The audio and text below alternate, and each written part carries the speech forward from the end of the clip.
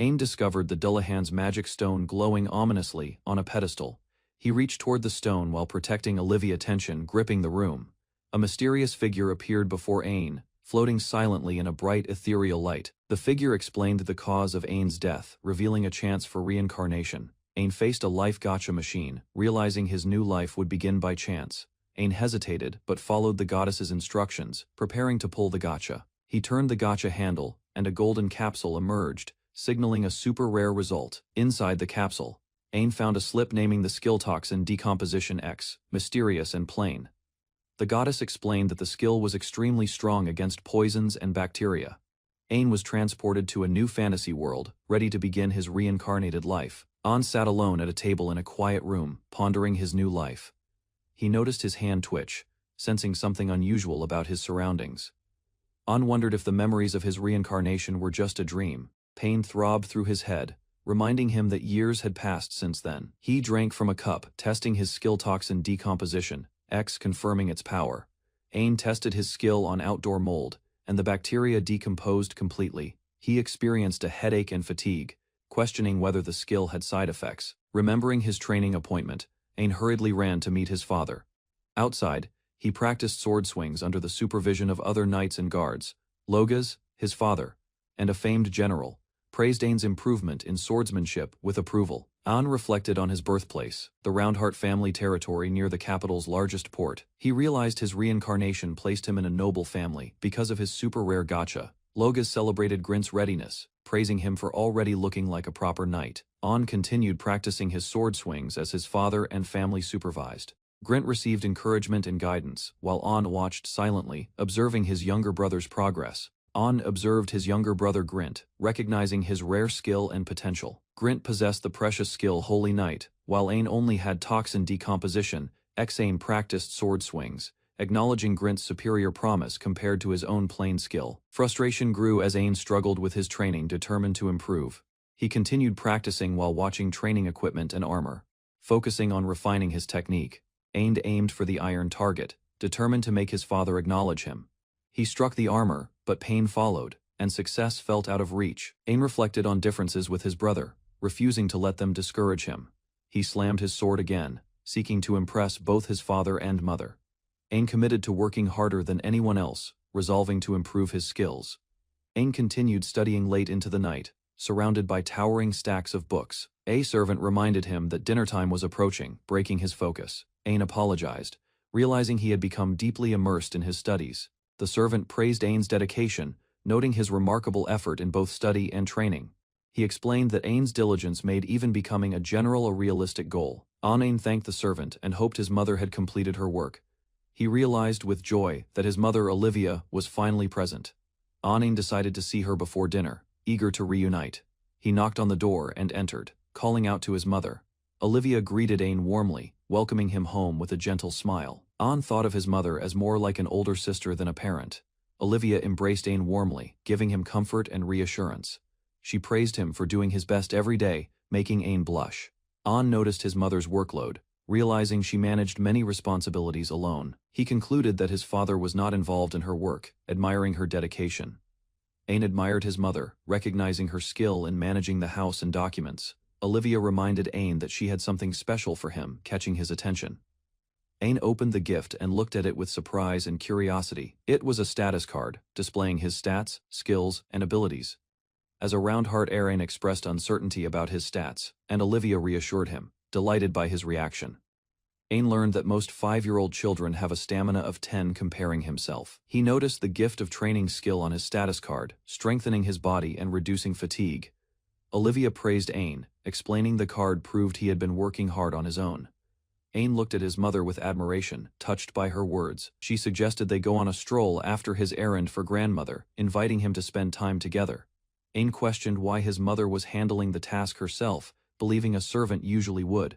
He blamed himself, thinking he was unbefitting as the eldest son, feeling guilty. Olivia held his hand, asking him to accompany her and calling him her wonderful knight. Ain eagerly agreed, delighted to spend time with his mother. He followed her to choose tea, showing respect and readiness to assist her. Ain and his mother sat with a merchant, examining the items presented carefully. Ain noticed a magic stone in the display, Curious about its purpose and power, the merchant explained magic stones come from monsters, crystallized with magical energy used for tools and rituals. Ain held the stone, reassured that it was safe to touch. He smelled it, and was surprised by its sweet, honey-like fragrance, amazed by the magic. Ain wondered if the magic stone could taste sweet, curiosity sparking in him. He hesitated, realizing no one had ever licked a magic stone before. Ain carefully licked it once, ensuring no one was watching. The stone tasted incredibly sweet, surprising him beyond expectation. Feeling guilty yet captivated, Ain asked if he could purchase the magic stone. The merchant gifted Ain the magic stone as thanks, and Ain gratefully accepted it. Olivia suggested they go for a stroll, and Ain happily agreed. An noticed the yellow magic stone had turned colorless, surprising him. The next day he practiced sword swings diligently, refining his skill and technique. An felt a surge of power as he trained with the practice dummy. Invigorated, An struck the practice dummy with full force, breaking through the armor. He smiled, realizing he successfully avoided deflection and gained confidence. Inspecting his wooden sword, Ain noticed cracks forming, showing the intensity of his strikes. He stood, absorbing the energy from his training, feeling a surge of power. The practice dummy lay in pieces as Ain continued his rigorous sword practice. Ain's strike crushed the practice dummy, astonishing the onlookers with his power. He had slashed through iron armor, using only a wooden sword, leaving everyone shocked. Checking his status card, Ain saw all his stats had increased, reflecting his skill and the gift of training. Ain traveled with his mother through the countryside, moving quietly in horse-drawn carriages toward the capital. His mother appeared tense, while Ain remained composed, trying to soothe her worries as they approached the city. Ain learned that his stepbrother Grint would be formally recognized by his father at a noble gathering. The announcement also included Grint's engagement to the young noble daughter Shannon, surprising everyone at the event. Ain comforted his mother, acknowledging the situation, but quietly felt frustrated over the favoritism shown to Grint. Ain noticed his mother's sad expression and felt frustrated that she seemed so troubled by recent events. He recalled the incident with the broken equipment and resolved to work harder to earn his father's acceptance. Arriving at the capital, Ain and his mother stepped from their carriage, preparing for the upcoming social event. They approached the Grand Palace, where nobles gathered for announcements and introductions. Ain admired the huge mansion, realizing the scale of the noble world he was about to face. Ain and his mother, Olivia, were instructed to greet Grint's fiancée and her family first, while his father and stepbrother remained ahead. They entered the grand mansion, home to the only Archduke of the Heim Kingdom. Observing the elegant interiors, Olivia led Ain through the courtyard, noticing the noble family waiting for them as planned. Inside, Olivia realized that Ain was not allowed to attend the main party, which surprised her. A servant explained the invitation rules, and Ain understood the situation, preparing to wait outside while Grint participated inside. Ain realized his mother's influence had guaranteed Grint's participation, but he still felt excluded from the main event. He decided not to dwell on it, focusing instead on staying calm and helping his mother. Ain admired the mansion's beautiful garden, imagining a peaceful stroll even during the party. The servant thanked Ain for his graceful suggestion, acknowledging his tact and thoughtfulness. Olivia worried about Ain missing the party, but he happily explored the garden, finding comfort in the flowers. Ain told his mother he would be happier surrounded by the flowers instead of attending the party. Olivia hugged Ain tightly, sharing a quiet moment of comfort and relief. A servant arrived, explaining that the Archduke had allowed them to take a stroll in the garden. Ain met a young noble girl who asked if he was the eldest son of the Roundheart house. The girl introduced herself as Klon, granddaughter of the head of the Auguste house, greeting Ain warmly. Ain nervously introduced himself to Klon, asking why the granddaughter of the Archduke was in the garden. Klon politely apologized for the mix-up caused by her family's invitation error, putting Ain at ease. She offered to guide Ain and Olivia through the mansion garden for the evening. The trio strolled together, Klon showing the intricate layout of the rose-filled garden. Ain marveled at the magical beauty of the flowers, feeling joyful beside Olivia, and guided by Klon. Ain admired the sunset over the middle court, noting that the garden became even more beautiful in the evening. He asked Klon and Olivia if they had heard about the Roundheart house, curious about its reputation. Rumors about Ain being arrogant and having the Holy Knight skill reached other nobles observing the family. Klon quietly reflected on the succession of Heim Kingdom's future, noting Ain's growing recognition. Despite the gossip, Klon concluded that Ain was the most gentlemanly person she had met that day. Ain complimented Klon on her beauty, surprising her with his sincerity. He excitedly pointed out the glowing blue flowers in the garden, drawing Klon's attention. Klon explained the blue fire rose was difficult to cultivate, needing perfect water, earth, and air conditions. She warned that the rose's thorn contained a lethal poison capable of killing 1,000 people. Klon added that the poison caused a burning sensation, giving the rose its dangerous name, leaving Ain amazed and cautious. Olivia explained that the blue fire rose could be transformed into a real jewel if its poison was drained. Klon described the jewel, star crystal, which sparkled like the night sky, rare and valuable in the Heim Kingdom. Ain learned only 2 of these jewels existed, and it required half a year's taxes to produce one. He reflected on his skill, Toxin Decomposition X, realizing it could safely remove the poison from the flower. Ain felt that today might be his moment to prove himself and use his unique ability with Klon's guidance. Ain reached for the blue fire rose despite Olivia and Klon warning him not to touch it. He experienced a strange sensation as the Toxin Decomposition X skill activated, feeling weightless and surrounded by bubbles. The detoxification felt refreshing, like drinking mint soda, without the usual drawbacks he experienced before. Olivia and Klon watched in concern, fearing he might discard the flower. Ain focused, determined to successfully use his skill to safely handle the dangerous blue fire rose, telling himself, "I can do this." Ain confidently reminded himself that his skill Toxin Decomposition X made him strong against poison. A burst of light radiated as Ain carefully handled the blue fire rose. Klon and Olivia watched in shock as the transformation began. Ain held the flower, now crystallized into a glowing star crystal, smiling with relief. Klon expressed concern over his recklessness, but Ain explained it was his skill, successfully producing the precious jewel. Ain presented the star crystal to Klon, fulfilling her dream of seeing the jewel. He knelt, offering the crystal with a heartfelt request for her to accept it. Olivia looked on, surprised and touched by Ain's gesture. Ain panicked internally, feeling embarrassed that his line sounded corny in the mythical garden atmosphere. Klon's eyes widened in shock, blushing deeply at Ain's gesture and words, captivated by the moment. Ain smiled, explaining that Klon must accept the star crystal he had created using his skill. Klon nervously reached out, placing her hands on the jewel, finally saying, "Yes, I will accept it." She looked radiant under the moonlight, clutching the crystal with delight. Ain offered another crystal to Olivia, surprising his mother with his swift, skillful creation. He thanked Klon for her time, gracefully ending the garden moment before the evening speech began. Klon playfully told Ain not to speak so politely to her, making him blush. Ain agreed, and Olivia noticed that everyone else had already left, leaving them waiting. A maid explained that Earl Roundheart had left early for a nighttime party. Anan and Olivia reflected on their father's neglect, questioning his regard for them. Olivia gently addressed Ain, showing concern for his feelings while standing beside him in the quiet hall. Olivia gently asked Ain about his feelings toward his father, prompting reflection. Ain admitted he was grateful for being raised, but could not forgive his father's attitude toward his mother. Olivia smiled, relieved to hear his honest feelings, showing warmth and reassurance. She took Ain's hand and decided to guide him away from the harsh environment he had endured. They walked together under the moonlight, toward a place Olivia called the most beautiful location, their homeland.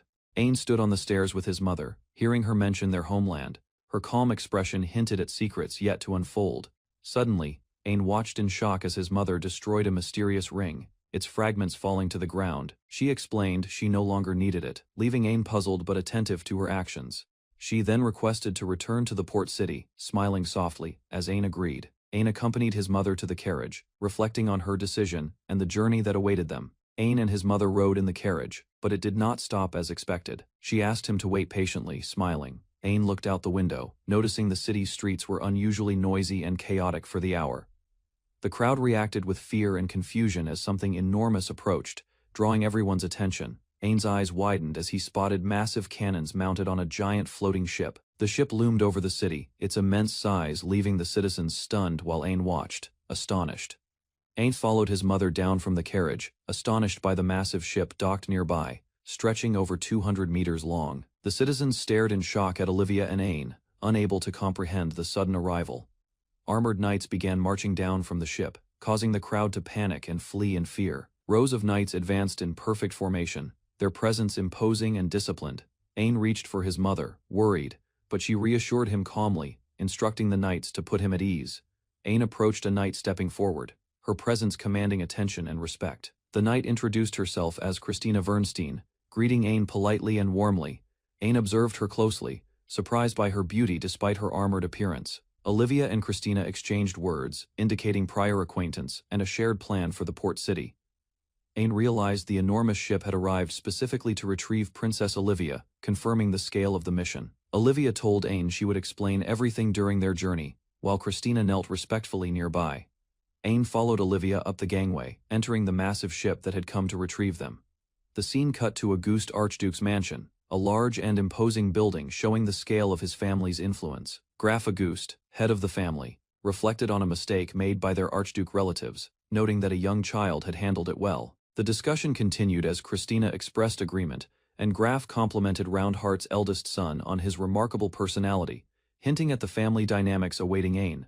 Claude expressed her gratitude for a gift from Ain, making Graf Auguste smile thoughtfully. Graf worried about the Roundheart family possibly breaking a promise regarding succession, showing concern for political tensions.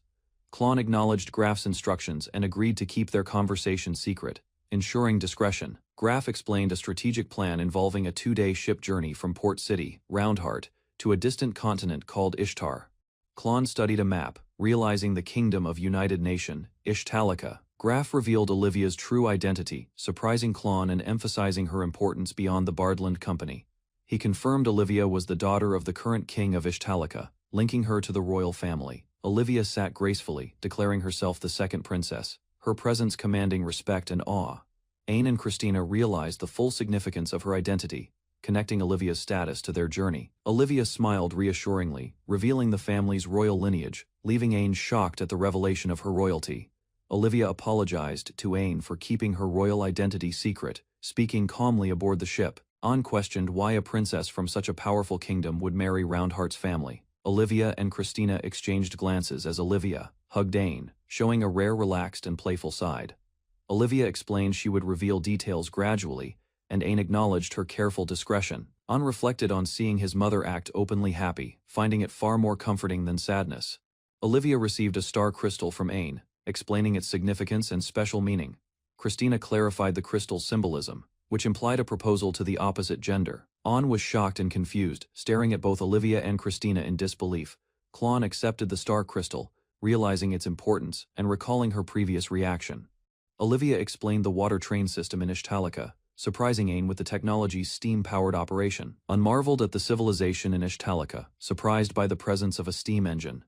Olivia praised Ain as smart and well-learned, hugging him warmly, while Christina smiled approvingly. Ain reflected on accidentally revealing knowledge from his previous world, while Christina suggested he rest. The ship sailed smoothly across the water, carrying them closer to Ishtalica. Ain, Olivia, and Christina shared a meal, resting and enjoying a calm moment together during the journey. Ain, Olivia, and Christina exited the water train, amazed by the new surroundings and crowd.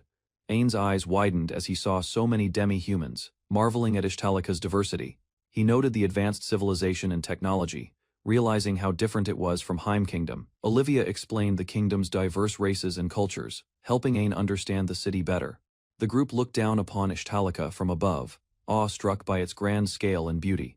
Christina announced her return as Imperial Guard Knight Vice Captain, standing proudly at the gate. Ain was impressed by Christina's cool appearance, while Olivia teased her lightheartedly. Christina fell comically, but Olivia reassured Ain, showing her playful, caring personality. They walked through the grand hall, discussing the sudden message regarding Christina's return with concern. Olivia reminded Ain to act normally in front of her father, following her careful instructions. Olivia and Christina worried about disturbing the king, fearing his potential displeasure and reaction. Ain learned about Marcha, a loyal servant from Olivia's childhood, responsible for her care. Christina and Olivia debated whether to meet the king immediately. Considering his ongoing work, Olivia boldly announced her return to her father, surprising both Ain and Christina. She entered the council room confidently, ready to address the king and present her case. Ain's eyes widened as he approached the throne, recognizing the imposing figure before him. The man's aura radiated authority and power, leaving Ain awestruck. He realized this was the legendary ruler of Ishtalica. Ain arrives at his mother's homeland and immediately faces the king. He feels a mixture of awe, and Tain arrives at his mother's homeland and immediately faces the king. He feels a mixture of awe and tension. The king examines Ain closely, sensing his presence radiates a powerful aura. Ain realizes the man before him is the ruler of a great kingdom. Nervous and unsure, Ain takes a hesitant step forward. He struggles to find his voice while standing beside his mother. Ain formally introduces himself, revealing his previous family name, round heart, and asserting his identity in the royal court. The king warmly acknowledges him, revealing his own identity as Silvered von Ishtalika, and proudly declaring that he is Ain's grandfather. Ain meets the king, and a loyal knight, feeling both nervous and curious as they approach him. He shakes hands with Lloyd Galatia, the Grand Marshal, who vows to protect the kingdom and its people. Olivia announces that she has divorced and will no longer return to her former home, signaling a major change. Her decision shocks the king and Lloyd, prompting urgent questions about her reasoning. Olivia explains she acted for Ain's happiness, convincing everyone that her choice was necessary for his future. The king orders Chris to manage the court and ensure no one speaks about recent events, keeping the matter private. He commands that Olivia explain her decisions properly to all, and calls Warren and Kadima to the court. The court sits at a grand table as tension fills the room, everyone prepared for Olivia's explanation. Lloyd demonstrates his powerful presence and readiness for any expedition, impressing and intimidating those present. Olivia reassures the king that Ain will no longer be threatened, asserting that past conflicts will not repeat. Kadima, the first princess, speaks to Ain, emphasizing the unfairness of excluding him from inheritance due to his skill. The Prime Minister, Warren Lark, begins explaining the true reason Olivia married in another kingdom. He reveals the marriage was strategic, aiming to acquire sea crystal, a valuable resource for magic tools. Warren explains how Ishtalika processes sea crystals safely to harness magic. Unlike other nations, Ain listens as Warren continues, explaining that the crystals are scarce and necessary, leaving no choice but to request them from another country. The king explains that in exchange for receiving sea crystals, Ishtalika will protect Haim, and Ain will be promoted when he comes of age. The king considers the approaching sea dragon and plans to evacuate his daughter and grandchild to keep them safe. Olivia reassures Ain that even after her divorce, she has not abandoned her royal duties and continues her work diligently. She presents her detailed report, showing that she has already found a potential new supplier for sea crystals. The king reviews her findings and identifies a country northwest of Haim, preparing for the next step in securing resources. The king is shocked to discover that the sea crystals, normally on the sea floor, are rising to the surface, evidence of Olivia's meticulous work. Ain reflects quietly, realizing how much effort his mother has invested in her research and duties. Olivia's past hardships are revealed. After giving birth to Grint, she endured unjust treatment, yet continued performing her duties with grace. Even when busy, Olivia never neglected Ain, spending precious time with him despite her responsibilities.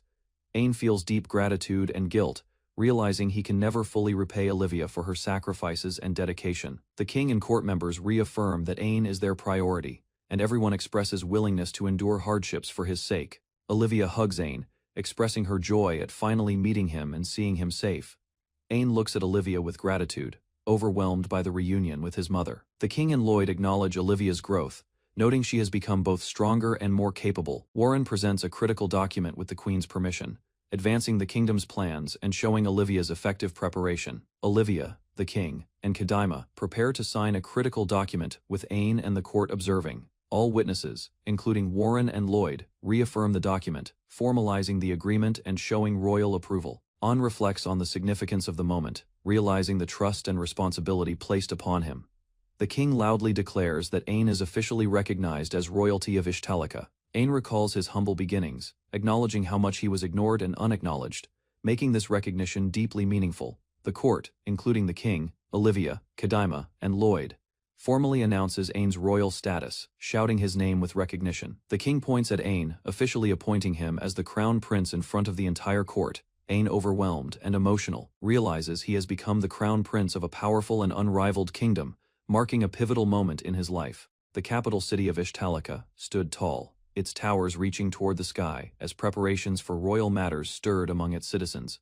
Rumors spread that Olivia Sama had returned, and her son, Crown Prince Ain, was expected to arrive, sparking curiosity and whispers in the marketplace. Villagers and nobles alike speculated about Ain's character, eager for a glimpse of the young prince who had been absent for so long.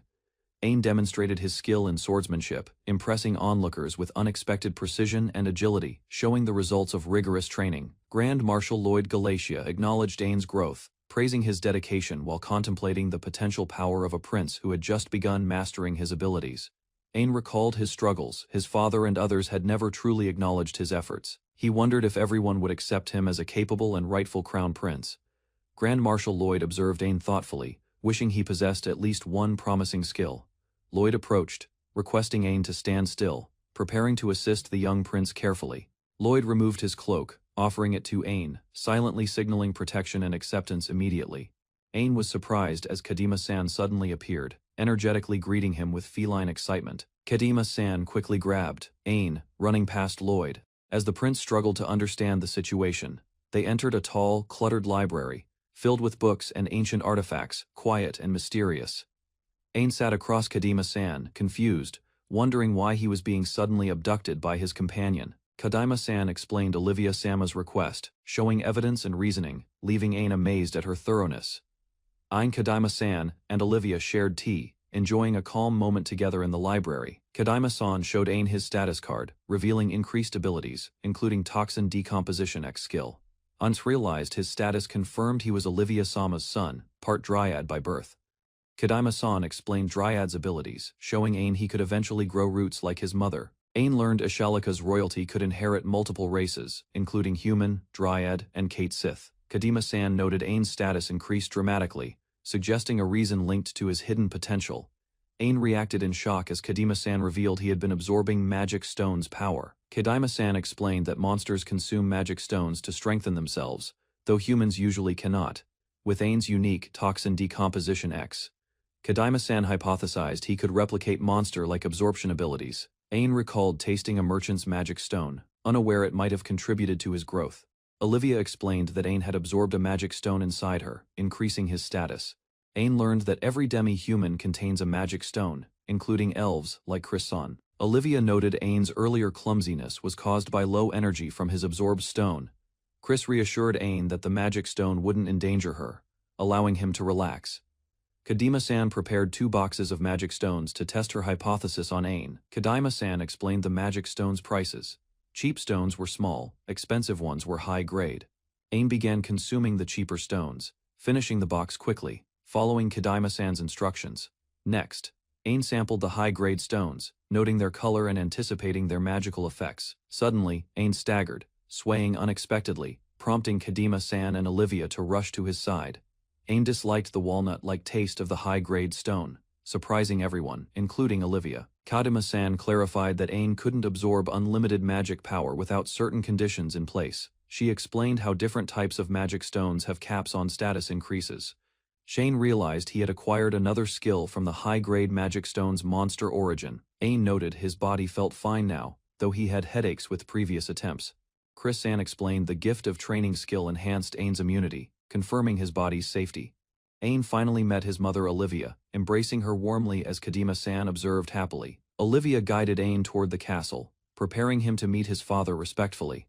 They approached the massive ornate doors, which hinted at the grandeur hidden inside. Grandfather Silvered opened the treasure room, revealing its vast collection of valuable artifacts inside. Ain questioned the purpose of visiting the treasure room, marveling at gold and treasures. Grandfather Silvered explained. Olivia requested Ain receive a reward and apology for past hardships. Ain was presented with Dullahan's magic stone, a legendary national treasure of Ishtalika. Olivia described the stone's history, linking it to their first ancestor who defeated a demon lord. Ain held the precious magic stone, feeling its power and historical significance intensely. Olivia reminded him it was a royal treasure, part of Ishtalika's legacy and heritage. Ain stood before the glowing national treasure, feeling the weight of its magical presence. Olivia and Silvered advised him to step back, wary of the stone's overwhelming power. Ain faced the magic stone directly, prepared to interact with its legendary abilities carefully. He touched the stone, sensing immense energy unlike any other magic stone he had seen. A message appeared, welcoming Ain's return, marking the start of a new chapter in his journey. Ain gripped Dullahan's magic stone as swirling energy erupted, his family bracing for danger. The stone's power surged toward Ain, seemingly moving independently, surprising him with immense force. Silvered shouted instructions, urging Ain to release the stone if he felt any discomfort. Ain embraced the magic stone, finding a strange harmony as energy flowed into him. Lightning and magical currents erupted around them, creating a spectacular display of raw magical power. A brilliant explosion of energy erupted from Dullahan's magic stone, enveloping the room entirely. Silvered, Olivia, and Ain braced themselves, watching as the magical energy swirled around fiercely. Sparks of magic surrounded Ain, highlighting his absorption and the stone's extraordinary, raw power. Silvered and Olivia gasped, concerned yet amazed, as Ain's power intensified beyond expectations. Ain realized he was overflowing with magical power. Finally sensing the full effect of the stone, Ain's status showed massive growth, reflecting stamina, magic power, attack, defense, and accumulated skills. The Archduke's residence in Hume Kingdom appeared under the moonlight, quiet and imposing. A young noble girl gazed at Ain, promising she would meet him again someday. Lady Klon sat alone at her desk, holding a magic crystal, feeling frustrated and unfairly burdened. A maid entered, checking on her progress, and Klon explained her completed work calmly. Klon revealed she had already finished all the assigned tasks, surprising the maid with her efficiency. She smiled, asking the maid to inform her father she was ready for a harder assignment next time. Determined, Klon resolved to improve further, preparing herself to be worthy to stand by Ain's side. Lady Klon received instructions from the Grandmaster to prepare a letter for Ain, feeling anxious and hurried. She searched frantically for paper and a pen. Realizing this task was more important than homework, Klon became flustered as she faced writing a letter to someone of the opposite gender for the first time. She rushed down the hallway, determined to deliver her message despite her nervousness. Outside, she gazed at the moon, wondering what Ain might be doing while she prepared the letter. Ain walked through the palace hall with Olivia and the Grandmaster, approaching a massive glowing crystal. Both Olivia and the Grandmaster praised Ain for his incredible growth and the power he had absorbed. The Grandmaster advised Ain to find a proper vessel to contain and control his immense magical power. Olivia's careful planning surprised Ain, showing her strategic influence behind the scenes. She revealed her foresight in orchestrating events, including Ain's ability to absorb the magic stone safely. Olivia reflected on her past, feeling uncertain after the death of the Roundheart family's head.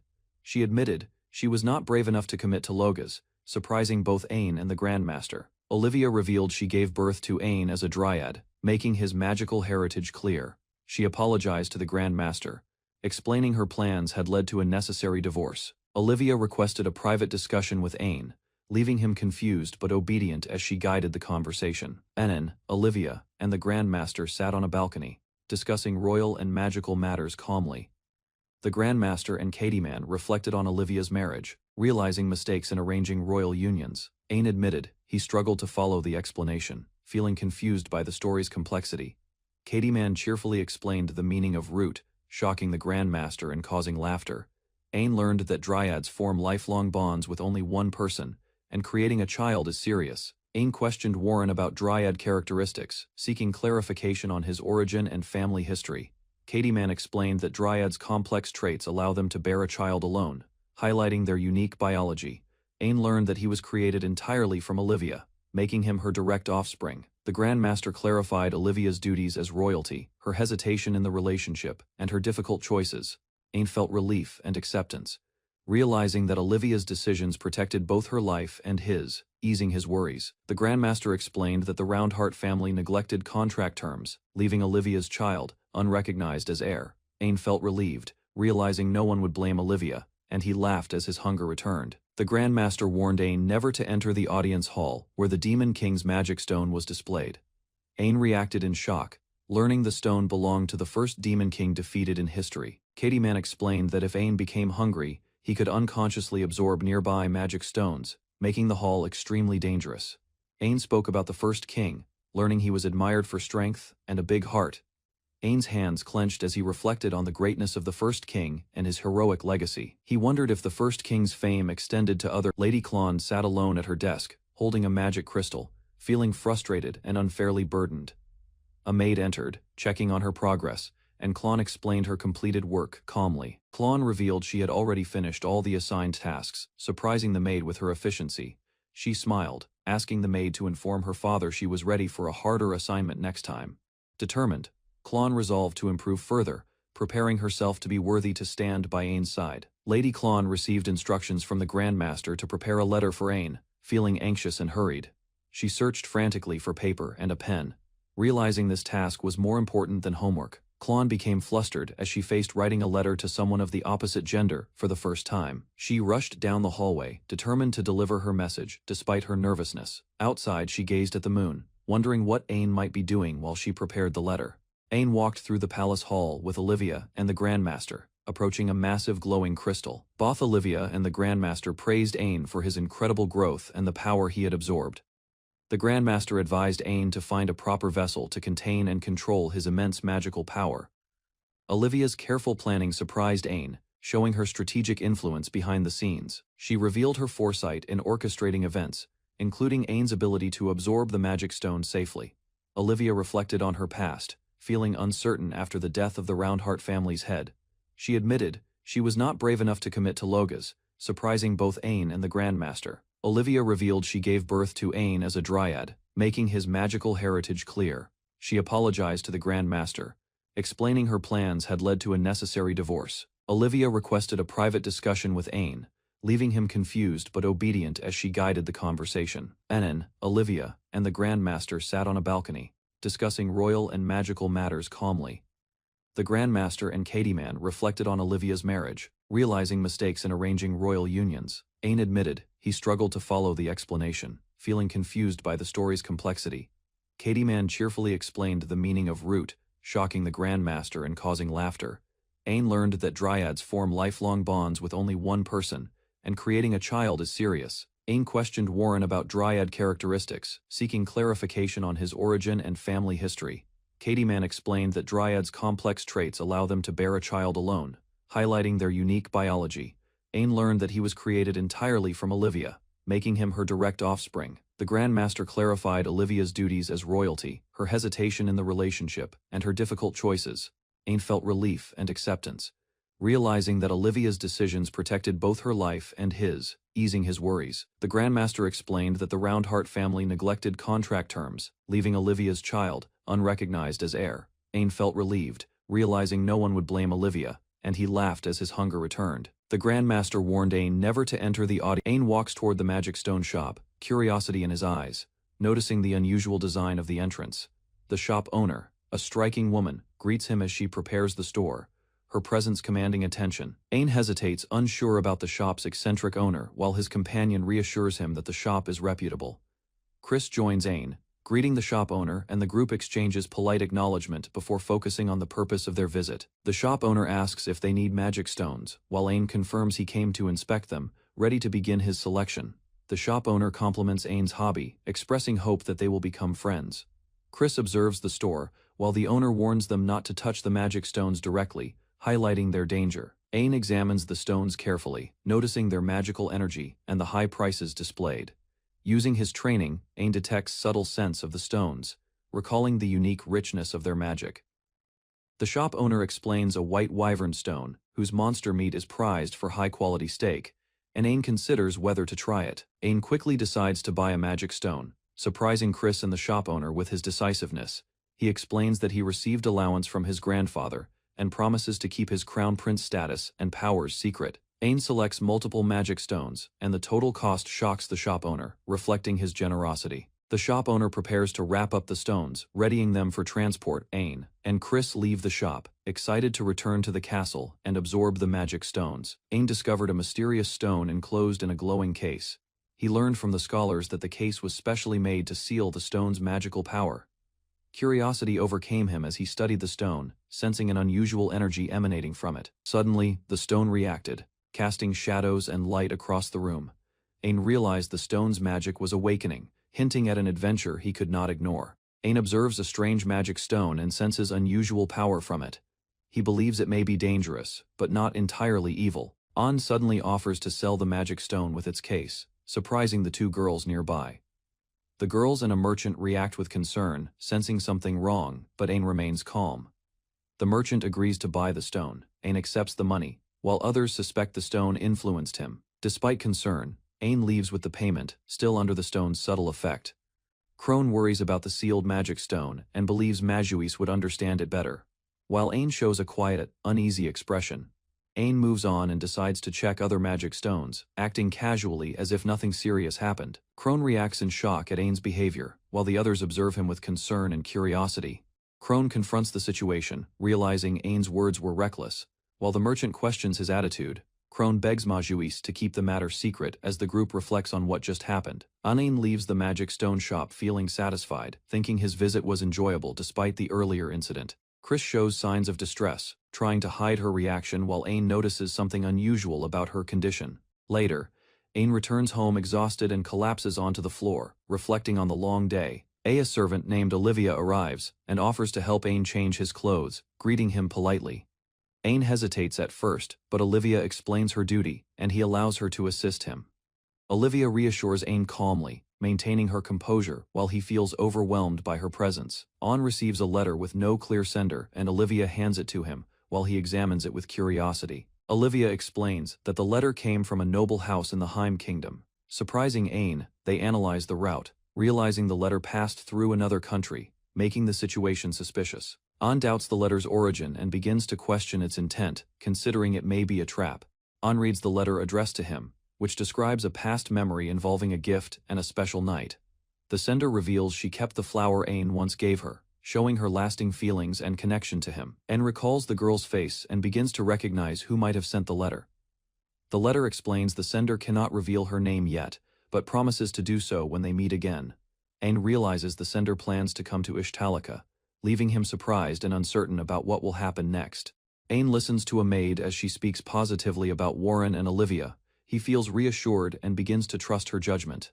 The maid questions whether Ain can leave his home for Ishtalika. Ain recalls how Olivia treated him and his mother kindly, strengthening his resolve. That night, Ain looks at the moon and quietly calls out Klon's name, thinking about his future. Ain meets Klon and spends a gentle moment with her, forming a meaningful connection. As they part, Ain hopes they will meet again, carrying that memory forward. Time passes into autumn as Ain walks near the academy with his companions, continuing his training and adjusting to his new life. During combat practice, Ain faces a heavily armored opponent in a formal duel observed from above. Crone and others watch anxiously as Ain is urged forward, showing concern for his performance. The opponent attacks with a powerful strike, aiming to overwhelm Ain and claim victory. Ain reacts quickly, sliding past the attack and evading with precise movement, turning the situation in his favor. Ain defeats the armored opponent with a decisive strike, forcing him to admit defeat in front of the watching crowd. After the match, Ain proudly reports his victory to his mother, who praises his effort and growth. Chris expresses her happiness as she reflects on watching Ain's progress, while others acknowledge how much he has matured. Lloyd continues training the soldiers, reminding them to protect Ain while pushing them to improve their strength. Lloyd explains that Ain's growth comes from both his skill and effort, recognizing his ability to handle his unique power. Lloyd invites Ain to spar, smiling as Ain agrees, despite some hesitation preparing himself for the sudden challenge. As they begin, a powerful shock spreads through the area, drawing attention from people in the city as the ground shakes. The clash causes massive destruction in the training ground, cracking the surface as the force overwhelms the surroundings. After the exchange, Lloyd praises Ain's growth, recognizing how much stronger he has become compared to before. An struggles to remain steady while Chris approaches, showing concern as he warns her to keep her distance. Chris becomes alarmed as An shows signs of exhaustion, worrying he might lose control and absorb a magic stone again. Olivia and Lloyd decide to end the training, confirming Ain's condition and ensuring he rests. Later, Olivia speaks with Ain about preparing for the future, guiding him toward the next step in his growth. Olivia reveals that Ain will attend the Royal Academy, smiling as she shares the decision. Ain accepts the plan and begins studying, preparing himself for life at the academy. Chris becomes alarmed as Ain shows signs of exhaustion, worrying he might lose control and absorb a magic stone again. Olivia and Lloyd decide to end the training, confirming Ain's condition and ensuring he rests. Later, Olivia speaks with Ain about preparing for the future, guiding him toward the next step in his growth. Olivia reveals that Ain will attend the Royal Academy, smiling as she shares the decision. Ain accepts the plan and begins studying, preparing himself for life at the academy. Ain reflects on attending the academy as a crown prince, feeling uneasy about the responsibility ahead. Chris visits Ain and invites him out, giving him a chance to relax before his next step. They walk along a quiet beach, where Ain discovers a peaceful place behind the castle. Chris encourages Ain about the upcoming entrance exam, reminding him of his strength and growth. Ain wonders about facing stronger opponents in the future, thinking seriously about the challenges ahead. Ain questions Chris during their time at the beach, unsure about what she intends to do next. Chris prepares to demonstrate her swordsmanship, asking Ain to pay close attention as she begins, with precise movement. Chris releases her sword in a controlled motion, surprising Ain with her technique. The sword lands at a distance, showing the result of her skill and control over her weapon. Chris suddenly appears beside Ain, revealing her speed, leaving him shocked as he realizes her true ability. Chris explains her movement to Ain, clarifying her skill while mentioning Lloyd's strength and the level Ain must reach. Thanks, Chris reflects on his goal, realizing he must grow stronger to stand alongside Lloyd and Chris. Chris admits she secretly helped Ain before the test, while he reacts to the sudden wind around them. As the wind blows, Chris pauses, her expression shifting as she notices something unusual. Chris becomes flustered after realizing her ribbon is gone, leaving Ain confused as she hurries to retrieve it. Ain witnesses a girl being violently thrown aside during the entrance exam, shocking him as he steps forward. He approaches her with concern, realizing the harsh examiner is pushing candidates both physically and mentally. The examiner intimidates the applicants, questioning their abilities while maintaining strict rules to prevent bias. He demonstrates overwhelming strength, defeating examinees easily and declaring their efforts insufficient. As the test continues, the examiner calls for the next participant, placing pressure on those remaining, including Ain steadies himself, and decides to rely only on his sword, preparing to prove his strength in the exam. He faces the examiner directly, showing determination as the test officially begins. The examiner provokes Ain, challenging him to earn his approval through combat.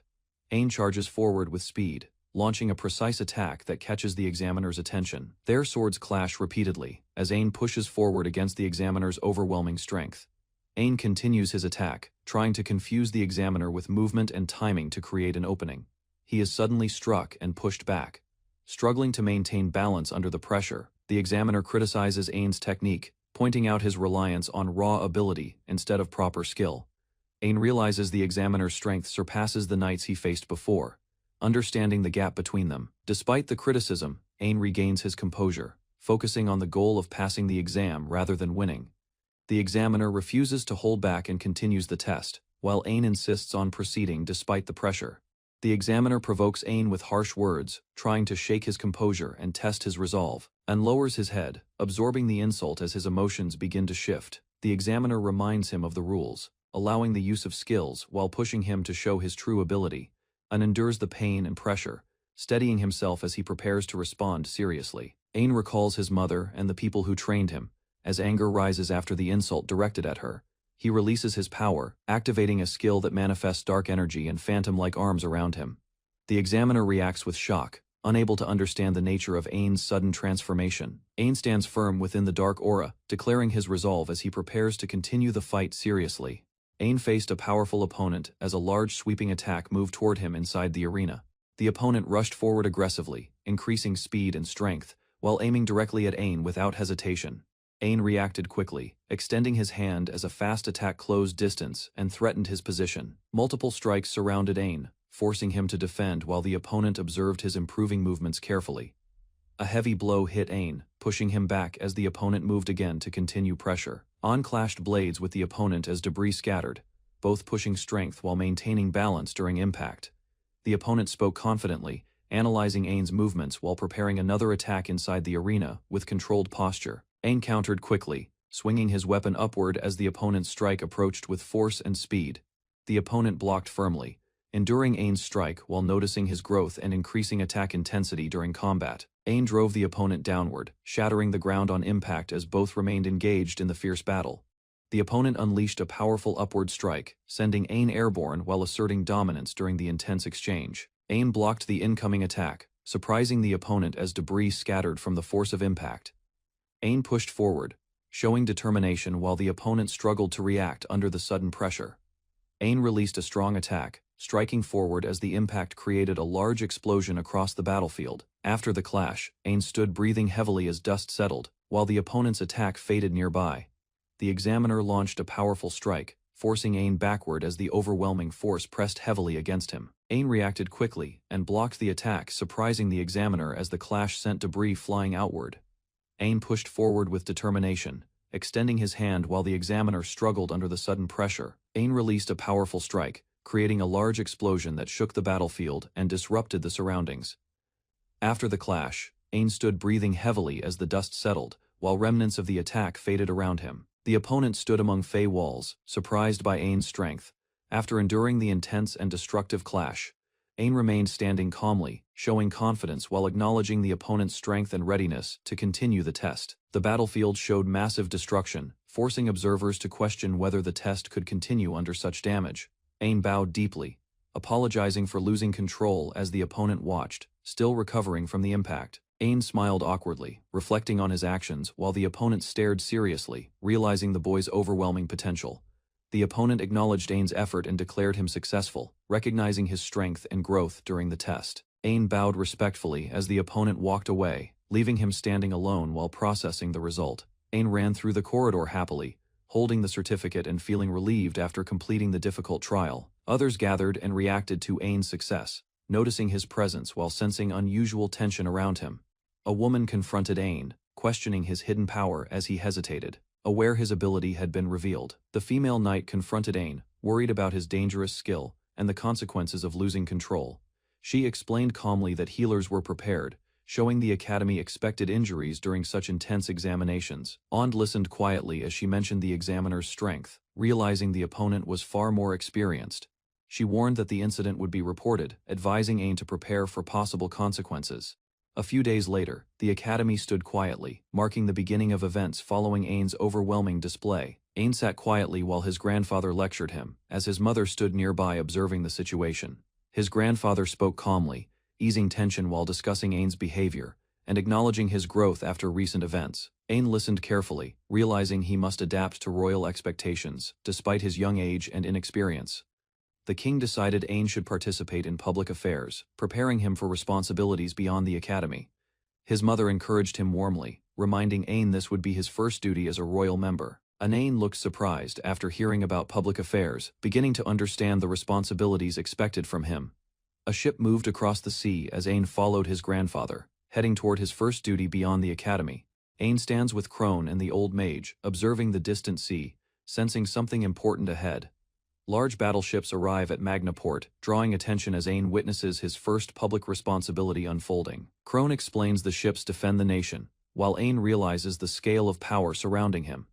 They walk through Magna, seeing markets busy and ships docked, understanding the city's importance to Estetisha. Ain inspects cargo and conditions, recognizing duties tied to governance, strengthening his resolve as future king.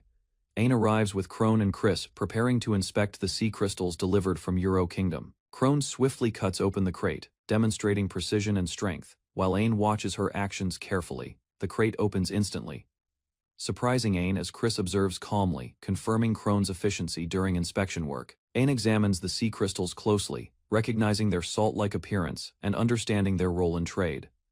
After finishing inspection, Ain reflects on the experience, acknowledging his responsibilities while continuing his growth as leader. Ain recalls his mother leaving for public duties while others react, sensing change surrounding his family situation. A noble woman reads a letter, smiling slightly, as Ain wonders about its meaning and effect. Ain declines rest and chooses to visit the pier, continuing his responsibilities, despite suggestions from others. Chris presents an item while Crone reacts strongly, recognizing its danger even within the secured Navy base.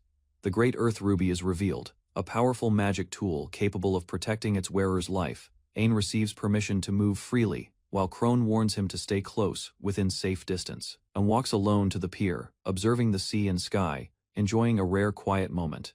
He relaxes while watching birds and waves, thinking about rest despite his responsibilities as Crown Prince. A sudden sound from the harbor interrupts him, drawing his attention toward ships and unusual activity nearby. Ain becomes alert, sensing something suspicious, shifting from calm thoughts to awareness of possible incoming trouble. Ain agrees to wait, while Crone and Chris continue their tasks, remaining within the designated safe area. Ain walks to the pier, observing the calm sea and clear sky, appreciating a brief moment alone. He watches birds and waves, thinking about resting, momentarily easing his mind from royal responsibilities. A sudden harbor signal echoes, drawing Ain's attention toward the ships and ongoing movements nearby. Ain grows alert, sensing something unusual, shifting from relaxation to cautious awareness of possible disturbance. Ain lies between crates, finding a quiet spot, thinking about duties and enjoying a brief moment of rest. A seagull perches nearby as Ain relaxes, the surroundings calm while he remains hidden beside crates. Listening to the waves, Ain feels comfort, his thoughts slowing. As the peaceful atmosphere lulls him, Ain falls asleep, drifting into memories, recalling familiar places and feelings connected to port towns. In his dream, Ain remembers his mother, feeling warmth and nostalgia as he peacefully rests among flowers. An plays with his mother in a field of flowers, enjoying a peaceful moment filled with warmth. An senses her presence again, feeling comfort as she gently touches him while he rests. His vision blurs as he wakes, confused, questioning whether the moment was only a dream. An sees his mother clearly, realizing she is truly there. returning after a long absence. His mother holds him gently, watching over him as Ain rests, feeling calm and reassured. Klon explains her grandfather's situation, while Ain listens, learning about the responsibilities passed within her family. A map reveals Klon's journey, showing the route and the incident that caused her disappearance midway. Ain and Klon sit together, discussing the past, as she expresses concern about matters not easily resolved. Crone returns and greets Klon, while Ain prepares to introduce her, bringing everyone together at the pier. Crone notices something unusual, watching closely as the situation develops around Ain's unexpected reunion. Crone invites Klon to join them to Magna, and Ain agrees, while the group prepares to leave together.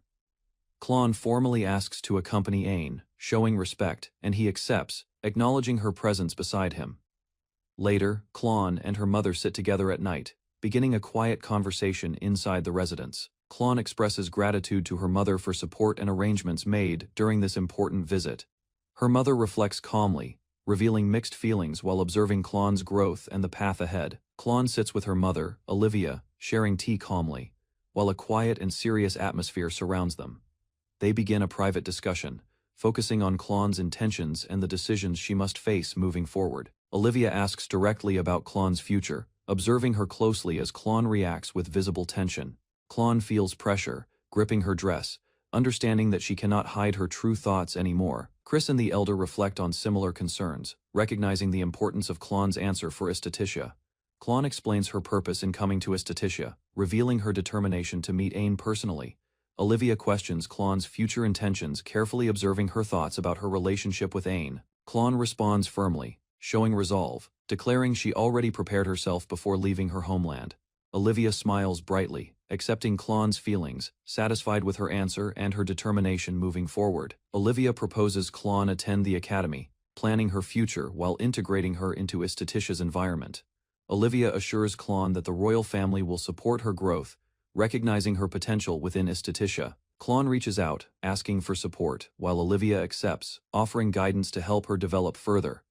Klon responds with determination, holding back tears, resolving to continue her efforts and grow stronger ahead.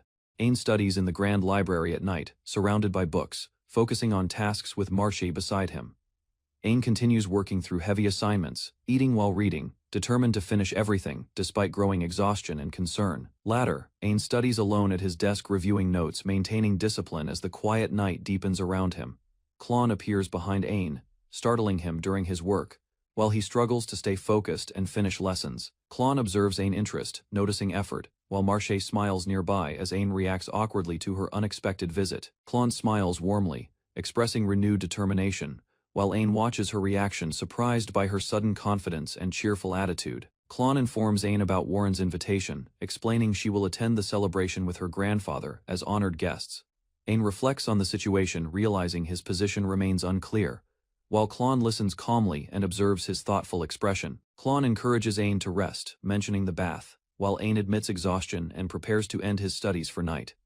Klon leans closer, inviting Ain to go together, causing him to react with surprise, while she maintains a gentle smile. Ain arrives at the grand banquet hall, observing nobles and guests gathering around tables, while maintaining a calm and composed presence.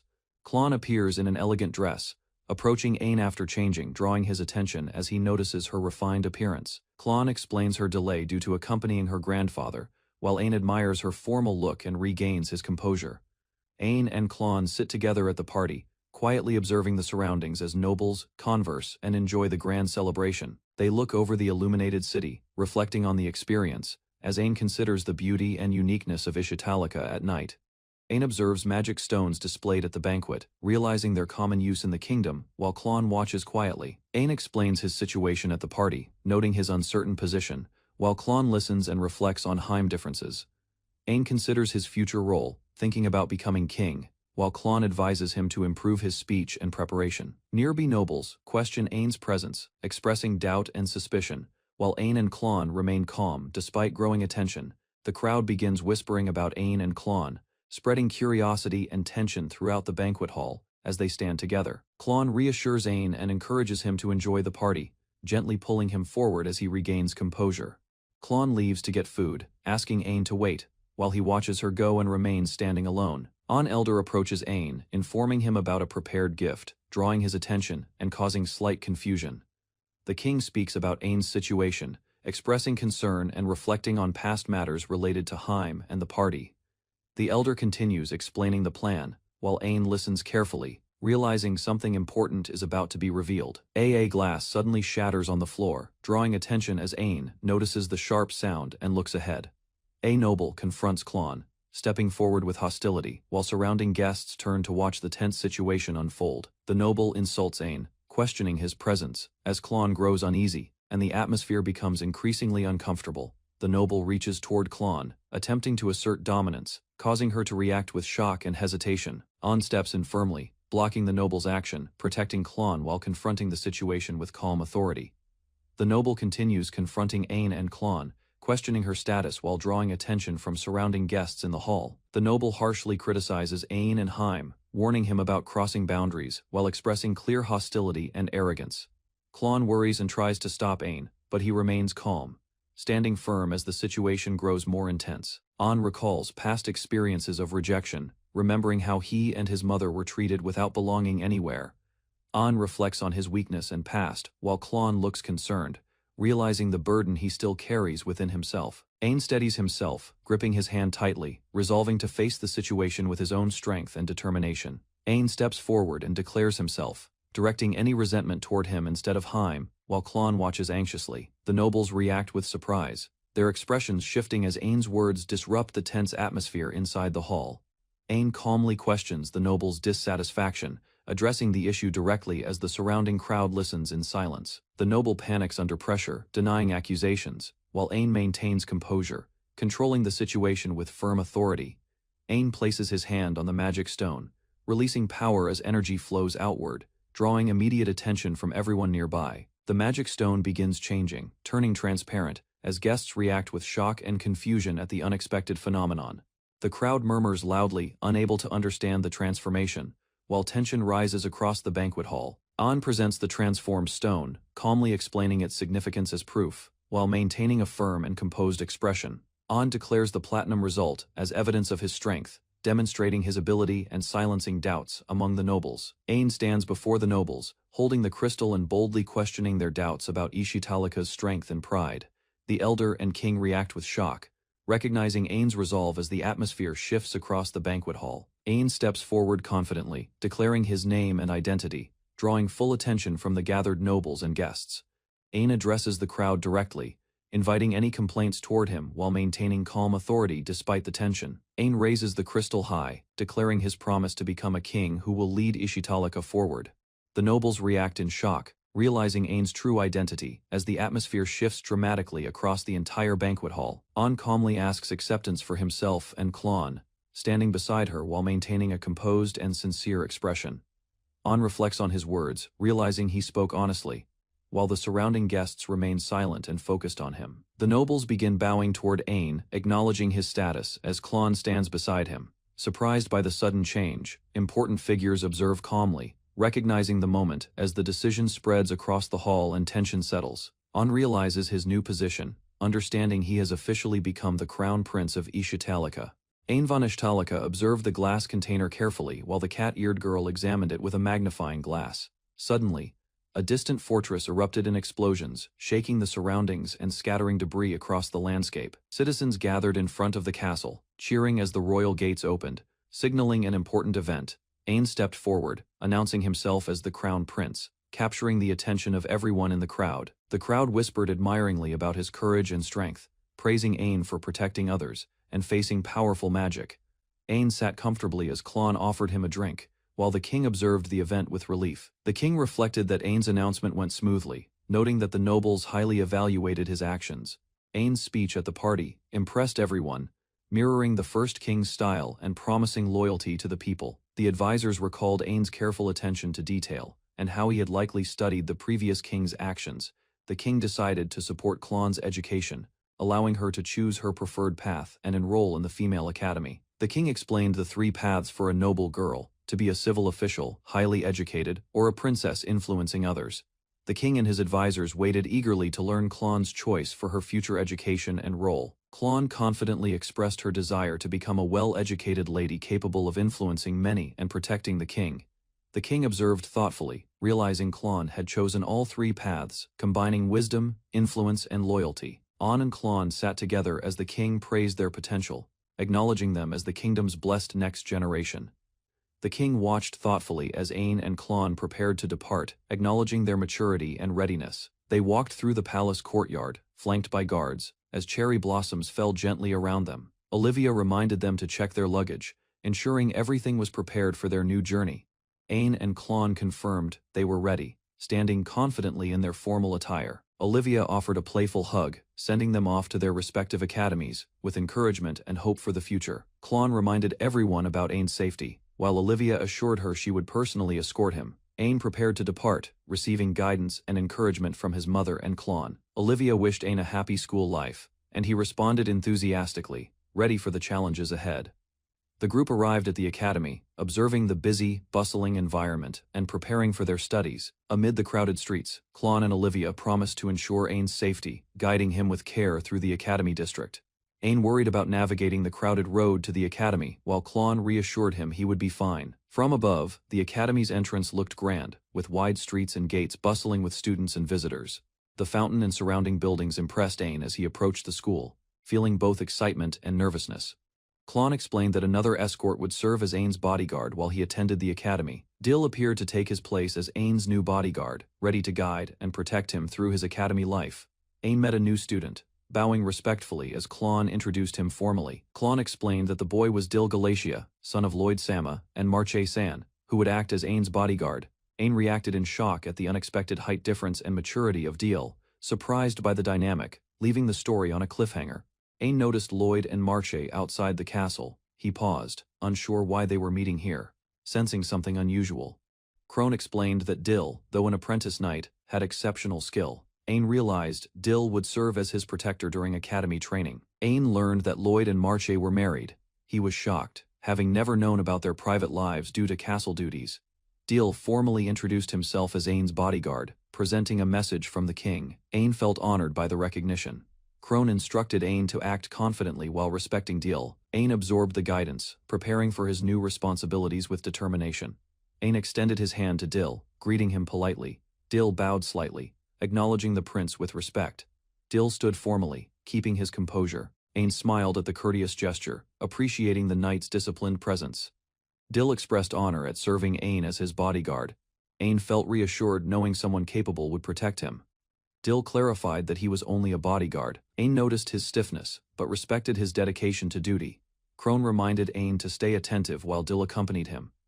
Ain nodded, prepared to follow her instructions carefully.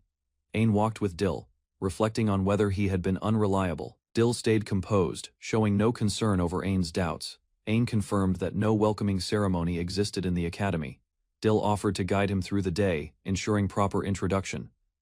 Dill led Ain into the classroom, pointing out it was the second class. Ain admired the grandeur and size of the Royal Academy room. Ain noticed the class was far different from others. Dill explained that only top students could enter, highlighting its prestige. Dill described the Academy's purpose, to develop ability above all. Ain understood the focus on skill for the kingdom, whether noble or commoner. An prepared himself mentally for the Academy, aware that ability was valued above all. Dill promised to visit him later. An examined the massive classroom door, noticing there was no knob. He wondered how to open it. The door revealed an automatic mechanism. An was surprised that even classrooms had such advanced technology. Inside, Ain observed the students seated in the grand classroom. Each appeared skilled and attentive, reflecting the Academy's prestige. Ain noticed the small class size and realized everyone had to get along. He felt nervous yet eager to meet all classmates. Rook, the magic engineering teacher, entered the classroom. He noted that no students were absent and emphasized the importance of the first day. Rook explained that this class was special. Ain listened carefully as Rook mentioned that one teacher had retired, and he would take over. Rook concluded by instructing the students to leave a result and then dismissed them. Ain and the others watched silently, attentive. The students were surprised by the brevity of the session. Each student processed the teacher's instructions in their own way. Rook added that students could use academy facilities, but must take the half-yearly test. Ain felt the weight of responsibility, preparing for his training ahead. Ain met Roland, a demi-human student. Roland cheerfully introduced himself, noting he had taken the magic engineering test. Roland explained he also took the swordsmanship test. Ain observed the young wolf-like student with curiosity, intrigued by his enthusiasm. Roland's excitement grew when he realized Ain was the rumored kid. His eyes sparkled with admiration and surprise. Roland described the rumors about Ain, saying the examiner was a skilled adventurer and had been challenged by Ain in the test arena. Ain felt nervous, worried about others' impressions. Roland reassured him, laughing warmly, making Ain feel more at ease in the classroom. Ain announced his entrance as a sixth-year student. His presence drew attention from other students in the classroom. Roland and others whispered, noticing Ain was the son of the Grand Marshal. They were curious why he attended this class. Dill greeted Ain formally, reminding him it was a free study system since the first year. Ain listened attentively. Dill offered to guide Ain around the academy. Roland and other students were surprised but intrigued by the proposition. Ain introduced himself to Roland and invited him to join the tour. Roland happily accepted, beginning their friendship and exploration. Roland hesitated, explaining he had some papers to handle. Ain waved, understanding his priorities and reassuring him. Roland was dumbfounded when he realized Ain had introduced himself simply by name. He discovered Ain was the Crown Prince. Ain and DL walked through the academy, exploring its vast halls and magnificent architecture. The size of the library and facilities amazed Ain. DL guided Ain through the academy, showing him the main facilities. Ain thanked him, impressed by how extensive the campus was. An asked DL if he could remain by his side. DL explained he would try to minimize time apart but must respect his own schedule, showing dedication and discipline. An noticed 3 girls sitting on the grass. Curious, he turned to DL and asked about his preferences for women. An tried to use the topic as a way to get closer to DL. He encouraged conversation despite Dill's normally stiff demeanor. Dill considered Ain's question seriously. Ain explained he asked to identify someone who could protect him better, thinking of safety first. Dill revealed he preferred a lady stronger than himself. Ain immediately thought of Chris, recalling her impressive abilities. An encouraged Dill, acknowledging it might be difficult to find someone fitting his standards. Dill appreciated the support quietly, nodding in understanding. Dill admitted that friends often teased him, making Ain's encouragement feel special. He expressed gratitude, appreciating the sincerity of the Crown Prince, and felt that the distance between him and Dill had grown closer. Both recognized the progress in their relationship, small yet meaningful, and suggested having lunch together. Dill agreed, understanding it was an opportunity to continue building trust and communication. During the meal, Ain imagined a closer bond with Dill. Dill stayed vigilant, ensuring Ain's safety while allowing him to enjoy his meal. The scene shifted to Lee B Female Academy. Ain's new journey expanded to include new environments, promising further growth and interactions. Chris smiled warmly, greeting the students. Her calm demeanor brought ease to the tense academy atmosphere. The girls encouraged the main character to meet Chris's older brother. Ain was curious, but cautious. Mindful of social hierarchy, Ain politely explained. He was just a commoner, and not in a position to pursue a relationship with a noble. He felt conflicted yet respectful. Chris expressed gratitude, reassuring Ain that she appreciated his consideration. Both parties apologized for any rushed interactions, resolving tension. Chris ended with a sincere smile, expressing hope that they could get along. The students responded positively, signaling acceptance and potential friendship. Ain reflected on his limited time at the academy. He determined to learn as much as possible, inspired by Olivia Sama's experiences. He vowed not to waste a single moment, focusing on what he could do immediately. Ain moved forward with determination. The scene shifted to the Ishtalika capital night station. The castle loomed under the moonlight, signaling the start of a new adventure. Guards noticed a prison break. Alarmed, they demanded explanations from one of the knights, their surprise evident in their expressions. The prison door had been opened using a special magic tool. Knights were baffled, unable to determine who had executed the escape. Knights received orders to contact the castle immediately. They were to gather a list of stationed knights urgently after a prison break. The escapee's profile was revealed, a dangerous ex-adventurer known as the Sloth freed. He was a demi-human vampire who killed for money. The knights prepared to capture him as soon as possible. The Ishtalika capital was on high alert under the moonlit night. The vampire soared across the city, flapping his wings, evading capture. He moved swiftly and silently, keeping out of reach. A close-up of the vampire's intense eyes highlighted his cunning and threat. The city's defenders faced a formidable and elusive criminal. Ain arrived at the academy gates, waving goodbye to Roland, ready to begin his new life among the students. He walked through the halls with Dill, discussing the recent change in the first class's teacher, curious about the unusual announcement. Ein learned that the previous teacher had been dismissed for failing to meet the academy's standards, surprising him with the sudden news. Dill explained that the teacher, Wolf Magnus, was knowledgeable about monster poisons and came from a prestigious family. Further investigation revealed that Wolf Magnus had been fired due to past misconduct against commoners, ensuring the academy maintained strict policies. Ein walked beside Dill through the academy halls, listening as Dill explained that the dismissed teacher came from a noble lineage. Dill shared his view that the man had no noble dignity, believing he deserved stricter consequences for his misconduct. Ein reflected on his own status as royalty, realizing he would never misuse it to harm commoners or assert superiority. Dill admired Ein's thoughtful approach, acknowledging that his perspective on equality was admirable and rare among nobles. As they exited the hall, Dill reminded Ein of his duties as bodyguard, ensuring that their alliance remained both formal and protective. Ian walked with a female knight who excused herself to relay instructions to the patrolling guards, leaving him momentarily. She instructed Ein to stay put, emphasizing caution, while he agreed nervously, unsure of what awaited him. Ein navigated the crowded streets, feeling overwhelmed by the bustling city and struggling to maintain his composure.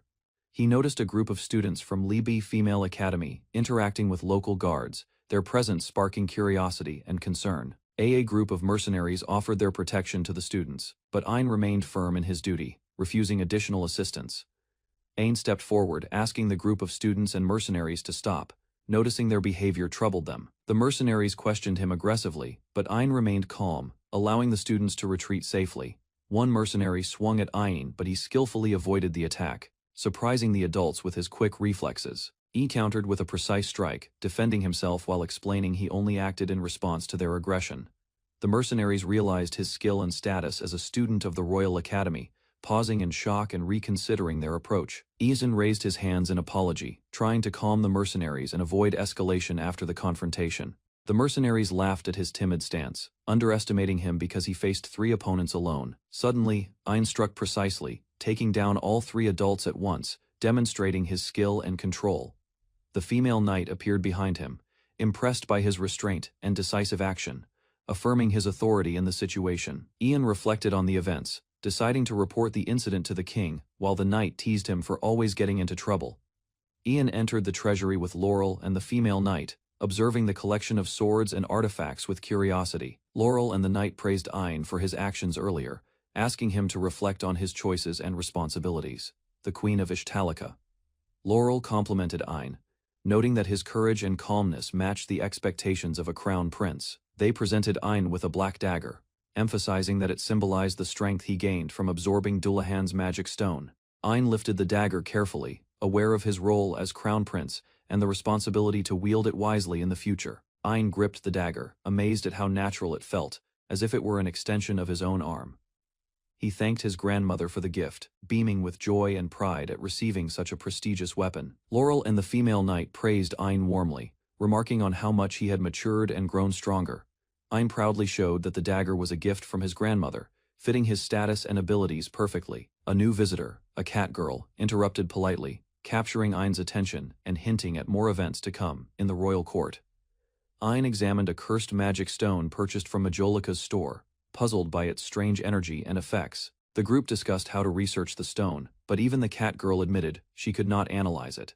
The cat girl teased Ein, tugging on his ears, causing him to squirm and protest, showing his short temper. Ein apologized, explaining that his reactions were natural, while the female knight reminded him that violence wasn't always the solution.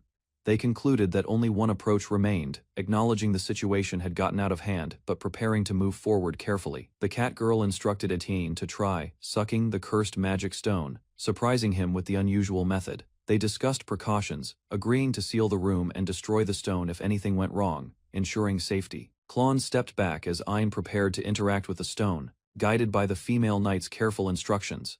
The stone began to react subtly as Ein focused, its mysterious energy drawing his full attention. Ein concentrated on holding the stone, observing subtle changes while the group monitored carefully, aware that the cursed magic might awaken.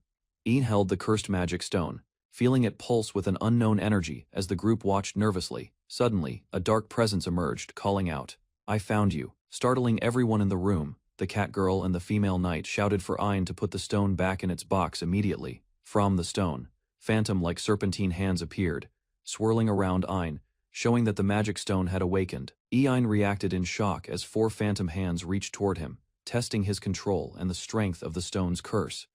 Ein struggled as the phantom hands from the cursed magic stone swirled violently, while the cat girl and the female knight shouted in alarm. He gripped the stone tightly, realizing that his body was reacting involuntarily to the stone's energy.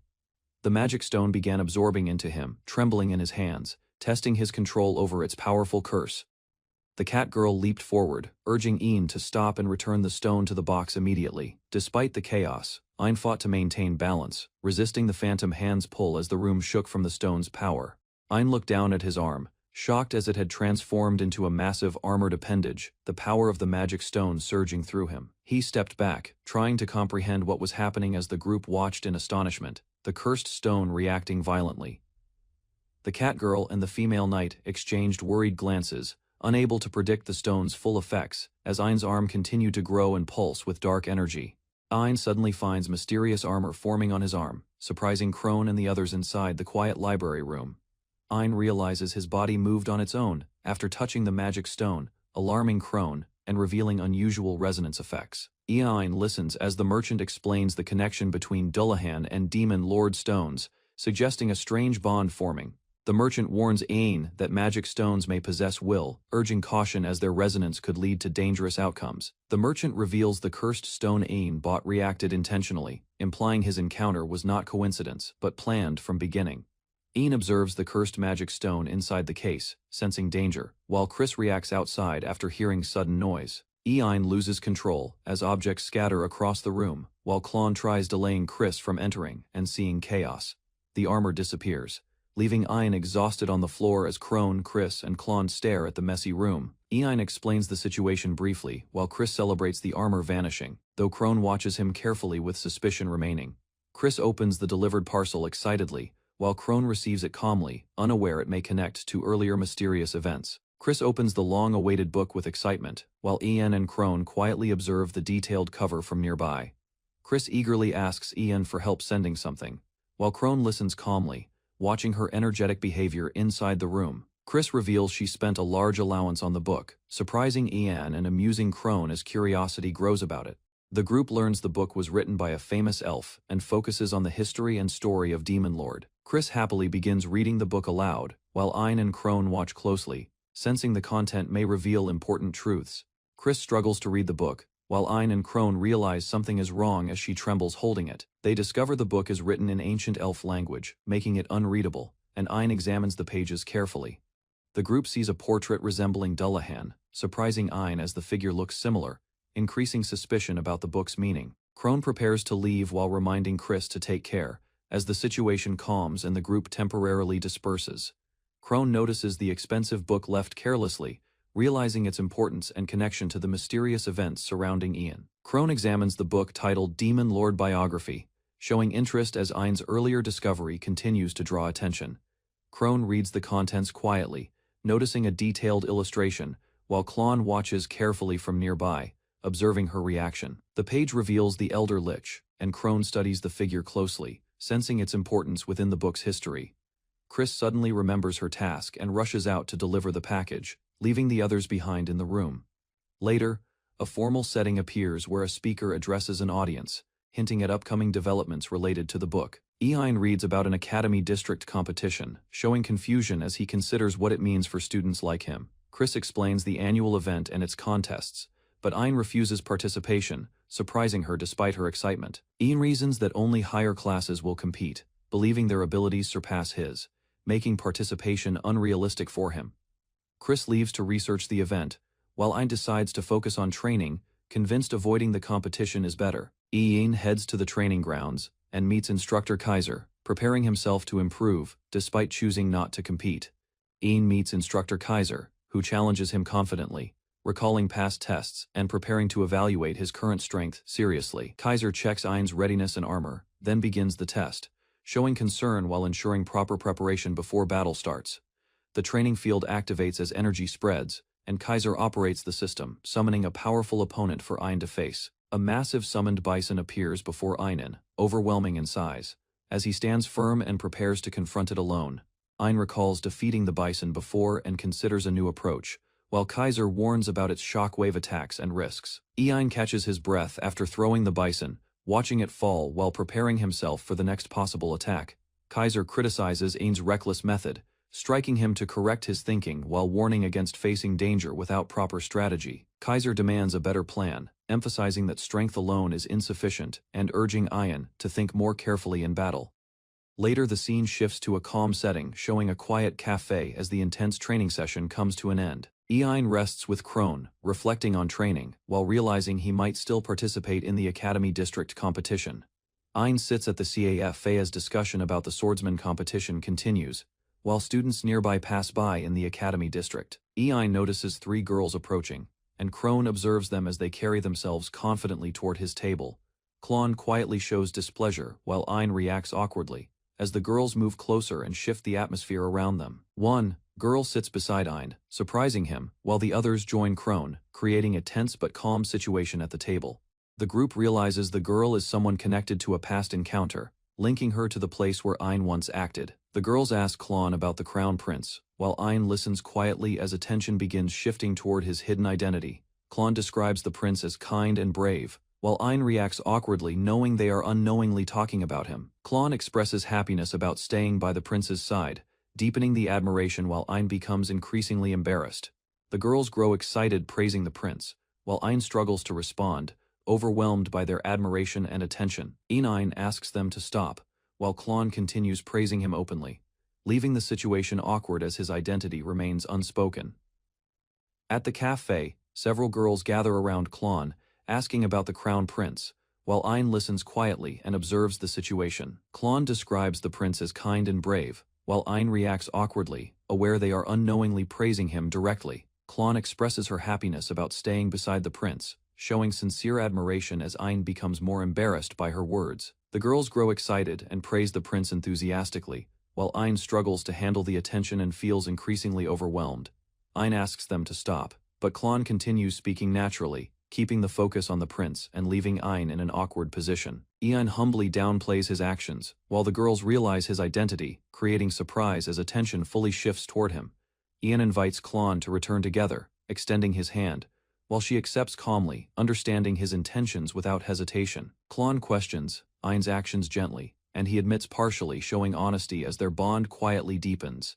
Ein excuses himself and leaves the group, while the girls remain surprised, watching his calm departure from the cafe. Ein walks through the academy grounds alone, but suddenly notices someone ahead, signaling a new encounter about to begin. A suspicious man watches from the shadows near the academy, while another student notices unusual people gathering nearby. The student moves cautiously through the path, sensing danger ahead, while gripping his weapon and preparing for confrontation. Figures appear above, observing from a distance. As the student looks up, realizing he is being watched and surrounded. A Arena hosts the academy competition as Ein arrives, sensing powerful rivals and the scale of upcoming battles. Ein observes the Colosseum with DL, recognizing the vast field where skills and strategies will determine future standings. Before the match, DL shows respect toward Ein, preparing mentally while acknowledging the importance of the swordsman exhibition. Ein notices DL's uneasiness and reflects on their situation, understanding hidden pressure and expectations surrounding the upcoming confrontation. Ein remains and confident, analyzing DL while asserting quiet dominance, shifting the balance between the prince and bodyguard.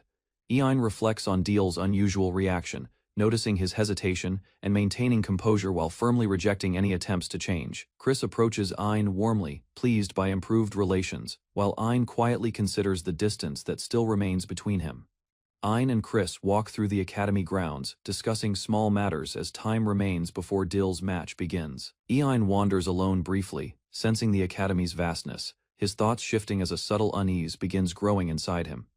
Ein pauses near the garden, observing the quiet surroundings carefully as his instincts sharpen and something hidden draws his attention. Ein senses a strange mixed scent near the academy garden, his instincts alert as he carefully searches the quiet area.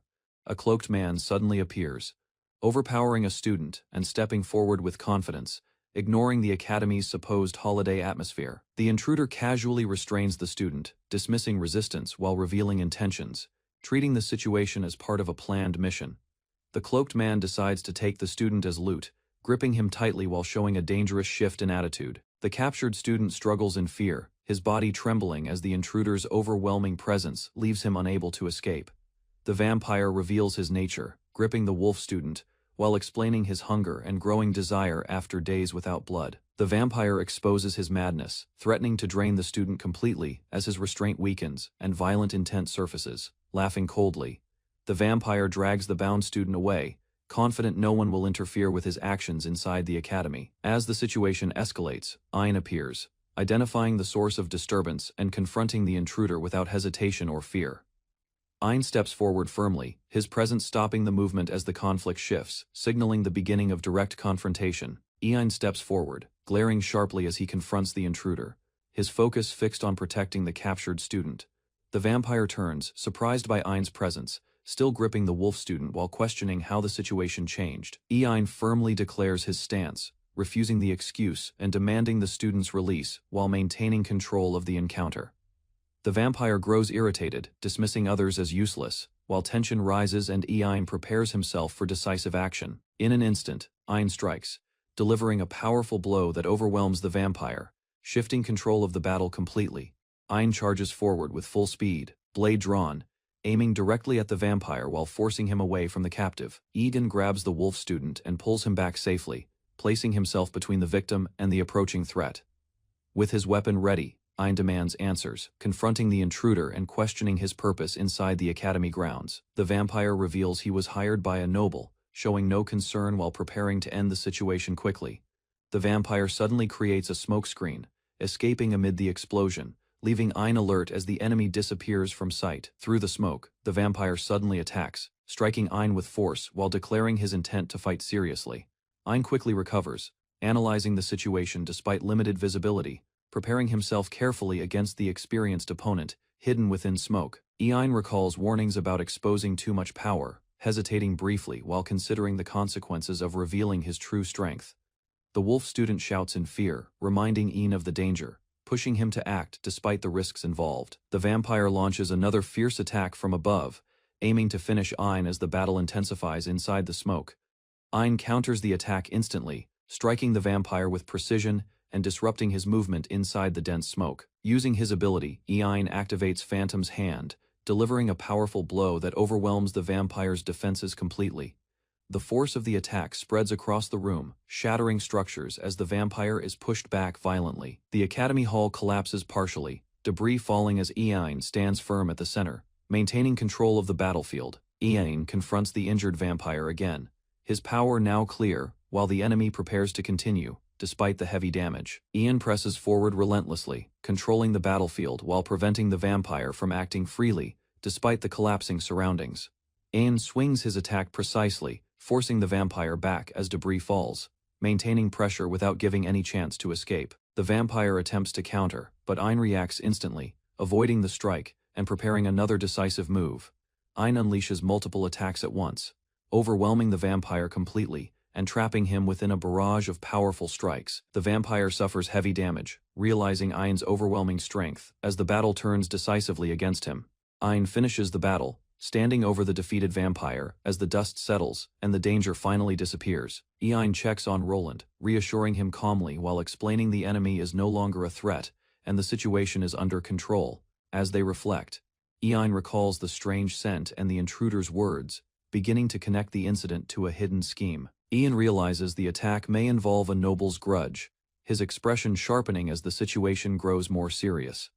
Ein gives clear instructions, sending Roland to safety and ordering others to gather, preparing for the next phase carefully. The scene shifts to a quiet lakeside terrace, where the atmosphere contrasts sharply with the earlier battle inside the academy. Ein confronts Wolf Magnus, recognizing him as a former teacher, calmly questioning his presence, despite his suspicious position. Magnus acknowledges Ein's insight, while Ein suspects that no other noble besides him holds such resentment toward the academy. Ein confirms his suspicion through scent, realizing Magnus's involvement, while Magnus subtly probes Ein's intentions and awareness. Ein points toward the lake, deducing the hidden plan involving magic stones beneath the water, exposing Magnus's true objective. Ein uncovers the hidden device beneath the lake, realizing it uses magic stones to trigger destructive explosions across the academy. Magnus reveals a calm, confident smile, showing no hesitation as his plan begins to unfold exactly as intended. Magnus acknowledges Ein's insight, while Ein remains composed, unfazed by the threat, and already familiar with dangerous situations. Magnus questions the Academy's purpose, revealing dissatisfaction and deeper resentment toward the system that supports nobles. Magnus explains his motive, believing the system will collapse, as he prepares to act and reshape the future through destruction. Magnus reveals his hatred, blaming Ein's family and declaring his intent to punish the Academy through destruction. Ein stands firm, declaring his resolve to protect Ishtalica and the Academy, rejecting Magnus's ideology completely. Magnus explains the bomb's power, stating the explosions will scale with magic stones, making the destruction unavoidable. A massive explosion erupts, shaking the Academy, as Ein realizes the device has already been activated. Magnus declares his goal to destroy everything and rebuild a new Ishtalica based on his twisted beliefs. With madness in his eyes, Magnus proclaims the moment as a revolution fully committed to his destructive plan. Ein faces Ishtalica's enemy, declaring resolve to stop the explosion and protect citizens as tension rises across the city. The enemy activates hidden magic tools, revealing confidence while Ein charges forward, realizing the danger behind the enemy's plan. Explosions erupt around Ein, but he withstands the shockwaves, analyzing the magic and preparing to counter the attack. Ein stands firm despite danger, warning the enemy of the incoming explosion while showing determination to survive and protect others. The enemy calmly reveals his protection against explosions, intending to witness Ishtalica's destruction while relying on his magic tools. Ein closes distance and strikes, surprising the enemy whose guarded body reacts as hidden tools begin activating under pressure. An attacks relentlessly, urging surrender, while explosions surround them, testing the enemy's defenses and limiting his movement across battlefield. The enemy counters with swift movement, refusing defeat, attempting to regain control while Ein continues pressing forward without hesitation. Ein lands a decisive blow, damaging the enemy's body, forcing visible strain as the magic tools struggle to maintain protection. Ein pierces through the enemy's defense, delivering a powerful strike, overwhelming him, and pushing the battle toward its conclusion. Ein overpowers the enemy, declaring his resolve, while the enemy trembles, unable to understand the overwhelming strength before him. The enemy collapses to the ground, defeated, as Ein stands nearby, confirming the battle's end and securing the immediate danger. Ein realizes the bomb remains active, quickly moving away, deciding to handle the explosion before it threatens the entire city. Ein discovers the massive magic device underwater, recognizing its scale and danger, preparing himself to neutralize its destructive power. An uses his skill on the magic stones, attempting to absorb their energy, focusing on stopping the explosion despite the risk. An channels his power into the device, forcing energy inward as the unstable magic begins reacting violently under control. Ein absorbs the magic stone's energy, enduring intense strain as their power fades, overwhelming his body with unbearable sensation. After succeeding, Ein collapses from exhaustion, barely conscious, as allies rush in, confirming he managed to stop the explosion. An reassures them despite weakness, explaining the strain from absorbing magic stones, while others check his condition with concern.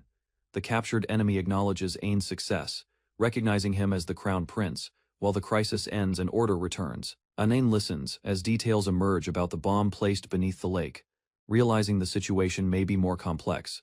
The enemy is taken away, but Ein remains thoughtful, sensing something unusual, despite the apparent resolution of the incident. Ein analyzes the plan, concluding the attack aimed at gathered nobles, but suspects the true objective was different entirely.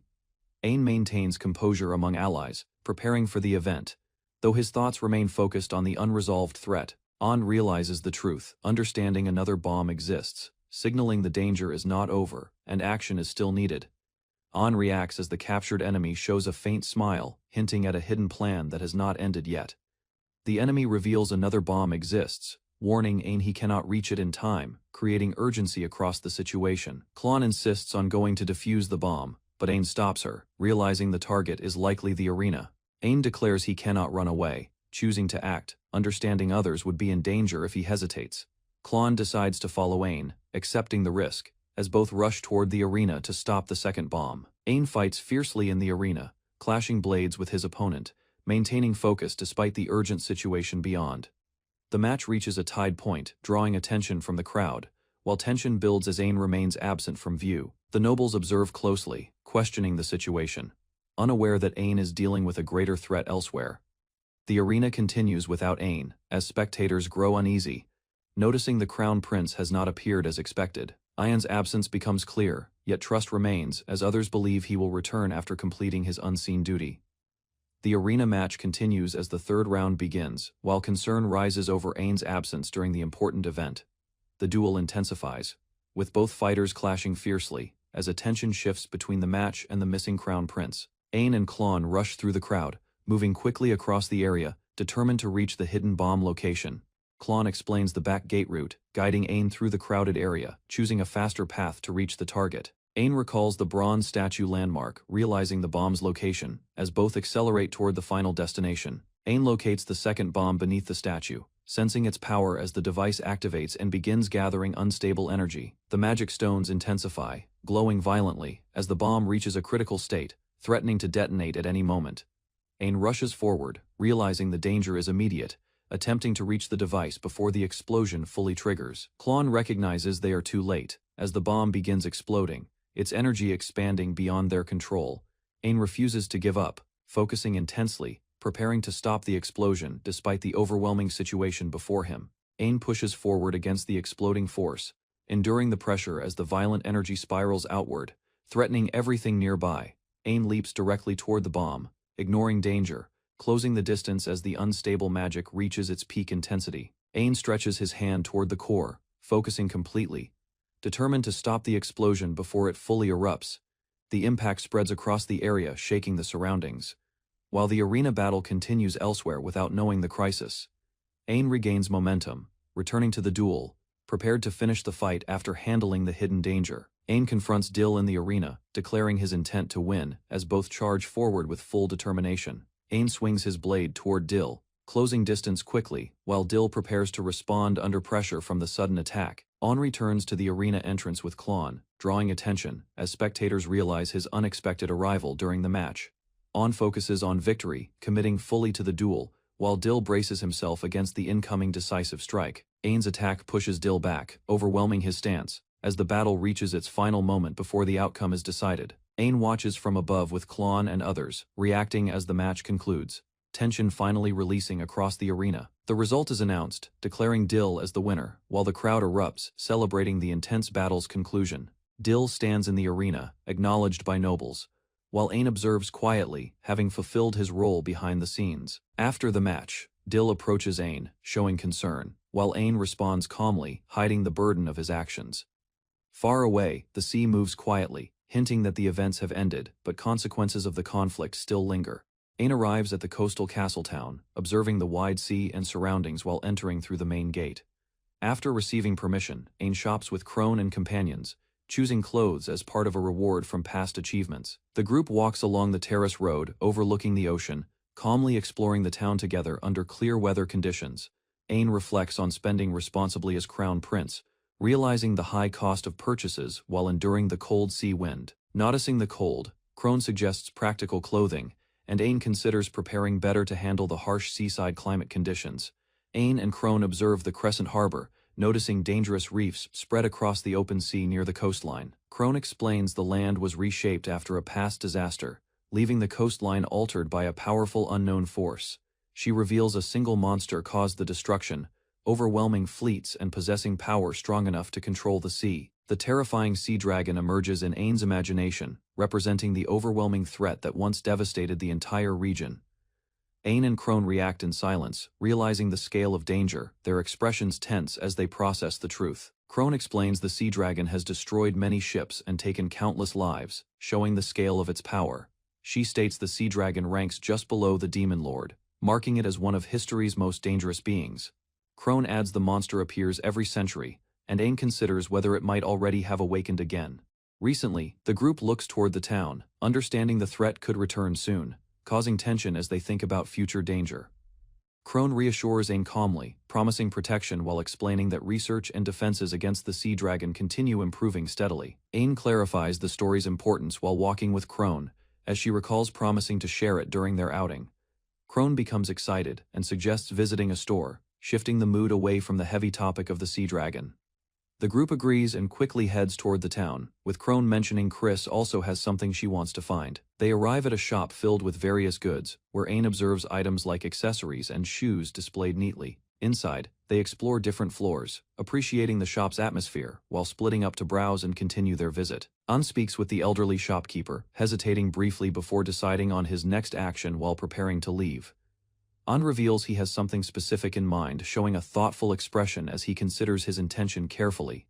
Night falls over the castle as preparations begin, marking the transition from the town visit to an important evening event. A grand banquet takes place inside the palace, where nobles gather and celebrate under bright lights and formal arrangements. Ain attends the event with others, observing the cheerful mood while his grandfather enjoys the occasion and speaks proudly. Ain receives birthday gifts from Olivia and a young girl, marking his 8th birthday celebration with warmth and appreciation.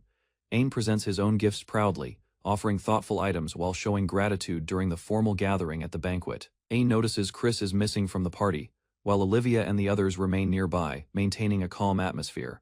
Olivia explains Chris's shy nature, giving Ain a reason for her absence while observing the situation quietly. Olivia suggests Ain step onto the balcony alone, hinting at something planned, leaving him slightly confused but curious. Chris nervously waits on the balcony while Ain arrives, snow beginning to fall as the quiet atmosphere surrounds them. Chris tries to explain her presence, giving unclear reasons, while Ain listens and notices her awkward and hesitant behavior. Ain realizes Chris is struggling to lie, understanding her true feelings, despite her attempt to hide them. Chris gathers her courage, becoming emotional as she prepares to act, her nervousness visible while facing Ain directly. Chris gently places a scarf on Ain, expressing her care through actions as snow continues falling around them. Chris blushes while quietly wishing Ain a happy birthday, her emotions showing as she struggles to express herself clearly. Ain reacts with surprise, realizing the scarf is a gift, while Chris becomes more embarrassed standing close to him. Chris panics and explains she intended to give it earlier, recalling their shopping day while trying to clarify her feelings. She admits her nervousness and lack of experience with giving gifts, fidgeting as she honestly explains her situation to Ain. Ain responds kindly by offering his own gift, easing the tension as Chris reacts with surprise and visible emotional relief. Chris receives a necklace from Ain, surprised and touched as she carefully holds the gift, realizing its meaning. Ain explains the gift is his way of showing gratitude, acknowledging Chris's constant support and care toward him. Chris initially refuses out of modesty, feeling unworthy, while reacting strongly to receiving something so meaningful from Ain. After thinking, Chris accepts the gift sincerely, while Ain expresses his appreciation and promises to cherish her scarf. Chris looks at the necklace in her hands, quietly reflecting on the moment and the emotions behind the exchange. Chris smiles warmly, her feelings clear, as she treasures the gift while watching Ain leave in the cold night. Ain and Academy students arrive on a remote island for field training, preparing to face monsters and test abilities together. During exploration, Ain notices danger approaching as bats attack from above, quickly moving through trees to intercept and protect others. Ain strikes the ground powerfully, defeating the bats with precise force, demonstrating his growing strength and control over acquired abilities. After the fight, students react differently as Crone stays calm, while others argue about Ain's role and contribution during battle. Ain stands among his companions as they continue deeper into the forest, united by the Academy mission and shared experience. The instructor announces strict rules, forbidding students from bringing supplies, requiring them to survive using only their skills during the trip. An reads the document carefully, realizing the challenge demands teamwork, while the instructor allows students to freely form groups of 4. Bats, Roland, and Leonardo approach Ain, inviting him to join their team, forming a balanced group with shared trust and purpose. The group begins their journey confidently, walking through the forest while discussing rankings, believing their combined strength will overcome most challenges ahead. Dill Glacier appears as their escort, warning Ain's group to stay alert, reminding them hidden dangers exist beyond the visible monsters. 1 month earlier, Ain attends the academy as preparations begin for a yearly field trip involving all first and second classes. An instructor explains the event formally, presenting documents and outlining rules, while emphasizing structure, expectations, and the official importance of participation. Students react with excitement, while Ain listens calmly, understanding the trip differs from usual events and requires awareness of hidden risks. The instructor reveals the objective, requiring groups to cross an island within 3 days, forming teams and following assigned routes carefully. Ain and classmates realize the danger when told monsters inhabit the island, shifting the mood from excitement to cautious determination. The instructor announces strict rules, forbidding students from bringing supplies, requiring them to survive using only their skills during the trip. Owen reads the document carefully, realizing the challenge demands teamwork, while the instructor allows students to freely form groups of 4. Bats, Roland, and Leonardo approach Owen, inviting him to join their team, forming a balanced group with shared trust and purpose. The group begins their journey confidently, walking through the forest while discussing rankings, believing their combined strength will overcome most challenges ahead. Dill Glacier appears as their escort, warning Owen's group to stay alert, reminding them hidden dangers exist beyond the visible monsters. As night approaches, Dill Glacier calmly organizes the group, assigning tasks while Owen and others prepare to establish their first camp. Dill uses precise magic, focusing his breathing and control to activate a tool, demonstrating refined skill and efficient resource management. A barrier forms around the camp, enclosing Owen's group in a protective circle, securing them from potential threats within the forest. The group gathers food and checks supplies, realizing water is scarce, while Owen evaluates their situation and considers possible solutions carefully. When Roland suggests purification, Dill reminds him of the rules, reinforcing discipline as Owen's group adjusts to survive within strict limitations.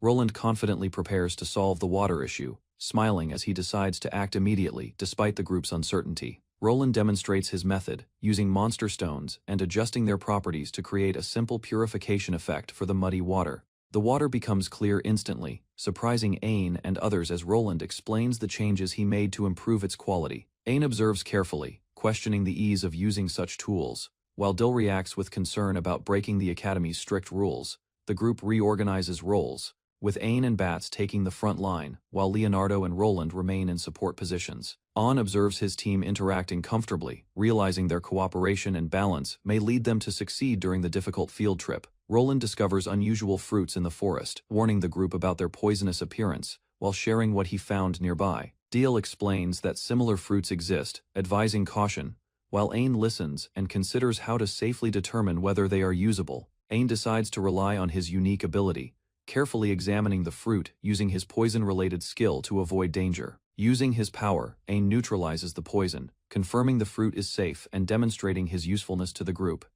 Owen confirms the fruits are safe, explaining his method, while the group watches in surprise at his precise judgment. The group celebrates their discovery, recognizing Owen's contribution as teamwork strengthens and confidence grows among the members.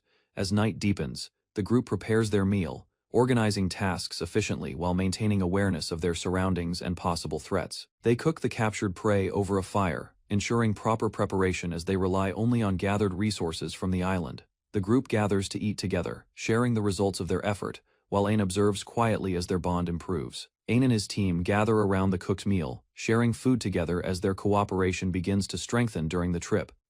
Dill Glacier accepts Owen's invitation and joins them, showing trust in Owen's leadership, while maintaining his composed and disciplined attitude. Owen prepares tea using gathered leaves, adding comfort to the meal and improving the group's overall condition after a long day. Dill acknowledges that such actions are often tolerated, explaining that minor flexibility exists within the Academy's strict field trip rules. The group relaxes together, enjoying the moment, while Owen ensures their unity remains strong as they continue following the rules. Owen and his team gather around the cooked meal, sharing food together as their cooperation begins to strengthen during the trip. Dill Glacier accepts Owen's invitation and joins them, showing trust in Owen's leadership while maintaining his composed and disciplined attitude. Owen prepares tea using gathered leaves, adding comfort to the meal and improving the group's overall condition after a long day. Dill acknowledges that such actions are often tolerated, explaining that minor flexibility exists within the Academy's strict field trip rules. The group relaxes together, enjoying the moment, while Owen ensures their unity remains strong as they continue following the rules. The group reacts in shock as news about Leonardo's sudden betrothal spreads, catching Owen and the others completely off guard.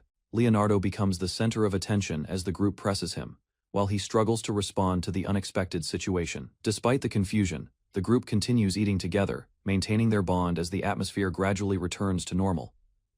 The night passes quietly over the island, with the campfire fading as the group rests after their first day. At dawn, Owen and his team prepare to depart, determined to continue their journey and complete the second day's objective. Owen and his group move through the forest as thick fog spreads, forcing them to stay close and remain cautious.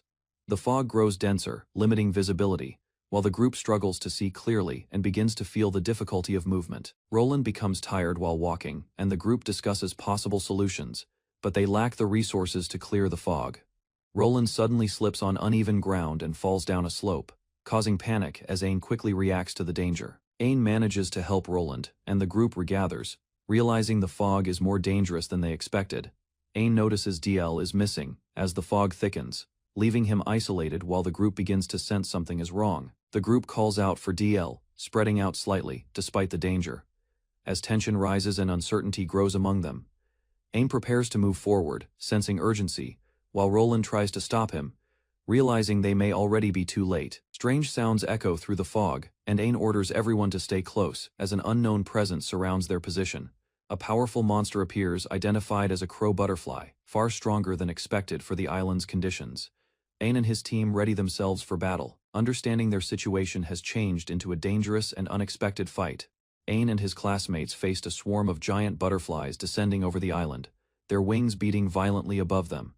The group realized the monsters were individually weak, but their overwhelming numbers made them dangerous as they advanced together rapidly. Ain stayed calm and prepared himself, deciding to rely on his illusion ability while assessing the situation with focused determination. As the swarm attacked, Ain struck swiftly while his allies warned about paralysis, struggling to avoid the creature's dangerous tails. An led the group forward, ordering a retreat while protecting both front and rear, ensuring everyone escaped before being surrounded. An and his group arrived at a large cave within the forest, carefully observing the surroundings after escaping danger. The group rested briefly, exhausted from battle, while Ain reflected on his actions and apologized for losing control earlier. They discussed the strange presence of a magic beast on the island, trusting Deal's strength while remaining cautious about threats. Antine listened, as new information revealed Princess Christiana's secret movement, making the situation more complicated and raising concern among them. The group studied a map, confirming their location and deciding to proceed through the fog where the crow butterflies were likely nearby. Ain decided the group would rest first, then continue progressing across the island carefully within the remaining 2 days. As they moved along the rocky path, the group suddenly heard screeches, noticing crow butterflies approaching once again from ahead. Exhausted from constant fighting, the group agreed to rest, with several members already reaching their physical limits after long battles. Ain suggested checking a nearby cave for safety, but concern arose about possible dangers hidden within its dark entrance. Inside the cave, they discovered strange melted purple remains. Realizing magma presence and understanding the area could become dangerous quickly. Ain explained that the miasma was harmless to monsters but dangerous to humans, making the cave area risky. The group discussed their knowledge of beasts, with Roland explaining his experience, while others understood his background and training. As night fell, they set up camp, resting near a fire, while some slept, recovering strength after the exhausting day. Ain reflected quietly, sensing something unusual, doubting that DL would lose control easily, despite the dangerous situation surrounding them. While resting, Ain considered warnings about the crow butterflies, realizing something felt wrong and suspecting hidden dangers still remained nearby. An calmed his thoughts, realizing the true problem was not the island itself but the dangerous situation surrounding them. While others rested, Ain sensed something unusual and remained alert, quietly observing the surroundings instead of relaxing completely. Anan approached Roland during the night, asking for cooperation, while confirming their readiness and ensuring the group stayed prepared.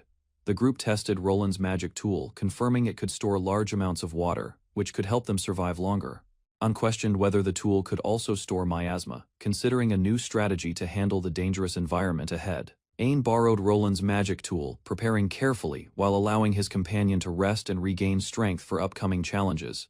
Suddenly, crow butterflies reappeared, surrounding the group and forcing them to flee as the swarm closed in rapidly again. The group fought back while retreating, struggling against relentless attacks as the creatures launched continuous assaults without stopping. Ain quickly asked Leonardo about protection against poison, realizing the butterflies' attacks carried dangerous effects that threatened everyone. With confirmation, Ain moved decisively as the group advanced together, pushing forward despite danger. While trusting their combined strength, Ain stepped forward and called for Leonardo to create a barrier, positioning himself as the butterflies approached aggressively. While Leonardo prepared the barrier, the others fought to hold the swarm back, struggling to defend against continuous attacks. Ain revealed he had formed a plan based on earlier information, deciding to act despite the dangerous and uncertain situation. Before the plan could unfold, one of the butterflies captured Roland, lifting him into the air and putting him in danger. Ain moved immediately to save Roland, striking the monster as the group regrouped. Determined to overcome the relentless swarm, Leonardo successfully deployed a barrier, enclosing the group as crow butterflies surrounded them, preventing immediate danger from reaching everyone inside. The swarm gathered densely outside the barrier, screeching loudly, waiting for an opening, while the group remained trapped within. Exhausted, the group rested briefly inside the barrier, relieved to survive the attack, though their energy remained severely depleted.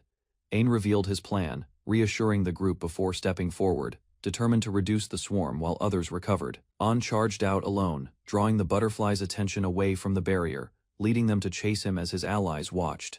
Owen leaped forward and smashed a magic stone, activating his ability, while preparing to unleash a powerful attack. A massive explosion spread outward, engulfing the swarm as Owen stood at the center, drawing all enemies into the blast. The butterflies were overwhelmed, their movements collapsing as the attack struck them repeatedly, forcing the entire swarm to fall. From a distance, the group watched in shock, unable to fully comprehend the scale of Owen's sudden overwhelming power. After the battle, Owen returned unharmed, calmly explaining his resistance to miasma, reassuring everyone as the danger finally subsided. The group expressed relief after the battle, scolding Owen for his reckless actions while showing concern for his safety. Owen urged everyone to continue moving, believing the mission was not over and that they should reach their destination quickly. They finally arrived at the target peninsula, surprised by the quiet surroundings. Sensing something unusual about the area, Dill appeared before them, acknowledging their efforts and praising Owen's strategy while confirming the group's successful teamwork. Christiana and Dill revealed the hidden purpose behind the mission, explaining that it was meant to test and develop Owen's growth. Owen confronted Dill seriously, expressing how much worry his reckless actions caused, while the others watched the tense moment unfold. Dill struggled with his feelings, admitting his immaturity and inability to properly act as both leader and protector. Owen listened and firmly demanded that Dill promise not to act carelessly again, emphasizing responsibility and concern for others. The tension eased slightly as Owen clarified his intentions, showing understanding while still maintaining his firm stance.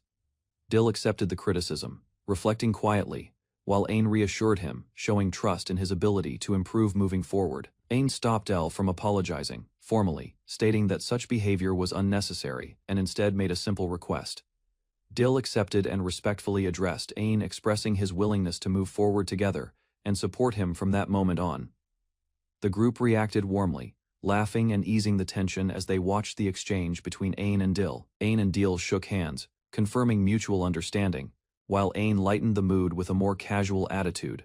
Together with Christiana, the group stood united at the coast, their bond strengthened as they prepared to move forward. Christiana announced the end of the field trip, and the group prepared to leave the island after completing their mission. They boarded a large ship, setting course for the capital, leaving the dangerous island behind as the journey continued.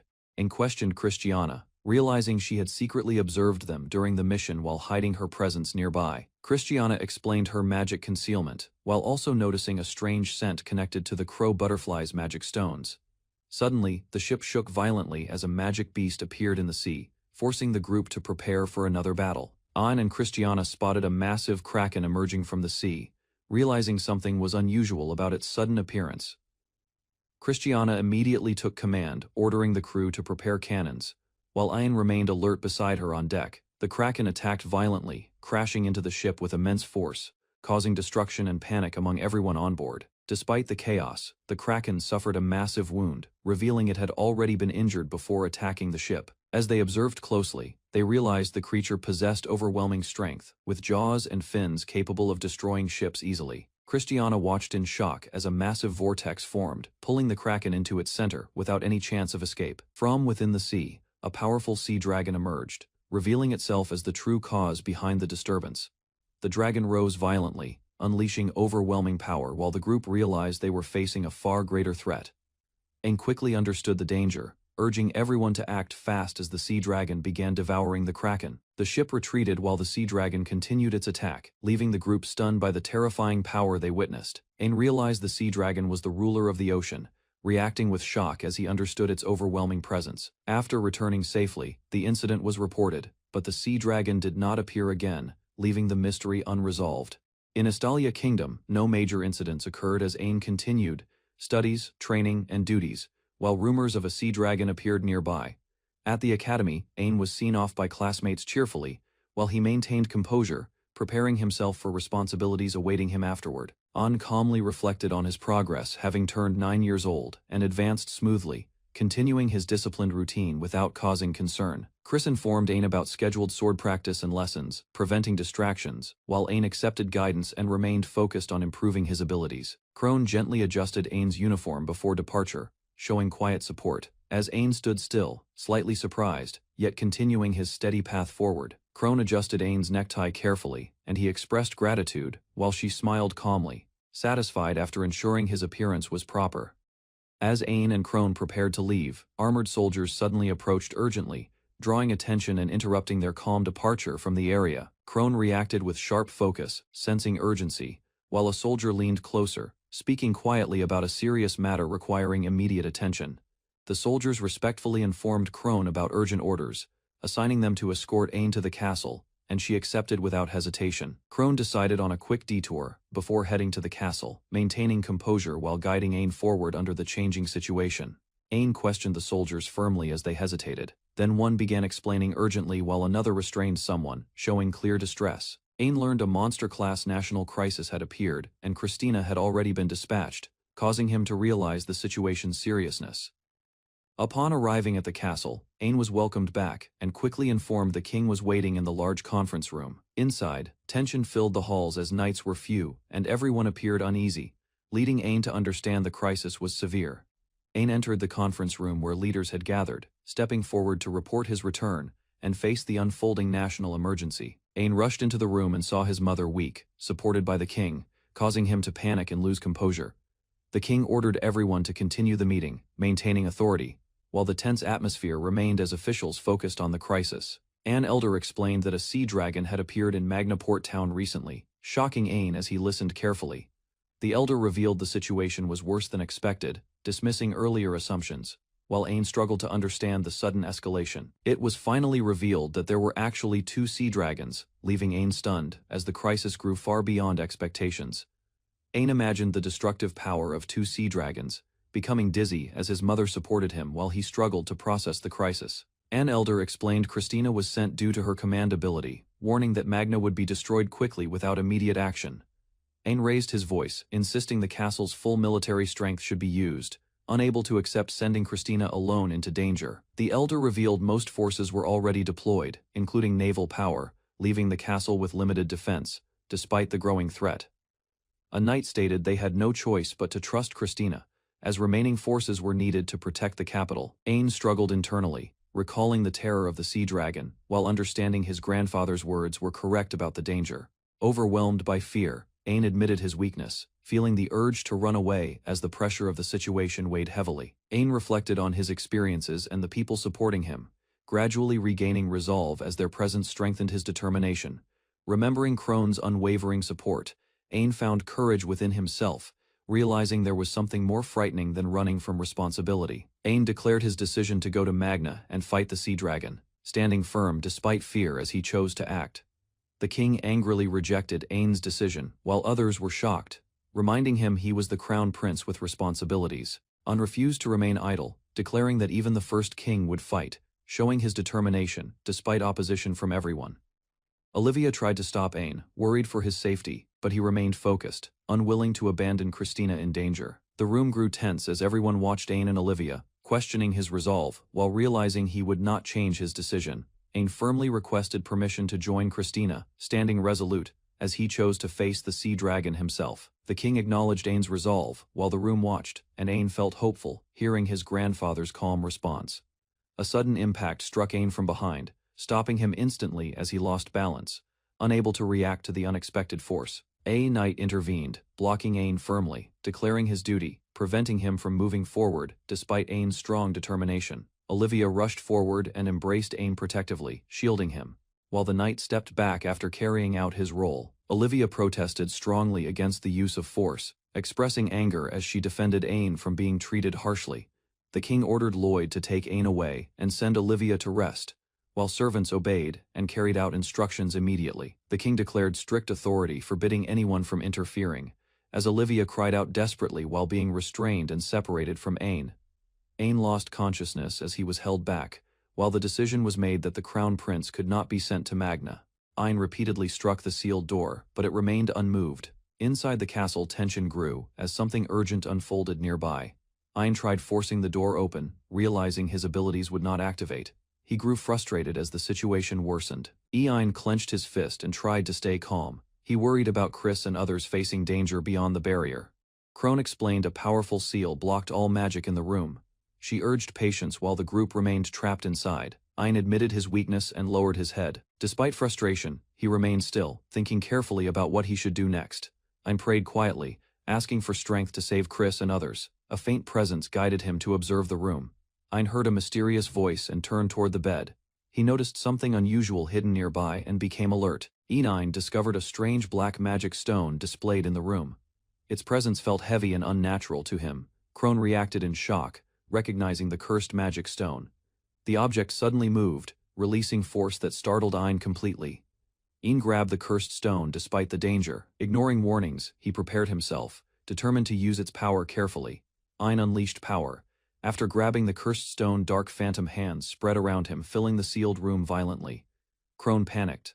As Ein's phantom hands activated despite the seal, the overwhelming energy made her fear losing control completely. Ein's consciousness faded as a gentle presence appeared behind him. The figure embraced him, calming his unstable power slowly. The cursed stone began to drain as Ein absorbed its energy. A warm feeling spread, reminding him of his mother. Ein regained awareness with a calmer expression. The dangerous power settled within him, leaving him stronger and more composed. Ein gently held the drained magic stone and closed his eyes. His expression softened as the dangerous power stabilized inside. Crone reacted with shock, realizing Ein absorbed the stone completely. She worried his power might lose control again like before. Ein calmly pointed forward, showing confidence. He reassured himself internally, maintaining control over the power he had just gained. The seal suddenly shattered, sending fragments across the room. The barrier blocking the door disappeared as the magic collapsed. Ein extended his hand, releasing controlled power. Crone braced herself as the room changed, realizing Ein had overcome the seal. Crone stared at Ein in shock, realizing he broke the seal. She questioned how much power he had gained. Ein calmly introduced himself as the Crown Prince. He stepped outside and quietly closed the door behind him. Claudia appeared in the hallway and approached Ein. She questioned his decision, but he continued forward with determination. Ein looked back and assured Claudia he would return. He showed resolve as he prepared to face what awaited him. Claudia moved closer and embraced Ein gently. The moment remained brief, strengthening his resolve before he continued forward alone. Ein reacted with surprise as Claudia suddenly moved closer. He lost balance slightly, unprepared for her unexpected action. Claudia smiled gently and encouraged Ein. She expressed her support, hoping he would return safely from the coming challenge. Ein regained composure and smiled back. He accepted her encouragement, showing quiet confidence before continuing on his path.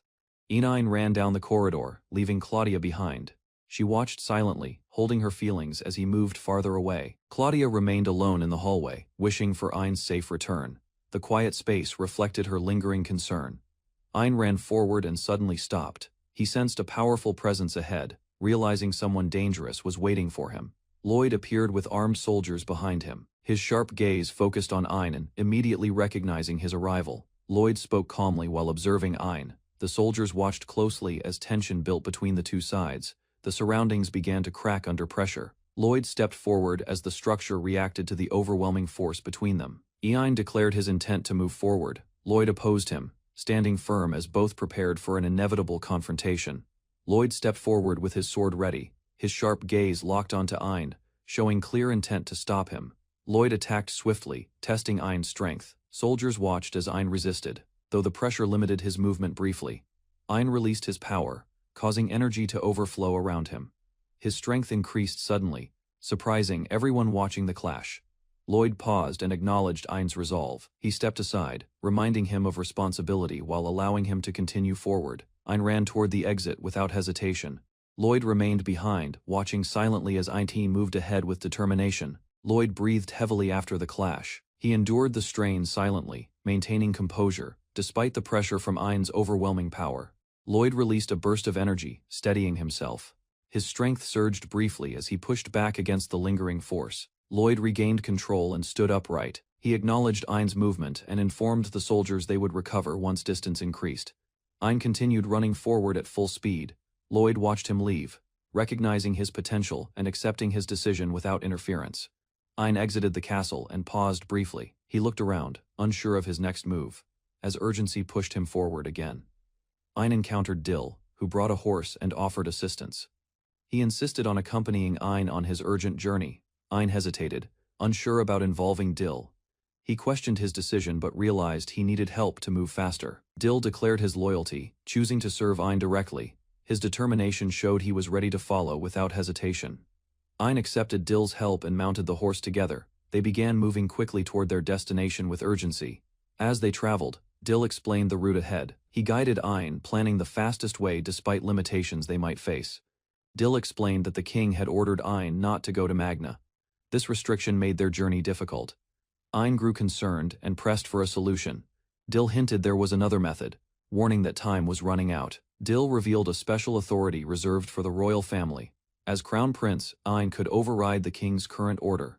Dill explained that using such authority carried consequences. The decision would later be questioned within the royal court.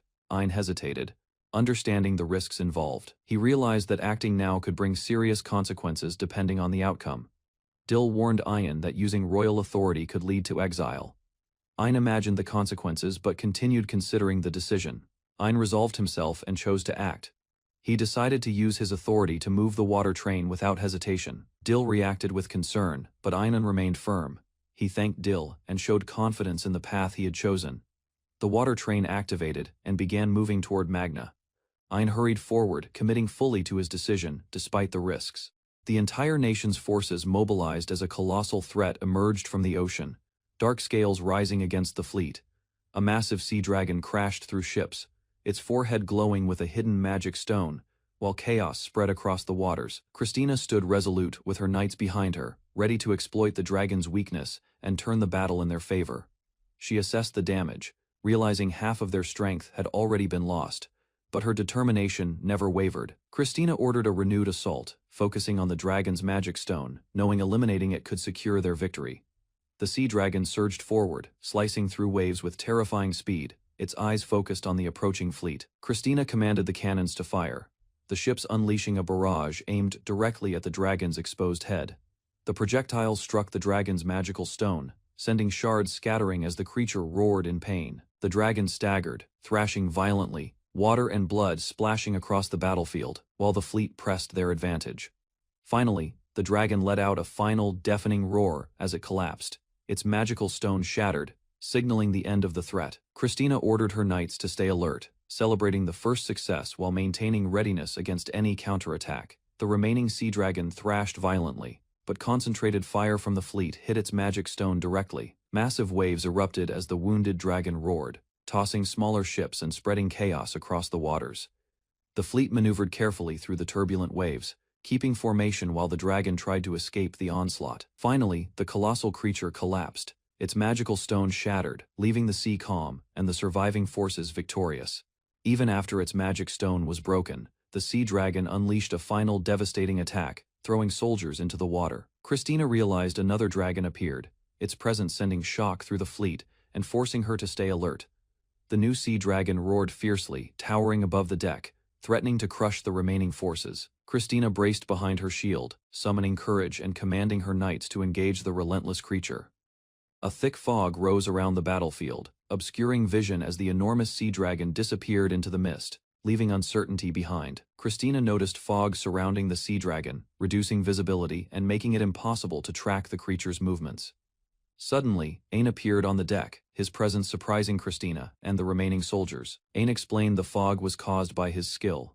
Thick fog designed to impair the dragon's sight and protect the fleet. He declared his authority as Ain von Ishtalika, invoking the power of the royal family to lead the battle. An commanded the forces, rallying everyone to support him as he prepared to fight the sea dragon directly. An reminded Christina to follow the crown prince's orders, asserting authority as the royal heir on the battlefield. Christina recognized Ain's resolve, noticing the same determined look in his eyes as he commanded the fleet. Ain delegated control of the ships to his allies, preparing himself for direct confrontation with the approaching sea dragon. The dragon surged forward, roaring fiercely, while Ain stepped forward to challenge it, ready to take on the main threat. With unshakable courage, Ain positioned himself as the dragon's opponent, signaling the decisive showdown between man and monster, and faced the sea dragon directly, tentacles lashing across the deck, showing no hesitation against the overwhelming threat. The dragon attacked violently, snapping its tentacles, while soldiers struggled to maintain their positions on the shaking ship. Ain stood firm, countering the dragon's assault with precise skill and unwavering determination, holding his ground despite danger. Christina and the fleet watched in awe as Ain's training and experience allowed him to stop the dragon's attacks. An leapt forward, dodging and striking with agility, continuing the intense battle while the sea dragon roared in frustration. The sea dragon roared violently, its massive body thrashing across the deck as An struggled to maintain his footing. Ain analyzed the dragon's movements carefully, slowing his motion to predict its attacks while keeping his focus sharp. He prepared his skill, Straw of Darkness, aiming to absorb the dragon's magic stone and neutralize its power. The attack struck the dragon's forehead, causing it to roar in pain as its magical energy began to drain. Christina watched in shock and awe as Ain's maneuver created a whirling force, disrupting the sea dragon's strength dramatically. Ain struggled as he tried to fully extract the magic stone, realizing the King of the Sea's power was overwhelming. Determined, he pushed himself further, attempting to complete the skill even underwater, turning it into a battle of endurance. The dragon thrashed violently, but Ain maintained focus, gripping tightly and applying all his strength to the task. He reached the limit of his oxygen and magical stamina, feeling the strain of water pressure and phantom hands. Despite exhaustion, Ain kept going, knowing the dragon's highest-level magic stone lay just ahead, refusing to give up as his power waned.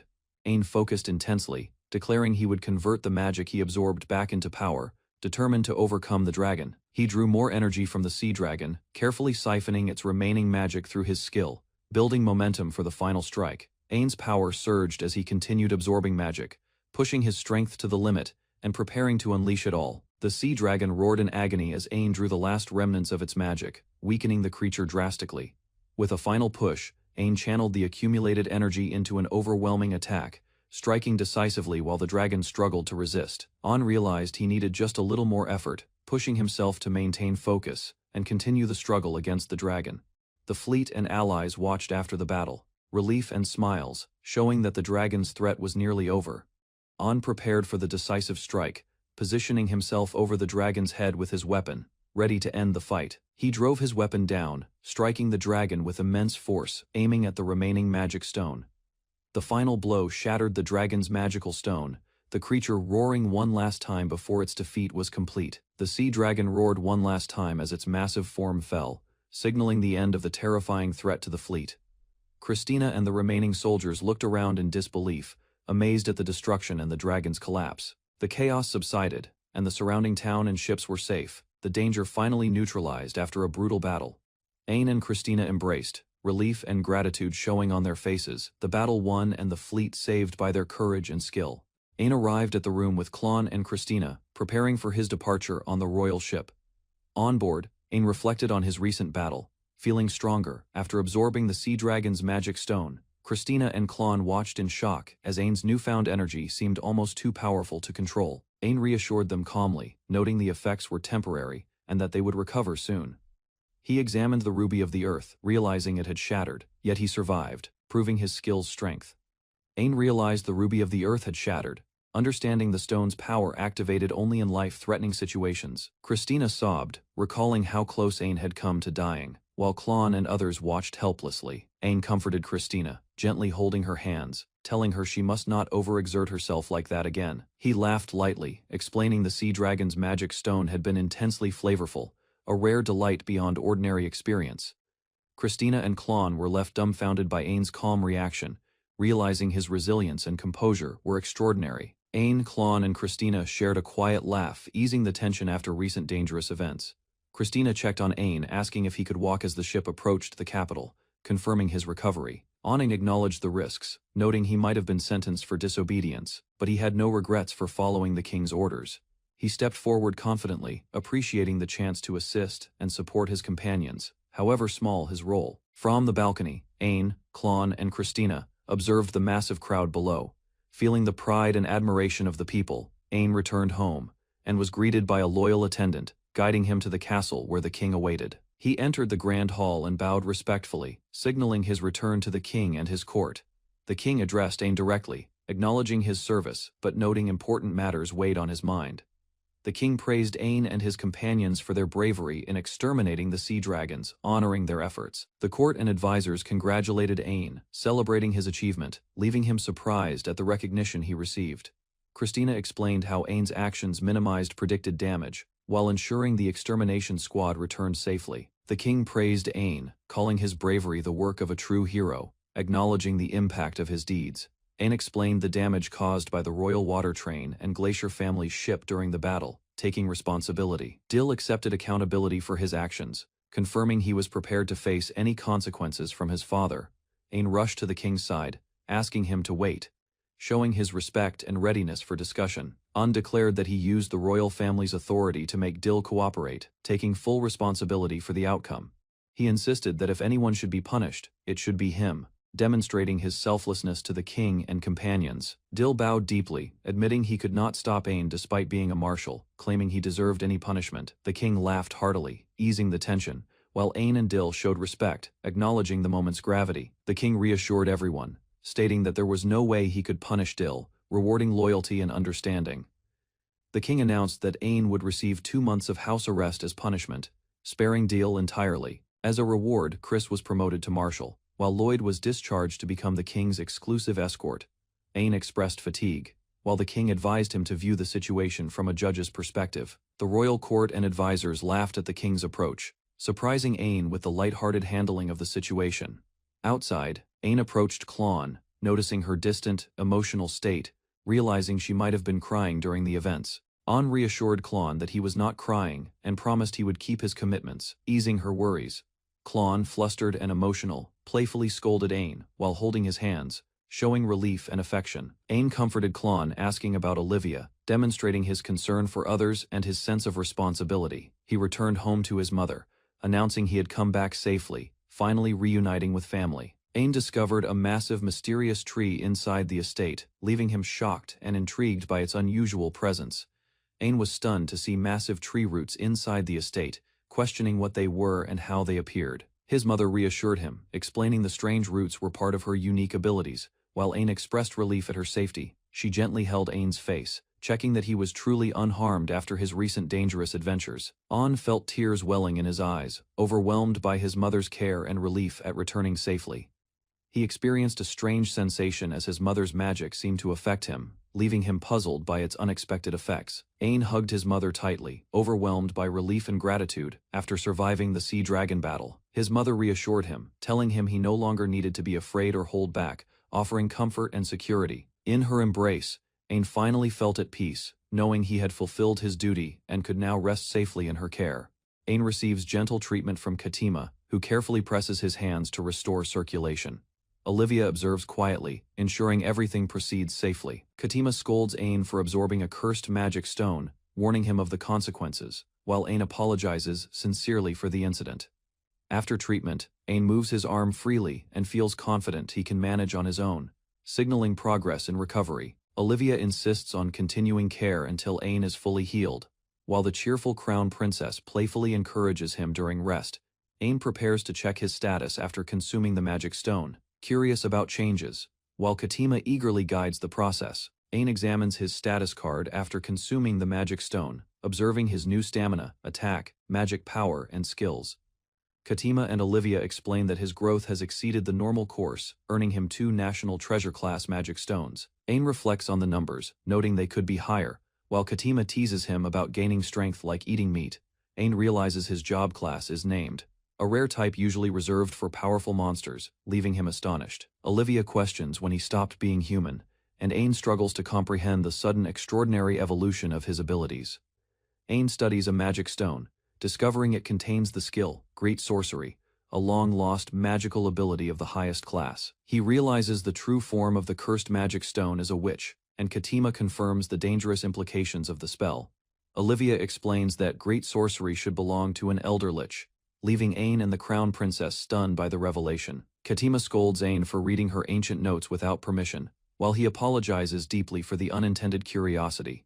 Ain reflects on how someone nearby can understand ancient magic, and he feels humbled, acknowledging the hard work required to reach this level. An discovers the identity of a monster as the Elder Lich, learning she supported the Demon Lord's territory development alongside her husband.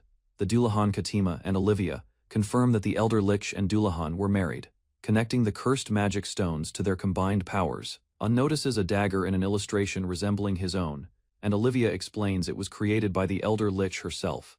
The dagger's power equals a demon lord's attack, given to her husband using her own core, astonishing Owen and the others. Owen reflects that the dagger and cursed magic stone were combined using the Dullahan's power, solidifying the significance of their historical magic. Owen reflects on the magic stone of the married couple, remembering the powers he absorbed and their historical significance. He recalls the words from the cursed magic stone, processing their meaning as he regains focus after the magical experience. A visitor knocks at the door, interrupting the quiet moment, while Owen, Olivia, and the crown princess prepare to respond. The visitor, Klon, is invited inside by Olivia, who explains Owen and Katima have already finished his treatment. Olivia informs Owen that a messenger arrived from the August Company, requesting both him and Lloyd to go to the harbor immediately. Olivia wonders if the August Company should lead the dismantling of the sea dragon at the harbor, while Owen listens quietly. The crown princess informs them that an egg-like object was discovered inside the sea dragon's corpse, surprising Owen and Olivia. The scene shifts to the harbor, showing the massive sea dragon's remains being carefully handled and examined by workers and officials.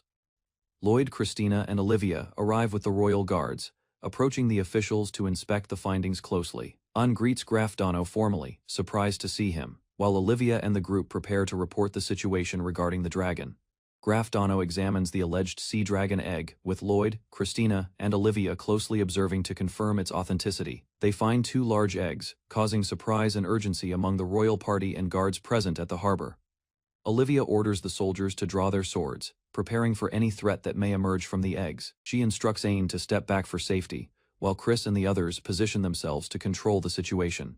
The eggs begin to crack, and everyone braces as the creatures inside prepare to emerge, signaling imminent danger and action. The sea dragon eggs hatch, revealing 2 small winged creatures, startling everyone at the harbor. Owen, Olivia, Lloyd, and Christina react with shock and concern as the creatures begin to move. The hatchlings make noises and start exploring their surroundings, causing the soldiers to tense in readiness.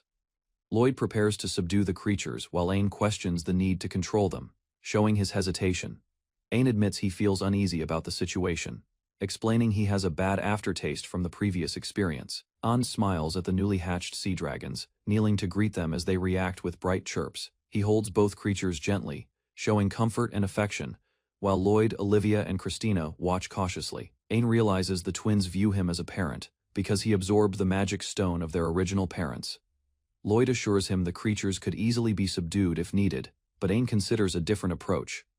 Graf Dono asks what Owen plans to do with the creatures, giving him time to decide. Owen grins and decides he wants to keep them, planning to convince his grandfather to allow it, embracing responsibility. Owen walked through the castle gardens, observing the neatly trimmed hedges and quiet pathways, thinking about his next training. He released the sea dragons he had raised, watching them eagerly devour food, their power growing with every bite. Owen brought the creatures to the royal hall, where his grandfather reluctantly allowed him to keep them after careful consideration.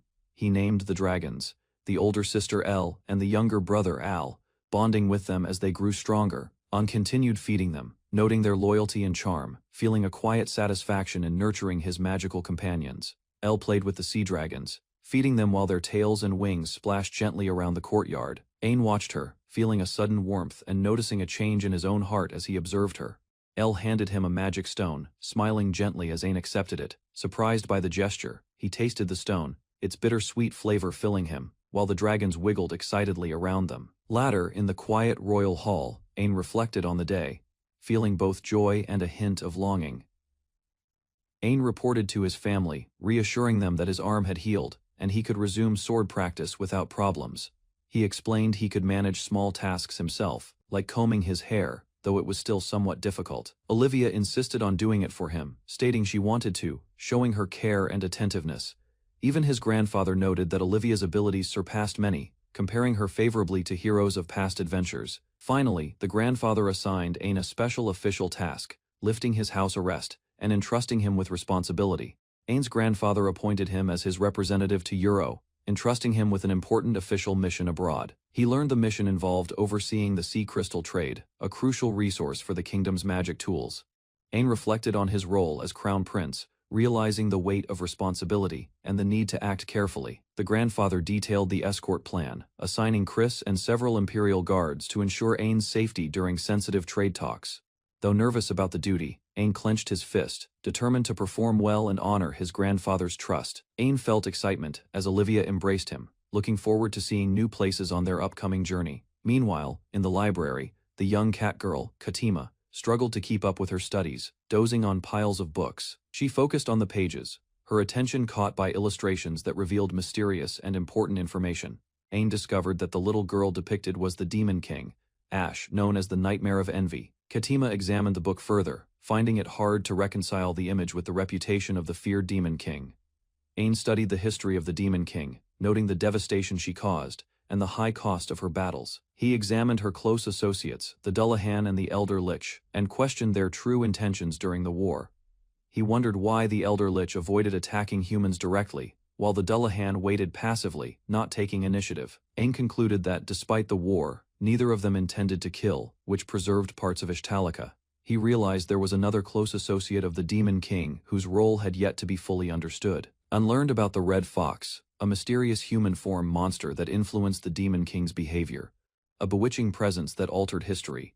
Katima studied the texts, noting that the Red Fox was likely the cause of the Demon King's rampage and destructive actions. She compared the Red Fox to other names in Euro, suspecting a connection between the creature's worship and local traditions. Exhausted from translating, Katima fell asleep while working, showing her dedication but also the toll of research. Elle reminded her of upcoming official business with Ain, signaling the transition from study to real-world responsibilities. Katima and Elle prepared for Ain's journey to Euro, ensuring all research and arrangements were complete. Ain observed the city from above, taking note of its size and the potential for trade and diplomatic activity. He arrived in the neutral trade city of Hardland, noting its structured streets, bustling markets, and grand architecture.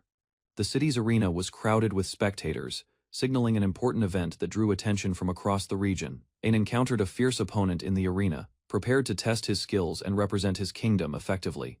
Ain faced his opponent in the arena, launching a fast and precise attack while maintaining focus. His opponent, Edward, recognized Ain's growth over the past 3 years, acknowledging his improved strength and skills. Ain endured a powerful strike from Edward, realizing that his old body still had limits but remained determined. The clash continued with swift movements and heavy impacts, as both fighters tested each other's abilities to the maximum. Each strike shook the arena, drawing the attention of spectators and proving the intensity of their duel. Ain's duel ended with Edward landing a decisive blow, leaving Ain struggling to recover from the powerful attack. The arena declared Edward the winner, celebrating his victory in front of the cheering crowd. Despite the loss, Ain acknowledged the value of the match, promising to continue improving and seeking future victories. Glint Roundheart, witnessing the fight, resolved to avenge his father's defeat and train to surpass the competition. Elle encouraged Glint, expressing confidence in his growth and anticipation for his future battles. Elle reassured Glint that his abilities as a holy knight would help him, and that Shannon would provide support in upcoming tasks. From the castle, Prince Tejal paced angrily, frustrated that the search for someone important had taken so long. Despite instructions to remain calm, Tejal struggled to control his anger, anxious about the pending report and unresolved matters. Tejal clenched his fist, desperate to know if his beloved Klon was safe after 3 long years. Harley tried to reason with him, but Tejal's concern over his father and daughter overpowered his ability to remain composed. Prince Tejal reflected on the strength required as a parent and head of his house, realizing he must endure for the sake of his family. He considered the possibility of a temporary separation or exile to protect his loved ones, weighing the consequences carefully. Glint noted that Klon's presence could help Ishtalika accept their involvement, preserving safety amid deteriorating relations between nations. Elle stepped forward, requesting permission to stay by Glint's side, determined to ensure success and protect him. The grandfather questioned whether this concern was excessive, prompting reflection on the balance between care and responsibility. Prince Tejal received an apology for his distress, acknowledging his deep concern for Klon and his emotions. He and his allies learned that the last known carriage and inn had been identified, signaling a potential lead. Instructions were given to continue the search, prompting immediate action from Tejal and his team. Glint encouraged Tejal, emphasizing the approaching reunion with his father and daughter as a motivating milestone. Tejal expressed gratitude and determination to ensure both his father and Klon were safe once the search concluded. Prince Tijul declared his intention to make Klon his wife, expressing joy and confidence in his decision. Harley assured him that Klon's heart would respond positively to Tijul's care and commitment. Tijul relaxed. While plans continued to increase the search party and prepare for the Euro journey, he called for Glint, instructing him to accompany the mission as part of the escort team. Tijul clenched his fist, determined to find Klon and reunite with her safely.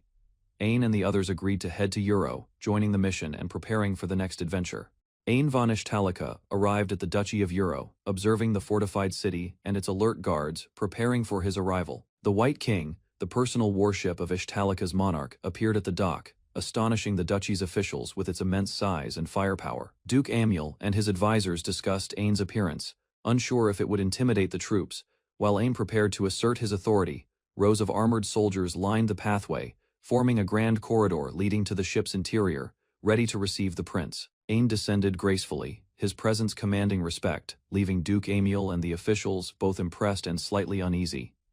Ain von Ishtalika arrived in Euro with his retinue, presenting himself as the representative of the Ishtalika king. He met Duke Amiel and the ruler of Euro, shaking hands and beginning their formal journey toward the castle.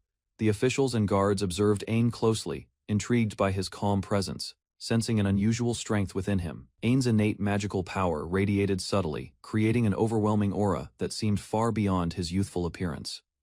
The dukes discussed in hushed tones, acknowledging that Ain might surpass even the strongest warriors in one-on-one combat. Ain reflected silently, wondering what hidden power might reside within him as he prepared for the upcoming meeting. Duke Amiel arrived at the formal meeting room, and the officials took their seats around the long table. Prince Tijul appeared unexpectedly, surprising the dukes and interrupting the formal proceedings, causing a tense atmosphere in the room. The duke confronted Prince Tijul, questioning his sudden appearance, while Ain observed calmly from his position at the table. Prince Tijul presented a formal letter from King Haim, officially recognizing the visit, and the meeting began with authority. Glint noticed Ain and froze, recognizing him with disbelief, feeling an immediate connection to the figure before him. He urgently warned his companions, revealing his shock at seeing Ain, while others tried to understand the situation. It became clear that Ain was formerly part of the Roundheart family, the brother Glint had long sought. Ain calmly greeted Glint, acknowledging their past, and the room fell into a tense silence as recognition spread. Chris San restrained Glint from acting rashly, while Ain asserted his authority as Crown Prince, forbidding any attack against the guests. Ain declared that the room was no longer suitable for discussion, insisting that urgent matters take priority. Glint protested loudly, defending his rank as the third prince, challenging Ain's authority despite the tense atmosphere. Ain calmly explained that as Crown Prince, he held a higher position, and even a child could recognize it. Ain's expression hardened, commanding everyone to be silent, asserting his control over the room with quiet authority. Glint hesitated, and the others paused, as Ain revealed his singular reason for visiting Euro, shifting the focus entirely. Glint demanded answers, insisting that Klon August should have become his wife, expressing his outrage openly. Officials explained that Klon had traveled to the Duchy of Euro under instructions from Archduke Graf August. Prince Tijul angrily accused the Duchy of Euro of trading the Archduke and his granddaughter to curry favor with Ishtalika. Duke Amiel and the other officials reacted in shock, realizing the gravity of the accusation and its political implications. An maintained his composure, acknowledging the situation and noting that Euro had become a villain in this story, despite diplomatic ties. Glint insisted the Duchy of Euro denied involvement in human trafficking, but his agitation revealed doubt within him. Wollens Lark introduced himself as Ishtalika's chancellor, stepping forward calmly while the room shifted toward negotiation. Glint declared he would investigate Klon's situation personally, determined to uncover the truth behind her disappearance. Wollens explained that diplomatic ties were severed, suggesting cooperation only through mutual benefit, rather than obligation. Duke Amiel proposed an exchange, offering information about Klon only if Ishtalika agreed to negotiate terms first. Glint contemplated the Chancellor's proposal, realizing that certain consequences might follow if they pursued information about Klon. Wollens Lark calmly questioned the price, prompting Glint to react with urgency, while Ain observed quietly. Glint expressed frustration at the limitations imposed, feeling powerless against the political maneuvers of Euro's rulers. Ain rebuked Glint's behavior, reminding him that a crown prince must act with dignity and restraint. Prince Tijul acknowledged Ain's accomplishments, emphasizing that Ain's heroic deeds, including subduing dragons, earned him respect that could not be dismissed. Prince Tijul threatened to prove his strength if his authority was questioned, showing determination and anger. The dukes and officials observed warily, as Wolin's Lark and Ain assessed the tense situation with care. Prince Tejal suggested a contest to resolve the disagreement, surprising everyone in the room. Ain whispered to Wolins, seeking guidance on how to approach the escalating negotiations tactfully. Glint, Tejal, and Ain faced an explosive confrontation, uncertain how their conflicting demands would be resolved. Ain von Ishtalika approached the castle gates, its towers towering above the training grounds. The kingdom's stronghold stood firm. He arrived with Christina and Chancellor Warren, all panting from the climb. The training field stretched before them. Ain observed the knights, his eyes steady. Christina and Warren watched closely, impressed by the unexpected differences in skill. Dill drew his sword, testing his strength. The air crackled as he readied himself for rigorous combat. Ain noted Dill's progress, realizing he had grown stronger. Christina and Warren nodded, acknowledging his remarkable improvement. Clint struggled to maintain his stance. Gripping his sword tightly, Ain watched. Relieved, he restrained his full strength. Dill faced Clint, his focus sharp. Christina, Warren, and Ain observed from a distance, evaluating the young knight's technique. Clint's tension grew, and Dill readied himself for another strike. Warren and Christina remained attentive, noting each movement. Clint activated his skill, Holy Knight, unleashing a surge of power. Sparks flew as the ground trembled beneath him. The strike landed, and Clint fell back, exhausted. Ain, Christina, and Warren acknowledged his growth and increasing skill. Clint clashed with Dill, swords meeting with sparks. Both pushed their limits, dust and energy swirling around them. Observers, including Ain, Christina, and Warren, watched intensely, astonished by the young knight's strength and skill. Dill finally overpowered Clint. He stood firm, commanding respect, while Clint fell, exhausted but still determined. Clint knelt before Ain, dedicating his victory. Ain smiled, acknowledging the young knight's loyalty and effort.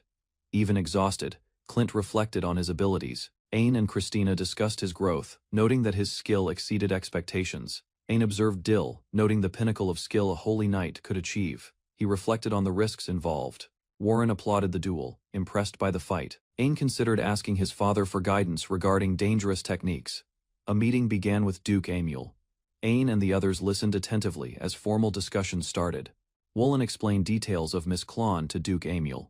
The group listened, surprised by the unexpected developments. The advisors smiled, sharing advice on how to approach Ain regarding important figures in Ishtalika. Ain remained thoughtful. A noble read the letter, trembling with shock. He shouted, unable to believe the news about Miss Klon. Ain sat at the throne, flanked by Christina and Warren. The council continued, calm and composed. Outside, Ain and Christina walked through the castle grounds. The kingdom lay peaceful beneath the afternoon sun. Ain explained to Christina the importance of observing towns to understand the kingdom's weaknesses and resources. They surveyed Euro from above.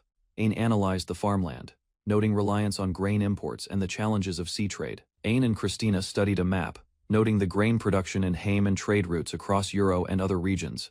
Ain explained how excess grain from Euro could disrupt Haim's economy, preventing poverty while benefiting trade partners. Christina reflected on Ain's careful planning. He aimed not for profit alone, but for the well-being of farmers and citizens. From the castle balcony, Ain and Christina surveyed Euro. Fields and towns stretched wide, showing the potential for trade and prosperity. An envoy presented a gift to Ain, praising the fruitful diplomatic meeting and the successful arrangements with Duke Amulan. Envoy explained the gift was a statue of a guardian deity. He affirmed the kingdom's faith in its protection. The ship carrying the gift sailed across the harbor. The castle and town remained visible in the background. Inside, Ain, Christina, and Warren examined a statue resembling a scarlet fox. It was said to protect people from disaster. Ain realized the statue was one of the forms of the red fox. The significance of the guardian became clear. Wolin confirmed the deity's purpose. Ain acknowledged the explanation, understanding its importance for the people and the kingdom's spiritual security. Christina questioned the origin of the guardian deity. She referenced Kataima's research, linking it to the Demon Lord's associates. Ain, Christina, and Warren reflected. Wolin explained the red fox played with people, hinting at its mysterious behavior. Ain recalled past errors in trusting the entity. He felt regret, and realized his judgment had been flawed. Christina and Wolin reacted with concern, noticing Ain's sudden agitation. His focus shifted as he struggled with internal conflict. Christina's body stiffened, restrained by magic. She realized the presence of a binding spell, unable to move or act. Christina felt the overwhelming presence of fear around Ain. His intense emotions radiated, shaking the room. Ain's focus sharpened as dark energy gathered. Shadows twisted around him, signaling the magnitude of the danger. He seized the great sword connected to the guardian statue. Sparks flew as he wielded its immense power. Ain swung the sword with precision. The guardian statue was knocked aside, illustrating his incredible strength and control. Christina and Wolin watched in awe. The statue flew through the room, emphasizing the formidable skill Ain now possessed. Ain's sword struck the ship with immense force. The blast tore through the vessel, sending debris into the air. Christina and Wolin watched in shock as the White King's armor was shattered. The destructive power was overwhelming. Ain collapsed from the exertion, drained by the immense power he had unleashed. Observers feared the consequences of his uncontrolled strength. Ain von Ishtalika lay alone on the grassy field, staring at the sky. The wind rustled the leaves around him as he tried to gather his thoughts. Slowly, he realized his body wouldn't respond, and he felt a strange presence nearby. A soft melody filled the air, leaving him unable to move or resist. A woman appeared beside him, tending to him with care. She reassured him silently, offering comfort and apologies for the troubles he had endured. Before he could question her, she turned and began to walk away, leaving Ain uncertain about her identity. Ain's eyes widened as he finally woke, realizing something significant had just occurred, and a new mystery had begun. Ain awoke in a grand castle room, sunlight filtering through tall windows. He stared at the unfamiliar ceiling, wondering how he had arrived there. Flipping through fragmented memories, he recalled parts of his recent travels, but found gaps in his recollection, leaving him puzzled about the events that brought him here. He noticed strange bandages covering his right arm, etched with mystical symbols, and examined them closely, trying to understand their purpose. Calmly, Ain decided to summon someone for guidance, testing the room and his surroundings while remaining composed.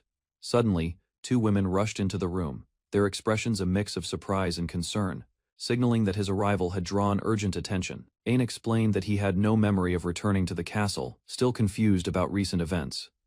Christina and his mother rushed to his side, embracing him tightly, relief and concern written on their faces. Ain struggled to understand why they were crying, sensing the depth of their emotions without fully knowing the reason.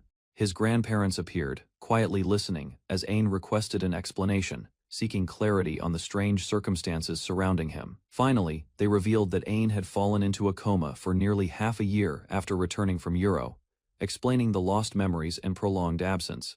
Ain's mother explained he had just woken up, advising him to rest and promising a detailed discussion the next day. Despite his protests, Ain was led by his parents, both emotional, as they guided him through the castle corridors alone. Ain recalled that he had no memories after seeing a mysterious present, trying to piece together the missing time. Looking out over the city at night, he clenched his hand, feeling the weight of everything he had missed. Soon Ain was brought before the royal family, seated in a wheelchair, and prepared to confront the consequences of his prolonged absence.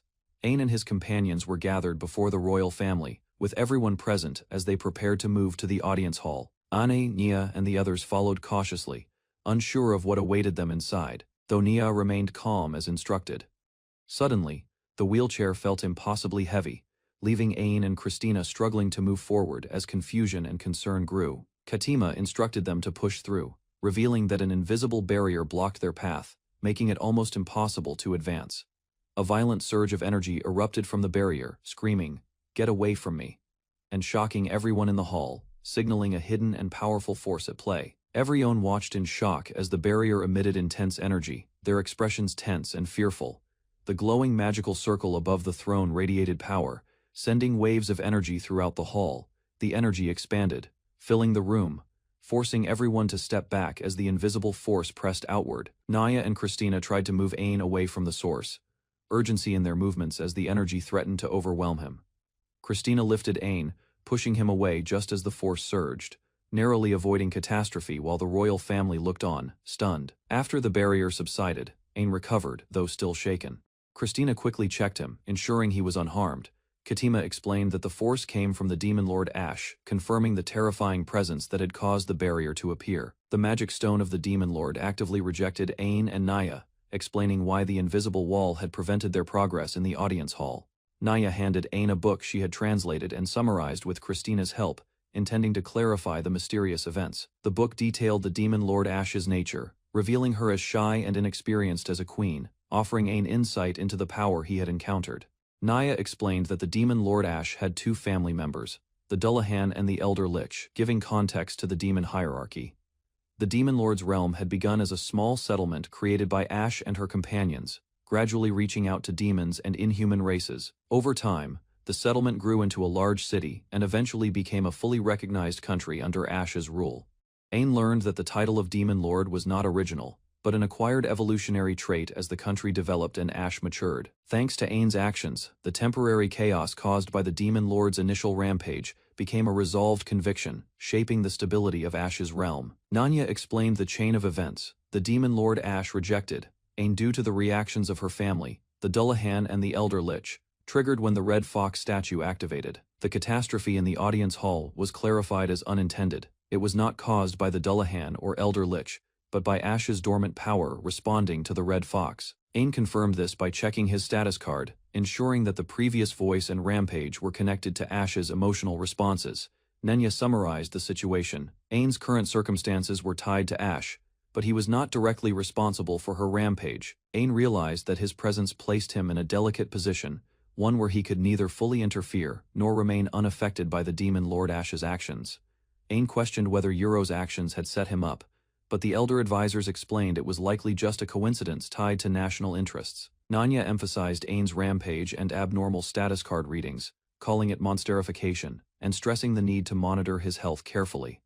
Ain agreed to cooperate, allowing Nanya to directly investigate and consult him, while the elders arranged support from the academy and adventurers. The royal family and companions expressed concern for Ain, reassuring him that their worries came from care and not blame. 1 month later, Ain was transported in a carriage, beginning the next phase of investigation and preparation for what lay ahead. Ain sighed in exhaustion, overwhelmed by the demands of catching up after his half-year absence. Christina explained the extensive tasks ahead: physical rehab, keeping up with advancement tests, and coordinating with the Adventurers Guild. Ain and Nea planned to visit Majorica's shop, with precautions against public exposure, using perception-obstructing magic tools. Entering the shop, they found it empty, silent, and devoid of any customers, adding to the tension of their mission. Suddenly, the shopkeeper revealed herself, explaining that the real deals began only in the evening, startling Ain with the unexpected timing. Ain appeared nervous as Majorica playfully hid in a strange pose, prompting Christina to intervene and insist she reveal herself. Majorica closed the shop temporarily, acknowledging the unusual situation and preparing to discuss matters with Ain seriously. She questioned Ain's identity after his long absence, pondering whether he had become human or a monster due to his body changes. Ain reassured her that, despite the transformations, he was mostly human, addressing her concerns while maintaining composure. From her perspective, however, Ain resembled a monster who had evolved after consuming a magic stone, emphasizing the extraordinary nature of his transformation. Antain suggested telling Majorica about his skills and the events in Euro, though Christina hesitated, warning him of the potential risks.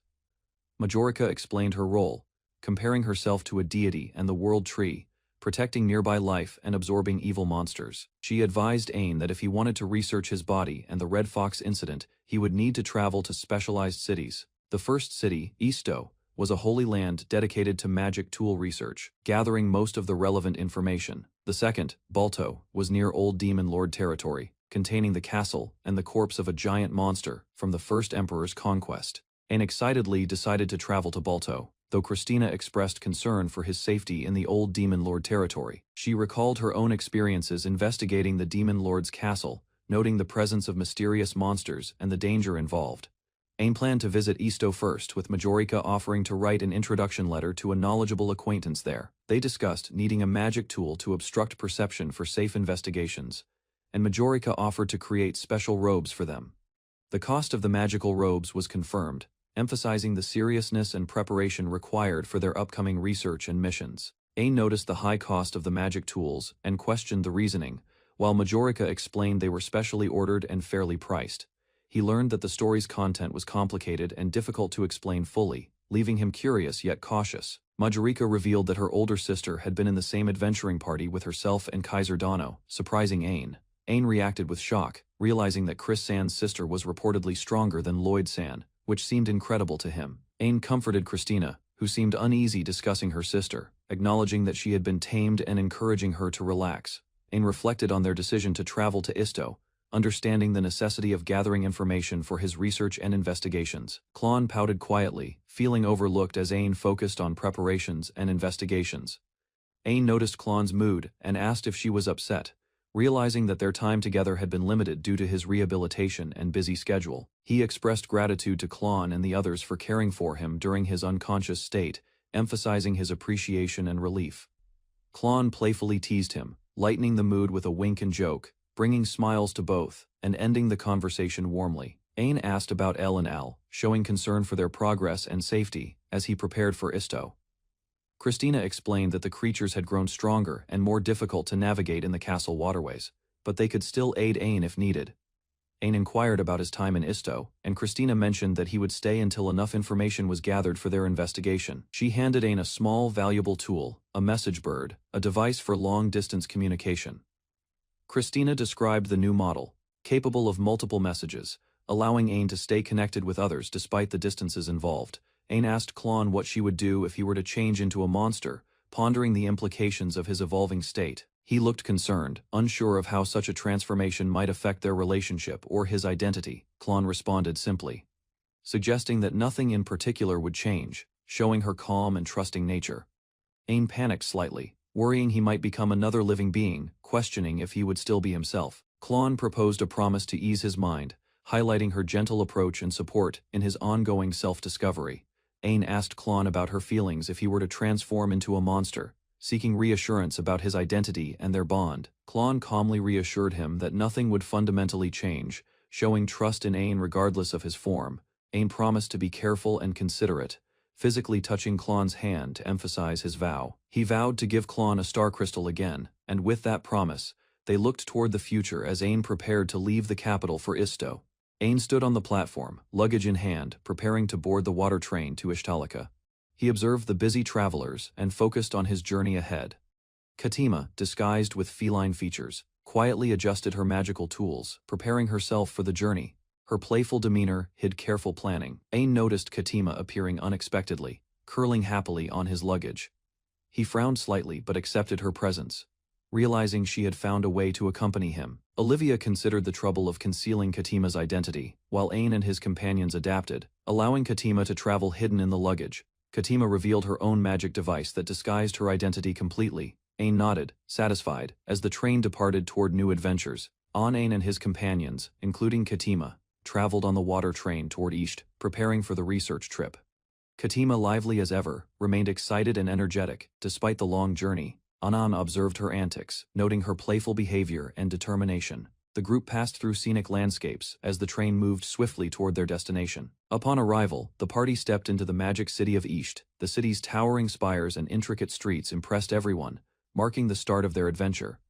They approached the Tower of Wisdom, the center of magic tool research. The structure stood apart from the capital, emphasizing Isht's unique magical technology. Pipes extended from the tower throughout the city, distributing magical energy from stones. Ain and the others marveled at its design, realizing the immense scale of the research and the tasks ahead. Katima explained the Tower of Wisdom's purpose as a research facility. Ain listened, learning about the strict screening and limited access. The party approached the tower. Olivia noted that the city used the most sea crystals, powering the advanced magical research. Ain reflected on his mother's sacrifices to obtain the sea crystals. He felt conflicted about their use in Isht. The companions silently observed the tower, understanding its importance and the weight of magical development on their journey. Lloyd suggested checking into the inn first. Ain agreed and decided to contact Klain, preparing for the next steps in Isht. Ain contacted Klain upon arriving in Isht, noting the colder climate and the massive Tower of Wisdom. He felt a mix of excitement and anticipation. The group moved carefully through the city streets. Lloyd reminded Ain to keep his hood on to maintain identity concealment while walking. Following Majorica's referral letter, the party searched for the correct address. Ain led, attentive to the city's layout and landmarks. Olivia examined the letter closely, realizing they had reached an academy affiliated with the institute. Katima confirmed the location. Guards at the entrance stopped them. The party was questioned about their intentions, readying themselves for the next stage of their magical research mission. Ain noticed the guards' caution, aware that Katima's feline appearance made them uneasy. He whispered reassurance to her. Olivia presented the referral letter. The guards examined it carefully, wary of counterfeit documents, maintaining strict protocol. Lone Guard hurriedly called for Chief Professor Oz after reviewing the letter, showing the urgency and respect for the referral. The party waited calmly at the gate. The guard apologized politely, requesting they remain for a moment while procedures were completed. Suddenly, the guard's demeanor completely changed. Ain and the others realized Majorca-san's influence was significant, and the gate procedures became smoother. Ain finally met Chief Professor Oz, who introduced himself warmly. The professor's friendly demeanor eased the party's tension. Oz expressed pleasure at their visit, acknowledging Majorica's recommendation and the importance of their inquiry. Ain and Olivia felt reassured. Oz gestured them inside, explaining Majorica Dono's status as a revered professor. Katima noted the respect others had for him. The party entered Oz's office, surrounded by countless books and magical artifacts. The space reflected the tower's research depth and prestige. Oz addressed Ain directly, recognizing him as the Crown Prince. The party realized the significance of their visit and the Academy's trust. Professor Oz apologized for his earlier formality. Ain shook his hand, appreciating the professor's thoughtfulness and the warm welcome. Oz suggested self-introductions. Christina Vernstein introduced herself as the Marshal of the Knights, and Dill Glacier as Ain's bodyguard trainee. Katima Vonishtalika stepped forward, presenting herself formally. She expressed honor at meeting Professor Oz, her feline demeanor shifting to a regal composure. Ain was stunned by Katima's sudden princess-like behavior, realizing her true status and the importance of her presence in the party. Professor Oz was excited to meet the first princess. Katima explained she was here to help her nephew, hoping to gain valuable knowledge. Professor Oz asked how he could assist. Ain requested the professor meet with Katima later, signaling a private discussion about his body. Ain explained he wanted help regarding his body and the red fox, highlighting the urgency and personal significance of the matter. Oz listened attentively as Ain detailed his concerns, considering the unusual combination of factors involving magic and physiology. Oz analyzed the case, noting Ain's exceptional constitution and the relevance of his magic stone energy, realizing the case's uniqueness. The professor reflected further, surprised that Ain had absorbed both Dullahan's and Elder Lich's magic stones, emphasizing the extraordinary nature of his abilities. Professor Oz moved through the office, indicating he would show Ain something important, capturing everyone's attention. Ain and Olivia noticed Oz holding a sealed box. Katima asked if it contained a magic stone, intrigued. Oz explained that Majorica had sealed the room and the box, ensuring the magic stone would not go rampant. Ain, curious, questioned whether the box held the information he sought. Oz confirmed it was critical for him to see. Christina held Ain's hand, ready to support him as Oz prepared to reveal the contents. Oz opened the box, revealing the Red Fox's magic stone. Its dark, crackling energy demonstrated the immense power they had discovered. Ain and his companions, Christina, Olivia, and Katima, discovered the Red Fox's magic stone, its power radiating intensely before them. Ain reassured Christina, showing calm and determination, as the group observed the effects of the stone on their surroundings. An explained that the stone was unique, confirming that it was the only one he had acquired during his research. He approached Professor Oz, requesting assistance to understand the stone's power and its influence on his body. Professor Oz agreed, stating he would need a few days to compile data, while Ain patiently waited for answers. Ain offered Professor Oz a reward for his help, but Oz insisted that hearing Ain's story was enough. Christina intervened, explaining that the people might think Ain was forcing Oz to assist, urging him not to refuse. Oz considered a reward that was not monetary, thinking carefully while Ain and Katima watched attentively. Oz began explaining a troubling matter, noting that in East, children had been abducted recently. He continued, revealing that the cases involved orphans living in slums, and authorities had not taken the matter seriously. Professor Oz expressed concern to Ain, saddened that the children's abduction cases remained unresolved. He urgently requested Ain to instruct the knights, personally, emphasizing the importance of his words. Ain recognized the professor's dedication to helping orphans, showing gratitude as Oz prepared to act. Ain decided to join the search for the missing children himself, ensuring the investigation received full attention. Christina worried about the danger, but Ain suggested joining only until Professor Oz completed his research. Balancing safety with action, Christina sighed, realizing Ain's decision to join the search could not be restrained. While Ain and Katima observed calmly, Professor Oz asked if it was truly acceptable, and Ain assured him that it was a normal occurrence.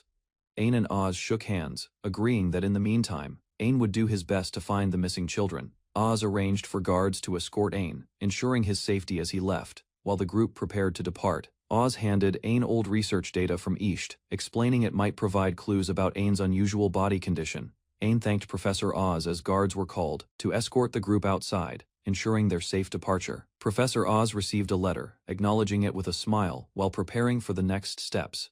The group led by Ain, Christina, Olivia, and Katima left the building under careful guidance from the guards. Professor Oz, alone, looked thoughtfully out the window, reflecting on the tasks and research he still needed to complete. The group paused outside, taking a short break at an inn, and Katima excitedly suggested shopping while everyone prepared for their next actions. And called after Katima as she moved ahead, concerned for her safety.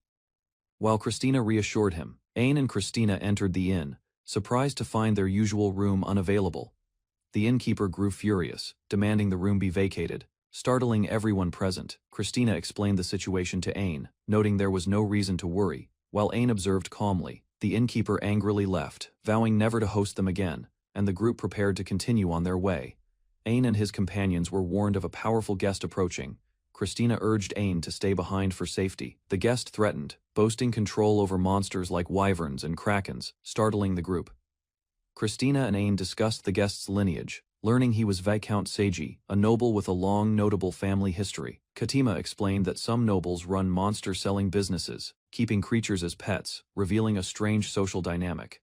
Christina reflected on the guest's strange financial situation, noting that despite wealth, he did not live in luxury. Ain observed Viscount Seiji's back, reflecting on the noble's authority and influence in the city. Katima expressed confusion about the situation, while Ain and Christina tried to explain quietly. Christina revealed the reason for staying up late, bringing attention to a small puzzling piece of junk. Ain noticed Christina sleeping on his lap, showing her exhaustion from the long day of events. Ain quietly acknowledged her fatigue, while Katima remarked on the unusual sight of a marshal asleep on a crown prince's lap. Ain reflected on the documents he read all night, surprising Katima and Christina with the depth of the research. He revealed the documents recorded human experimentation, including attempts to create an artificial demon lord and outlander monsterization. Ain explained the process, noting how magic stones were melted into subjects, forcing them to grow stronger artificially. Katima mentioned the historical context, when outlanders were considered monsters, and believed to grow strong like monsters by consuming magic stones, and connected this to his own experiences, recognizing that surviving such methods was rare and often fatal, showing the danger inherent in magic stone absorption, and considered the danger of his monsterization, fearing he could harm those he loved if his power continued unchecked. He reassured Katima that their investigation aimed to prevent such outcomes, showing concern for everyone's safety. Katima asked about the demerits of transforming into a monster, prompting Ain to think carefully about the risks. Katima corrected him, explaining that he wouldn't become helpless, though he might lose the ability to speak properly. She reminded Ain to consider the appearances of Dullahan and Elder Lich, noting that ordinary clothing could hide their monstrous nature. Katima advised Ain about evolving into a monster, explaining that he would need to re-register his race if it happened. Ain laughed, realizing overthinking was unnecessary, and felt relief with Katima's guidance. Ain excused himself to go to the washroom for a moment, leaving Christina asleep on the couch. Christina, holding tea, instructed Katima not to tell anyone, and said she would speak to her father if necessary, noting Ain had realized she was awake. Katima confessed she couldn't find the right timing to wake Christina and debated whether to keep it a secret. Katima laughed and suggested a simple solution, making Ain and Christina react with surprise. Katima formally declared a royal decree addressing Christina and asserting her authority as the first princess of Ishtalika. She forbade anyone from revealing information about Ain's monsterization, emphasizing secrecy for safety and discretion. Katima clarified that the decree covered all matters concerning Ain's condition, including royalty and sensitive information. Anne and Christina acknowledged her command, following her instructions with respect, showing obedience and understanding of her authority. Katima acknowledged the exhaustion from being serious and explained that her actions were for the sake of her impertinent nephew, Ain. Anne experimented with a magical water tool, noting its ability to produce water from thin air while considering that he too had things he preferred to keep private. Christina awoke suddenly, panicked and apologetic for the earlier situation, causing Ain and Katima to react to her startled state. Ain von Ishtalika adjusted his uniform in front of the mirror, preparing for the day ahead. He felt determined. Olivia entered with breakfast, noticing Ain's tired eyes. She insisted he rest, but Ain insisted on investigating the matters at hand. Ain glanced around the empty room, realizing Dill and Katima were absent. He wondered about their morning activities. Olivia explained they had gone shopping early. Ain noted Dill was the designated sacrifice for the day. Ain examined a mysterious message pad. Olivia confirmed they would investigate together, leaving Ain ready to act decisively. Ain held a small magical device in his hands, relieved that it had arrived safely. Klon reminded him to stay healthy in Isht's cold climate. Ain focused on following her advice carefully. Ain used the device to send a message to Grafsan, mentioning his grandfather and asking for guidance. He clasped the device and resolved to do his best in addressing the problem he faced, feeling determined. Walking through Isht's busy streets with Klon, Ain observed the lively city, preparing for the challenges ahead. An and Klon moved carefully through Isht's busy streets, deciding to enter a narrow alley to gather information safely. They realized they were completely lost among the twisting alleys, surrounded by tall walls and confusing paths. Ain suggested finding the Tower of Wisdom, while Klon admitted the alleys were hard to navigate and laughed at their predicament. Suddenly, a group of men appeared, chasing a young girl. Ain noticed the danger and prepared to act. The men caught the girl holding her tightly as she screamed, leaving Ain and Klon facing the threat in alarm. Ain and Klon confronted the men holding the girl. The men decided not to harm her, prioritizing her value. Klon swiftly incapacitated the attackers, her sword precise and efficient, while the girl watched in fear. Ain checked on the girl, ensuring she was unharmed, noticing her exhaustion and vulnerability. Klon carefully lifted the fainted girl, and Ain followed, supporting her as they prepared to move her to safety. Examining her clothing, Ain realized she was an orphan from the slums. They decided to take her back to the inn. The girl lay asleep under warm blankets, recovering from the events in the alley. The room was quiet and safe. Ain and Klon noticed she had awakened. Ain gently greeted her, making sure she felt comfortable and calm. The trio sat together in the inn's dining area, allowing the girl to regain her strength while observing her surroundings. Olivia encouraged her to eat first, offering a meal to replenish her energy. The girl hesitated, feeling unsure. An reassured her with a kind smile, explaining the food was prepared specifically for her and meant to help her recover. The girl cried quietly as she began eating, tears running down her face. The simple meal gave her comfort. She expressed heartfelt gratitude, amazed that she had been given such delicious food after enduring hardship. Ain encouraged her to relax and sit comfortably, showing gentle concern and patience as he listened. He asked why the men had been chasing her, hoping to understand the danger she faced. The girl explained that her sister had already been taken, and she was running desperately, trying to escape the attackers. The girl knelt before Ain, tears streaming down her face, begging him to save her sister from danger. Ain reassured her, promising firmly that he would rescue her sister, holding her hands to show sincerity. Olivia and Ain encouraged the girl to rest and feel comfortable in their home after the emotional plea. Ain noted that she had good manners and wondered how she ended up in the slums, reflecting on her past. Just then, Pil returned, and Ain greeted her, asking about the progress of the interrogation while preparing for the next steps. An and Olivia learned that the men chasing the girl were hired adventurers, unaware of the mastermind behind the operation. After questioning locals near the alley, they discovered that the carriage had been stopped at the Tower of Wisdom. An and Olivia realized that the tower officials might be involved in the kidnapping, causing alarm and concern. The city skyline and distant towers suggested the situation was becoming dangerous, and Ain knew they had to investigate carefully. Ain reflected on the long night of interrogations and the lack of new information, feeling both tired and frustrated. Ain and Klon decided to hand over the captured men to Warren for further handling, though Ain still worried about his promise to the girl. Klon suggested a brief distraction at the monster arena to change the pace, giving them a moment of respite. Ain and Klon considered sightseeing around Isht, taking advantage of the opportunity to relax while observing local attractions. The duo explored the city, marveling at the architecture and planning their route to the popular arena. At the arena, they observed chained monsters, preparing for demonstrations, and discussed how the attraction worked for visitors. Ain and Klon looked down at the arena from above. Observing the variety of chained monsters in separate sections, they noticed a green wyvern and several unusual creatures, some of which Ain had never seen before. Ain commented on the size of the monsters, noting that they varied individually but were mostly manageable compared to normal standards. Klon and Ain watched as a massive monster appeared, its size impressing and frightening them simultaneously. The green wyvern was dwarfed by an even larger creature, nearly twice its size, leaving Ain and Klon in awe. Ain and Klon observed the massive wyvern up close, noticing the sheer size and muscles that intimidated other monsters in the arena. They decided to approach and look at the wyvern more closely. Despite its terrifying presence, the wyvern suddenly roared and slammed the ground, causing smaller creatures and spectators to tremble in fear. Ain noted how powerful the creature appeared, realizing the wyvern might be reacting to the sea dragon's power inside him. Meanwhile, a noble visitor, Viscount Seti, arrived and was formally greeted, signaling the beginning of an important event at the arena. Viscount Seti scolded the spectators for causing a disgraceful scene, demanding order and attention from his subordinates. He noticed Ain behaving unusually, and his companions wondered if someone had drugged him due to his strange reactions. Seti confronted Ain and Klon, asking if they had been observing the wyvern earlier, though they insisted they were only looking. On was ordered to remove his hood, while Klon and he stood silently under scrutiny.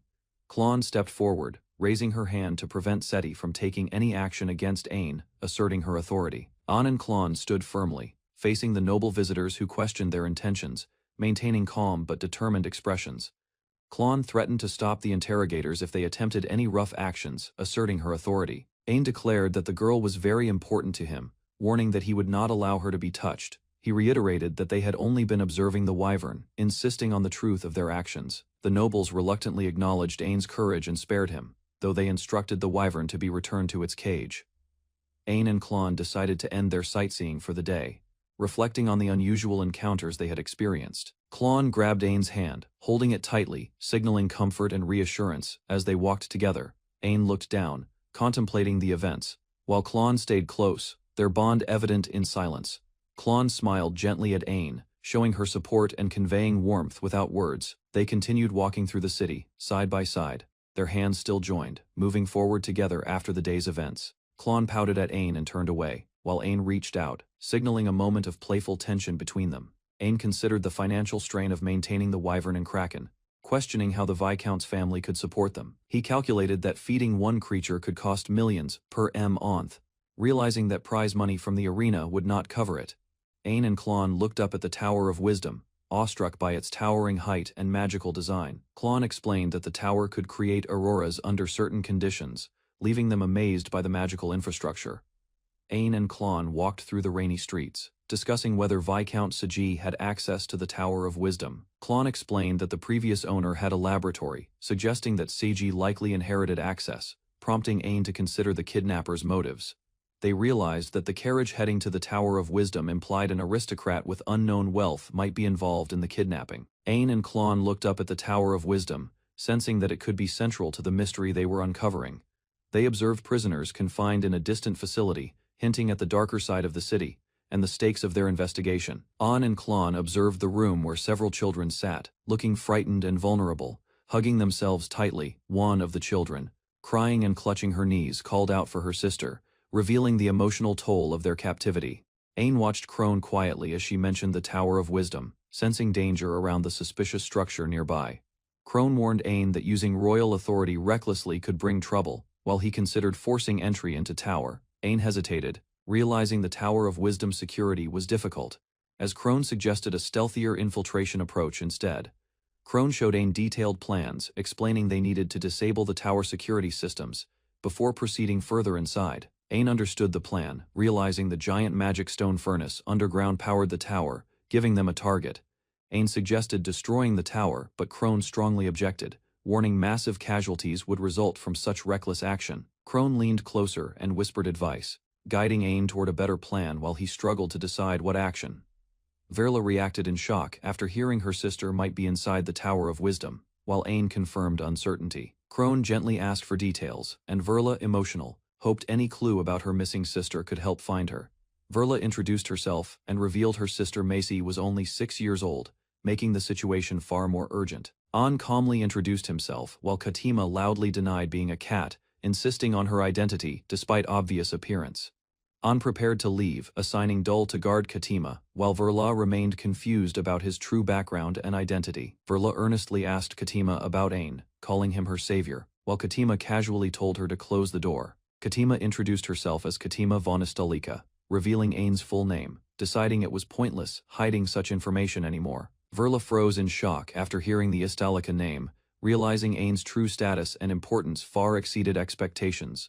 Ain moved with determination, revealing his status as Crown Prince, while Katima and Crone followed closely behind him. Katima quickly took charge, declaring it was time to act, while preparing to begin their plan inside the room. Katima criticized Ain for acting without planning, while the knight understood the urgency of saving the kidnapped victim. The knight outlined preparations, including contacting authorities, bringing a healer, and gathering supplies, while Katima continued directing actions. The knight requested to join the mission, determined to assist, while Katima listened and considered his resolve seriously. Katima organized preparations, asking for letters to maintain secrecy, while Ain's presence remained hidden from others in the kingdom. The group prepared supplies and confirmed arrangements, as Graf and others agreed it was time to depart immediately. Inside the wagon, concern grew as Graf questioned their decision, while the journey toward the Tower of Wisdom began. Ain reassured everyone calmly, comparing the danger to past battles, while Crone showed visible unease about the mission. They met Graf and discussed support, as Ain appreciated his help, recognizing the importance of cooperation for success. Ain listened as Graf explained the magic stones would be delivered to the basement, confirming preparations before entering the tower. Crone suddenly insisted on going alone, worried about Ain's safety, but he remained determined to continue the mission. Crone expressed her anger toward the kidnappers, unable to forgive them, while Ain calmly acknowledged her strong feelings. Ain imagined the suffering children, realizing the cruelty of those separating them from families, strengthening his resolve further. Ain clenched his fist tightly, anger building, as he decided to stop those responsible and end their actions. Ain declared his responsibility as Crown Prince, realizing he must face the existence of criminals harming innocent people. Graf listened silently, acknowledging Ain's resolve, while tension filled the space as the seriousness of their mission grew. Crone accepted Ain's decision and promised full support, while he calmly prepared himself for the operation ahead.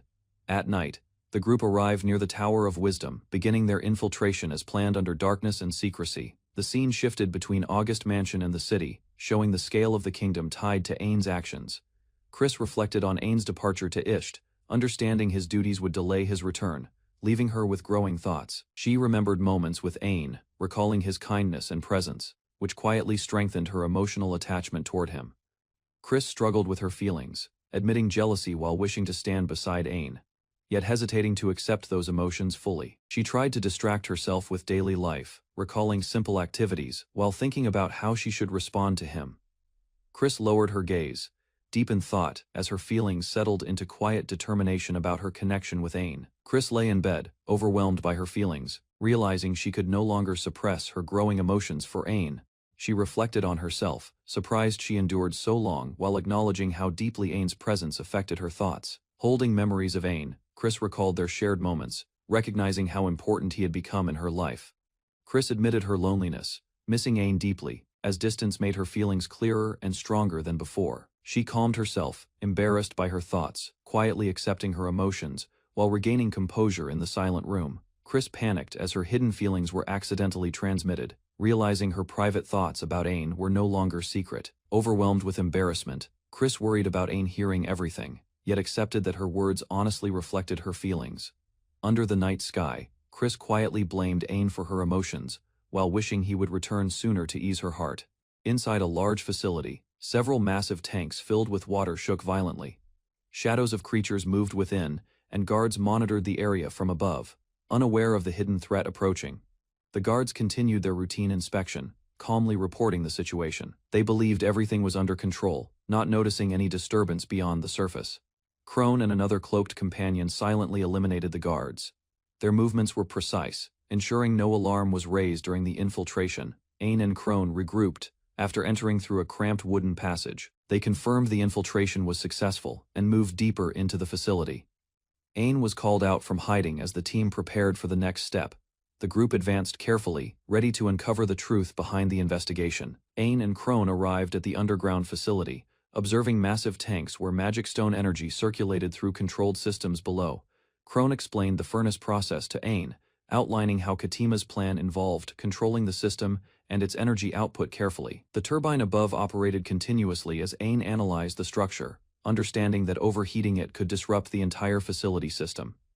Ain focused his power, extending his senses toward the liquid below while preparing to interfere with the magic flow inside. The water began swirling violently into a whirlpool, alarming Crone as the energy reacted, suggesting influence from a powerful sea dragon. Ain activated ocean current, forcing massive waves to surge violently, overwhelming the system and pushing the turbine beyond limits. Ain maintained control of the flowing energy, focusing intensely, while Crone watched as the pressure inside the system increased rapidly.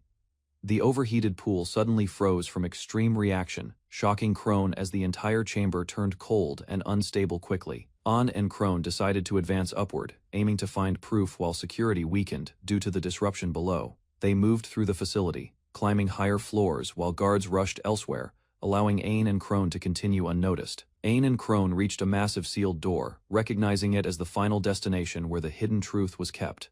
Crone identified the door as a magic item and prepared to break it, warning Ain to step back carefully. Crone unleashed her strength, striking the door repeatedly while Ain watched, sensing the barrier gradually weakening under force.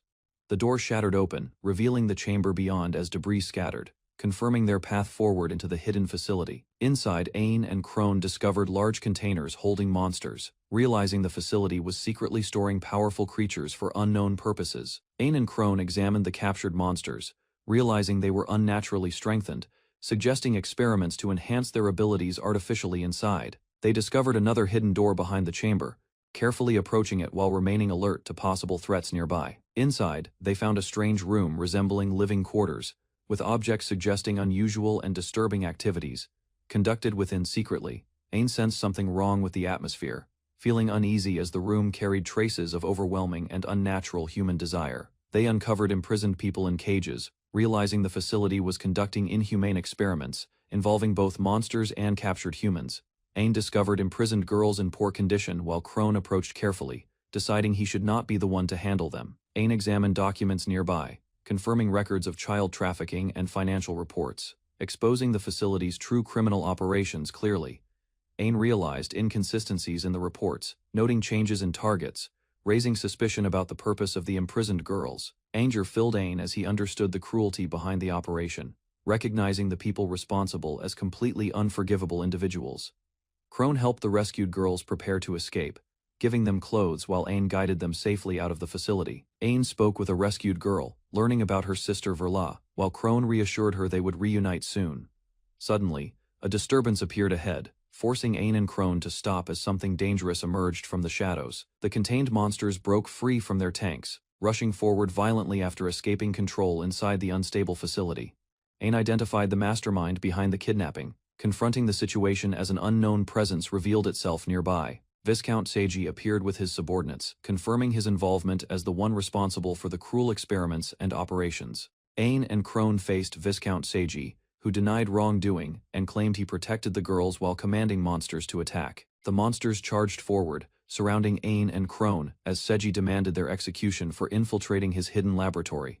Suddenly, Seiji was struck from behind, blood spilling as he realized something unexpected had turned against him completely. Onen and Crone swiftly defeated the attacking monsters, cutting them down with precision while maintaining control of the chaotic battle. Seiji panicked and demanded help, realizing his forces were failing, unable to understand the overwhelming strength before him. Seiji's subordinates panicked as their weapons were rendered useless, realizing they had completely lost control of the situation. A sudden projectile flew past, shocking Seiji as he sensed danger approaching faster than he could react. Crone confronted Seiji directly, demanding answers while asserting control, making it clear he would not escape punishment easily. Crone struck him down and forced submission, deciding to capture him alive for further questioning instead of immediate execution. Despite surrendering, Seiji suddenly resisted, attempting a desperate counterattack as he lunged toward Ain in a final act. Seiji released a dangerous miasma, choking his own subordinates as they collapsed, unable to endure the spreading toxic energy. Crone reacted in anger while Ain realized the danger, recognizing the miasma as a deadly threat spreading rapidly. Ain activated his ability, focusing to decompose the toxin, trying to neutralize the miasma before it harmed everyone nearby. A powerful creature suddenly burst through the structure, destroying the facility and overwhelming the remaining forces instantly. The creature escaped outside, flying over the city, while Ain shouted, realizing the situation had escalated beyond control. Ain and Crone struggled to endure the lingering curse, protecting themselves as debris and toxic energy continued spreading around them. Ain hurried through the station with Crone, preparing to depart for the capital as instructed, carrying responsibility on him. Inside the train, Ain and Crone entered calmly while a servant greeted them, and a beastkin girl observed their arrival quietly. Ain reflected on threats beyond the city, prioritizing Seiji's safety, while explaining the situation and his decisions to Crone.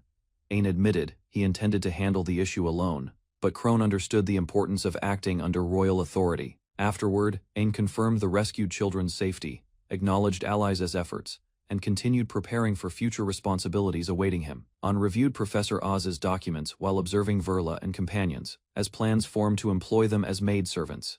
An received a sealed box containing a red fox magic stone. Realizing its importance and reacting with visible surprise, the train carrying Ain continued across a long bridge, moving steadily toward the capital and the responsibilities awaiting him. Alone in his room, Ain reflected on recent actions and remembered a message from Klon he had not heard. Ain recalled Klon's feelings, recognizing her loneliness and understanding the emotional distance created by his duties and responsibilities. Ain looked at the ring in his hand, processing Klon's feelings and feeling uncertain about how to respond. Alone in his room, Ain struggled with his emotions, hesitating while considering his reply and feeling overwhelmed by sincerity. Suddenly, the window shattered as a violent force struck, interrupting Ain's thoughts, and signaling an unexpected danger approaching rapidly. The train shook violently as alarms spread, and Ain prepared himself while others rushed toward him, sensing a serious threat outside. A massive dragon appeared under the moonlight, flying toward the train, marking the beginning of a dangerous confrontation for Ain. Ain and Crone noticed a flying monster outside, quickly realizing it was targeting the train and causing immediate concern. Passengers panicked as the wyvern circled above, blocking the path and preventing the train from escaping safely forward. Children cried inside the train while Ain steadied himself, recognizing the danger and preparing mentally to face the threat. Ain understood he was the target and decided to act. While Crone insisted on handling the situation alongside him, Ain moved forward with determination, assuring Crone of success as both prepared to confront the wyvern together outside. Ain moved toward the train exit despite warnings, determined to face the danger, while others watched in shock, standing at the doorway. Ain looked outside calmly, focusing on the approaching threat and preparing himself mentally. Ain gave orders to protect Verla and others, revealing his identity as Crown Prince and surprising those nearby. Ain and Crone climbed onto the train roof, confronting the wyvern as it approached over the bridge ahead. The wyvern attacked fiercely, roaring toward them while Ain and Crone steadied themselves, ready to begin the battle. Ain and Crone observed the wyvern's increased size, realizing the situation was more dangerous than expected as they prepared carefully. Crone spotted Seji in the distance, confirming the mastermind's presence while he watched the battle calmly from afar. The wyvern attacked fiercely, but Ain and Crone stood their ground, confronting it directly without retreating from danger. Crone struck decisively, cutting into the wyvern's body while Ain supported her, maintaining control of the fight's pace. The wyvern suffered heavy damage, and Crone evaluated her strike, while Ain remained ready as the battle continued. An and Crone realized the wyvern could regenerate instantly, understanding the battle would be far more difficult than expected. Ain analyzed the situation and concluded the wyvern's weakness was its magic stone, deciding to target it directly. Ain activated his skill, covering the battlefield with thick fog to locate the hidden magic stone inside the wyvern. The wyvern unleashed powerful attacks, but Ain endured and countered, maintaining pressure while searching for its core. Ain confronted the wyvern head-on, declaring his experience against stronger enemies while preparing to finish the battle decisively. The wyvern's body twisted violently, releasing sharp attacks as it roared, resisting Ain and Crone's continuous assault. Ain identified the magic stone on the wyvern's forehead, shouting the weakness while tracking its movements carefully. Crone understood immediately and launched forward, focusing her strength as she aimed directly for the exposed weak point. Crone's attack cut through the air with precision, closing the distance as the wyvern attempted to defend itself. Her strike pierced the wyvern's forehead, destroying the magic stone and ending the creature as its body collapsed. Ain confirmed the wyvern's defeat, while Crone acknowledged the outcome, accepting the necessary choice made during the battle. Ain stood on the train roof as a massive shadow emerged, revealing a new threat rising from below. A kraken attacked the bridge and train, while Seji declared control, threatening destruction and escalating the situation further. Ain and Crone faced the kraken together, defending the train as its massive body crashed violently across the bridge. The kraken collapsed after their resistance, its body falling into the water as the immediate danger was finally subdued. Ain and Crone watched the defeated kraken sink, realizing the sea dragon appeared because it hunted the kraken. Ain processed the explanation, understanding the situation's cause, while Crone calmly clarified the natural relationship between the creatures. Relieved passengers acknowledged Ain and Crone's actions, while Ain relaxed briefly, releasing tension after the intense battle. Crone encouraged Ain, reminding him of Klon's words, suggesting others could support him when needed in difficult moments. Ain looked at the ring under the night sky, quietly accepting his feelings and thinking of Klon with sincerity. A noble carriage is struck and damaged. Seji panics, realizing the plan failed, as smoke rises around the broken vehicle. Seji shows anger and fear. He cannot accept the situation, sweating heavily as his authority and control begin collapsing. Ain overpowers Seji and throws him down. Seji crashes onto the ground, losing strength while Ain stands above him. Ain declares judgment over Seji. With calm authority, he decides to bring Seji to the capital for punishment. Seji resists and shouts desperately. Despite defeat, he clings to pride, refusing to accept Ain's power and authority. Seji trembles as Ain appears before him. The pressure shifts instantly, and Seji realizes he is no longer in control. Ain stands calmly over Seji. With steady authority, he questions Seji's belief, showing confidence in his own overwhelming power. Seji's expression breaks into shock. Fear overwhelms him as he finally recognizes Ain's true identity and status. Under the moonlight, Ain demands truth. Beside him, Crone watches silently as Seji kneels, unable to resist, and declares Seji's crimes. Faced with judgment, Seji lowers himself and begins to confess, accepting his inevitable punishment, and questions Seji calmly about the kidnappings. He seeks the reason behind the crimes, suspecting motives beyond simple greed. Seji hesitates under pressure. His body trembles as he struggles to answer, unable to hide fear in front of Ain. Seji breaks down and reveals the truth.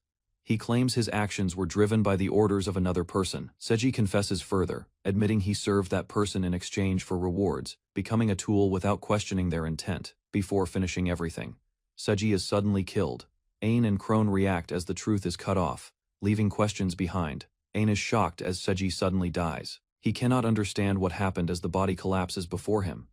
Crone looks at Ain with concern. She calls to him softly while Ain remains tense, trying to process the situation. Under the moonlight, Ain feels frustration. He realizes the truth was lost, leaving the case unresolved and incomplete. Far away, a train moves across a bridge. The scene shifts, suggesting a connection to distant forces behind the incident. Later, Ain rests, but cannot relax. He reviews information alone, thinking about the hidden enemy and planning next actions. Ain lies in the train room, resting as instructed. Despite fatigue, his mind remains active, unable to fully relax. Ain walks through the train and finds Crone. She sits alone, drinking quietly, surprised by his unexpected presence. Crone explains her situation, wearing a different dress. She feels uneasy while Ain observes her calmly from a distance. Ain reassures Crone with simple honesty. She becomes embarrassed, yet slightly comforted by his reaction and presence. They sit together and drink. Both feel uneasy after recent events, reflecting silently as they struggle to find rest. Ain analyzes Seji's confession. He concludes the actions were ordered, confirming the existence of a hidden mastermind behind the crimes. Ain calmly identifies the likely culprit. He suspects the Red Fox connecting the events to a larger and dangerous scheme. Ain explains the Red Fox's abilities. He links the manipulation of monsters to the recent incidents and Seji's strange behavior. Ain recalls information from past documents. He decides to focus his efforts on investigating the Red Fox further. Crone adds important knowledge. She explains evolved monsters keep consciousness, deepening the mystery behind the Red Fox's control. Crone feels relieved after understanding the situation. She reflects on the information and expresses gratitude toward Professor Oz for guidance. Ain speaks about Oz's character. He respects his actions and feels reassured, appreciating the decision to visit Ishkt earlier. Ain recalls their journey. He reflects on his growth, realizing the experiences in Ishkt helped him become stronger. Crone observes Ain closely. She acknowledges his development and compares him to a great ruler from the past. Crone becomes embarrassed after speaking honestly. Ain reacts quietly, while the atmosphere softens between them during the conversation. Crone smiles warmly and suggests another trip. Ain listens quietly, surprised by her sudden proposal and gentle expression. Ain accepts the idea. They raise their drinks together, sharing a small moment of agreement and mutual understanding. Elsewhere, a figure holds a magic stone. He reflects calmly, satisfied as events unfold, according to his expectations. The scene shifts to a grand city. The mastermind watches from afar, considering the situation under the night sky. The mastermind speaks with confidence. He acknowledges Seji's failure, but remains focused, continuing his plans without hesitation. The masked man reflects on Ain calmly. He praises the crown prince while holding a magic stone, observing events with interest. He licks the magic stone and becomes excited. The power stimulates him, deepening his obsession with Ain and his abilities. The man loses control and reveals his madness. He recalls killing a Wixen and desires to see Ain suffer.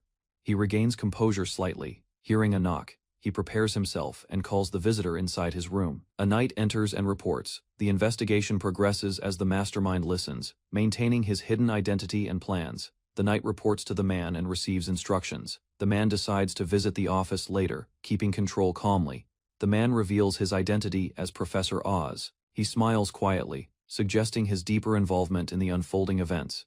Aang travels with Crone by carriage, calmly observing surroundings as she notes the bridge ahead nearing their destination.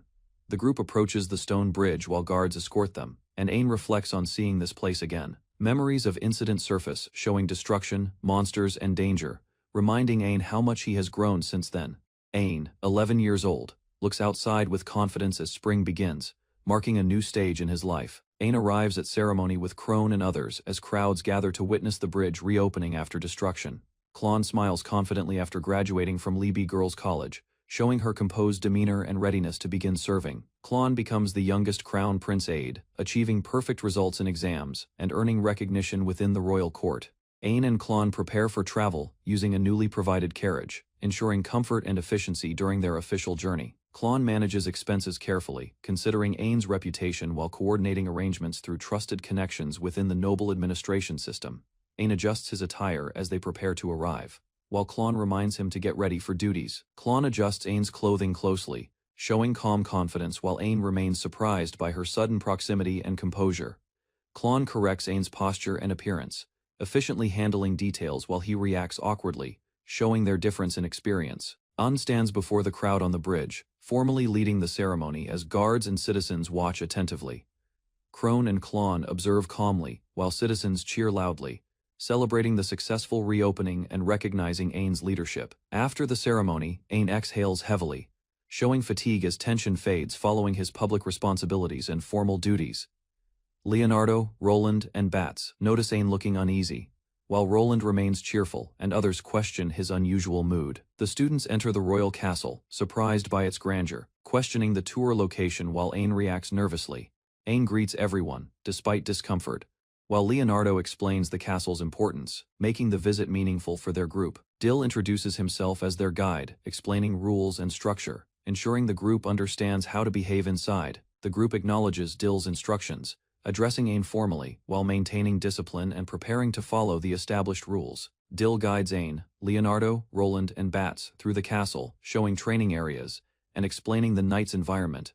The group watches knights spar intensely, witnessing real combat skills, leaving them surprised by the power displayed. Afterward, they rest in a dining area, casually talking while Aang appears relaxed. Compared to earlier tension, Aang reflects quietly on the knight's training, realizing the difference between his world and theirs while speaking with Klon. He observes another match, focusing deeply as he understands the knight's movements and the discipline behind their strength. Leonardo and Roland recall Aang's strength, realizing the knight's level is normal for royalty, while Aang remains unaffected. Bats reflects on his limits, admitting his strength was insufficient, despite maintaining the group since their first year. Leonardo notices Bats' determination growing, sensing a shift in his attitude as he focuses on improving himself. Bats declares his resolve to surpass his limits, deciding to train harder and refusing to fall behind Aang again. Leonardo, Roland, and Bats unite in determination, agreeing to grow stronger together to support Aang as his friends. Aang prepares to eat calmly, holding food while his friends watch, confused by how relaxed he appears. A maid informs Aang about his scheduled appointment, interrupting the meal as he realizes he must leave immediately. Anan apologizes and leaves the table, while his friends react, adjusting to addressing him with proper royal respect. Another maid delivers bread while informing Aang about a meeting with Warren and Klon, guiding his next destination. Métis greets Aang politely, explaining her role in the cafeteria under supervision.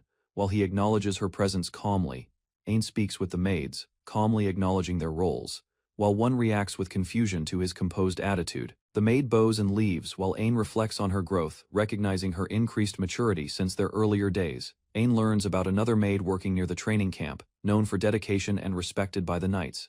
Seeing their efforts, Aang feels motivated, realizing he must continue improving himself alongside those working hard around him. Arrives at the meeting room facing Warren and Klon, preparing to begin an important discussion about upcoming matters. King Silvardo instructed Aang to focus on his duties while the investigation into the old Demon Lord's territory was assigned to Lloyd and his knights. Aang confirmed that Lloyd would accompany him, and Klon also joined their mission, preparing for the journey to Baltic. Aang held the rose Klon had given him, reflecting on her support and the resolve that motivated him to move forward. Klon declared she would no longer wait and prayed, dedicating herself to being Aang's aide in every task ahead. The king entrusted Klon with Ein's care, and with Lloyd and Dill joining, the group prepared to face the dangers of the Demon Lord's domain. Ian asked about Chris, noticing her absence during the meeting about the upcoming mission. Chris was staying behind at home, looking disappointed and anxious as everyone prepared to leave.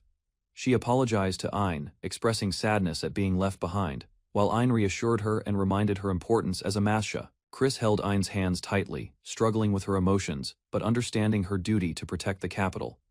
Ein gently acknowledged her feelings, noticing her heartache, and silently promising to value her loyalty and presence, even from afar. Chris, holding Ein's hands, decided to stay behind this time. Understanding her role in protecting the capital, she declared that in Ein's absence, she would take full responsibility for defending the city. Ein expressed relief at her determination, while Chris promised to bring souvenirs upon his return. Ein smiled warmly, feeling deep admiration for Chris and appreciating her unwavering spirit. Outside, the wind swept across the distant castle as Ein and the knights began their journey toward the dangerous lands beyond. A lone armored figure walked through the snow, anticipating the arrival of someone wielding a weapon in the coming days. He reflected that there was no rush, having waited for hundreds of years, and that time would pass quickly. A massive, roaring beast appeared, challenging the figure with its overwhelming presence. The figure tossed a weapon into the air, confident that when the right opponent arrived, beasts would not be needed. The armored figure confronted the attacking beast directly, demonstrating skill and authority as the creature lunged with ferocity. The armored figure gripped his weapon tightly, vowing to fulfill his mission no matter the challenges ahead. He stood alone in the snowy wasteland, silently promising to wait for the return of those he awaited, no matter how long it took. Christina prepared everything carefully, determined to help Ein succeed. Her smile reflected both warmth and purpose. Ein appeared before a cheering crowd at the castle, raising his hand in acknowledgement of their support. Back inside the royal carriage, Christina fanned Ein to ease the heat. He sighed, relieved by her attention. She handed him a glass of iced tea she had prepared earlier, ensuring he stayed comfortable during the journey. Knights reported on the surrounding area while Ein relaxed. Christina stayed nearby, quietly supporting him as they traveled. Christina looked at Ian with a gentle expression, insisting they were alone and safe, her focus entirely on him. Ian nodded, comforted by her presence, trusting that nothing else was needed as long as she stayed nearby. The carriage moved through the snowy mountains, and Ian noticed a giant bird with 4 wings flying overhead. He pointed in amazement at the creature, while Christina calmly read, keeping him entertained during the journey. Christina reminded Ein not to take reckless actions, listing his past dangerous feats while he admitted his mistakes. Christina noticed Ein's excitement, and reminded him of his admiration for the first king, grounding his enthusiasm. Ein expressed curiosity about the old Demon Lord's territory, and asked when Ishuterika was founded. Christina explained the uncertainty of history, showing the emblem and discussing whether the country emerged before or after the demon attacks. Ein considered the divided opinions of historical researchers, sharing his thoughts and asking further questions about the past. Christina summarized, explaining that Ishuterika's royalty included children of various races, creating a diverse royal lineage over time. He considered the possibility that Ishuterika's royalty might have mingled with other races in the Demon Lord territory. Christina explained that other races and monsters had magic stones and cores in their bodies, yet they were not harmful to humans. Ein reflected on the first king's unknown queen, noting that her race was not recorded in history. Christina suggested that the royal lineage mixed with many races, showing Ein out how the royal gacha system worked. Ein became flustered, thinking about the future and his own potential children, while Christina smiled and reassured him. Ein acknowledged that Christina was more knowledgeable about Ishuterika and credited her for arranging the journey and supplies. Christina explained that although her tasks were tough, she had chosen to take responsibility and handle them willingly. She smiled, telling Ein that performing these duties did not bother her at all, giving him reassurance. Suddenly, the train shook from an earthquake, startling Ein and Christina, but they quickly confirmed that he was safe. A knight entered to explain that the train had stopped due to the quake, and an investigation would follow. Ein and Christina worried as the train approached Baltic, uneasy about the sudden earthquake and the timing of events. Snow fell heavily over the mountains, and Christina silently hoped that nothing dangerous would happen during their journey. From above, the walled city of Baltic appeared, blanketed in white, giving the travelers a clear view of their destination. Ein stepped out into the cold, shivering uncontrollably as the icy wind hit him, showing his vulnerability to the environment. Christina, Ein, and the accompanying knights braced against the wind, moving forward cautiously while keeping an eye on the surroundings. The group finally arrived in Baltic, marveling at the stark contrast from the warmth they had felt earlier. Lloyd instructed Dill on how to properly show respect, emphasizing that only certain members needed to follow protocol. Ein looked around the town, observing its architecture and the remnants of monster activity that marked its history. The adventurers' town spread out before them, bustling with activity despite the harsh snowy environment. Christina asked if Ein was unwelcome, prompting Lloyd to respond and explain the social dynamics of the town. The group noticed that despite arriving in Baltic, nobody seemed to greet Ein, causing curiosity and concern. Lloyd explained that Ein's reputation was so great, defeating the sea dragon alone, that the townspeople ignored formalities. Ein and the group listened as Lloyd laughed, remarking that most people never read the official reports about him. They spotted a massive skeleton head emerging from the snow, drawing attention to the dangers of the surrounding region. Lloyd described how an ogre once attacked a village after fleeing a monster, defeated later by the first king, leaving the terrain scarred. Lloyd explained how the scar on the ogre's skull had been caused by the first king cracking it and its magic stone with a single strike. Ian gazed in awe, impressed by the power and legacy of the first king. Lloyd compared Ian's previous subjugation of the sea dragon to the first king's feat, praising his achievements with a laugh. Christina and the group noted that night had fallen, suggesting they find an inn for rest. The inn displayed a giant skeleton on its roof, echoing the history and danger of the surrounding lands. Ein and Christina gazed out over the balcony, amazed by the expansive view of the snowy landscape below. The northern lights danced across the sky, adding a magical glow over the walls and buildings of the town. Ein commented on the unexpected beauty near the Demon Lord's castle, wondering if the scenery had influenced its location. He considered the portrait of the Demon Lord, imagining how she would appear amidst the silvery snowscape. Christina and the group visualized her there, reflecting on the majesty and mystery of the frozen realm around them.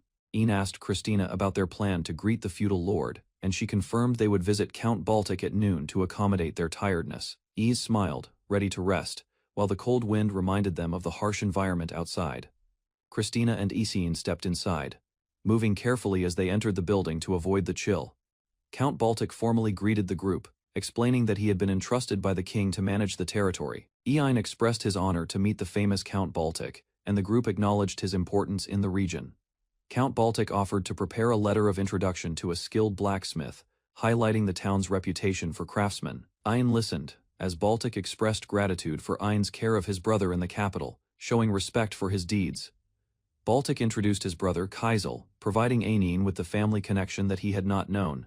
Kaisel appeared, surprising Ein with his imposing presence, and confirming the family relation in person. Ein apologized for not recognizing Kaisel, while Baltic reassured him, noting that Kaisel had become an adventurer outside the family home.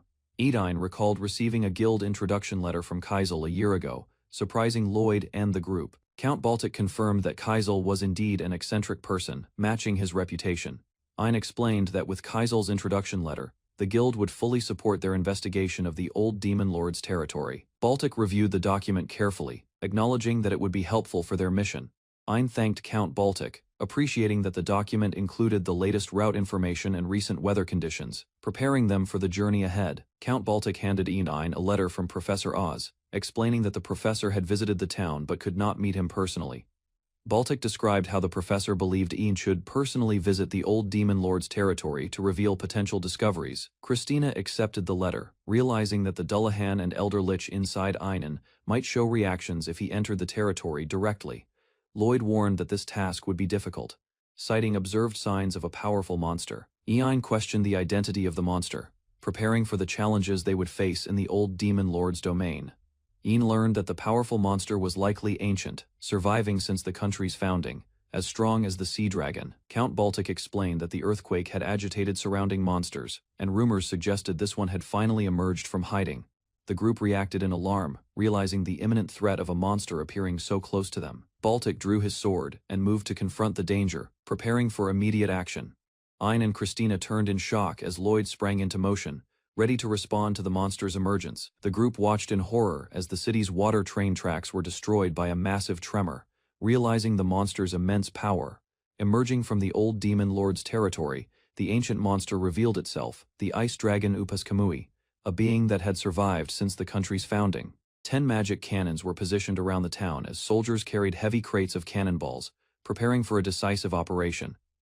Ein von Ishtalika sat calmly, considering the mission ahead, while his advisors looked on with concern over the risks of his direct involvement. A detailed map of the old demon lord's territory lay on the table. Advisors explained that the cannons alone might be enough to subjugate it. Lloyd warned that Ain's personal participation could be dangerous, but the prince had already decided to take the initiative. Ain ordered Count Baltic to coordinate with the adventurers and protect the town, determined to begin the subjugation that evening. Ain and his companions sat on a bench, preparing mentally for the upcoming expedition.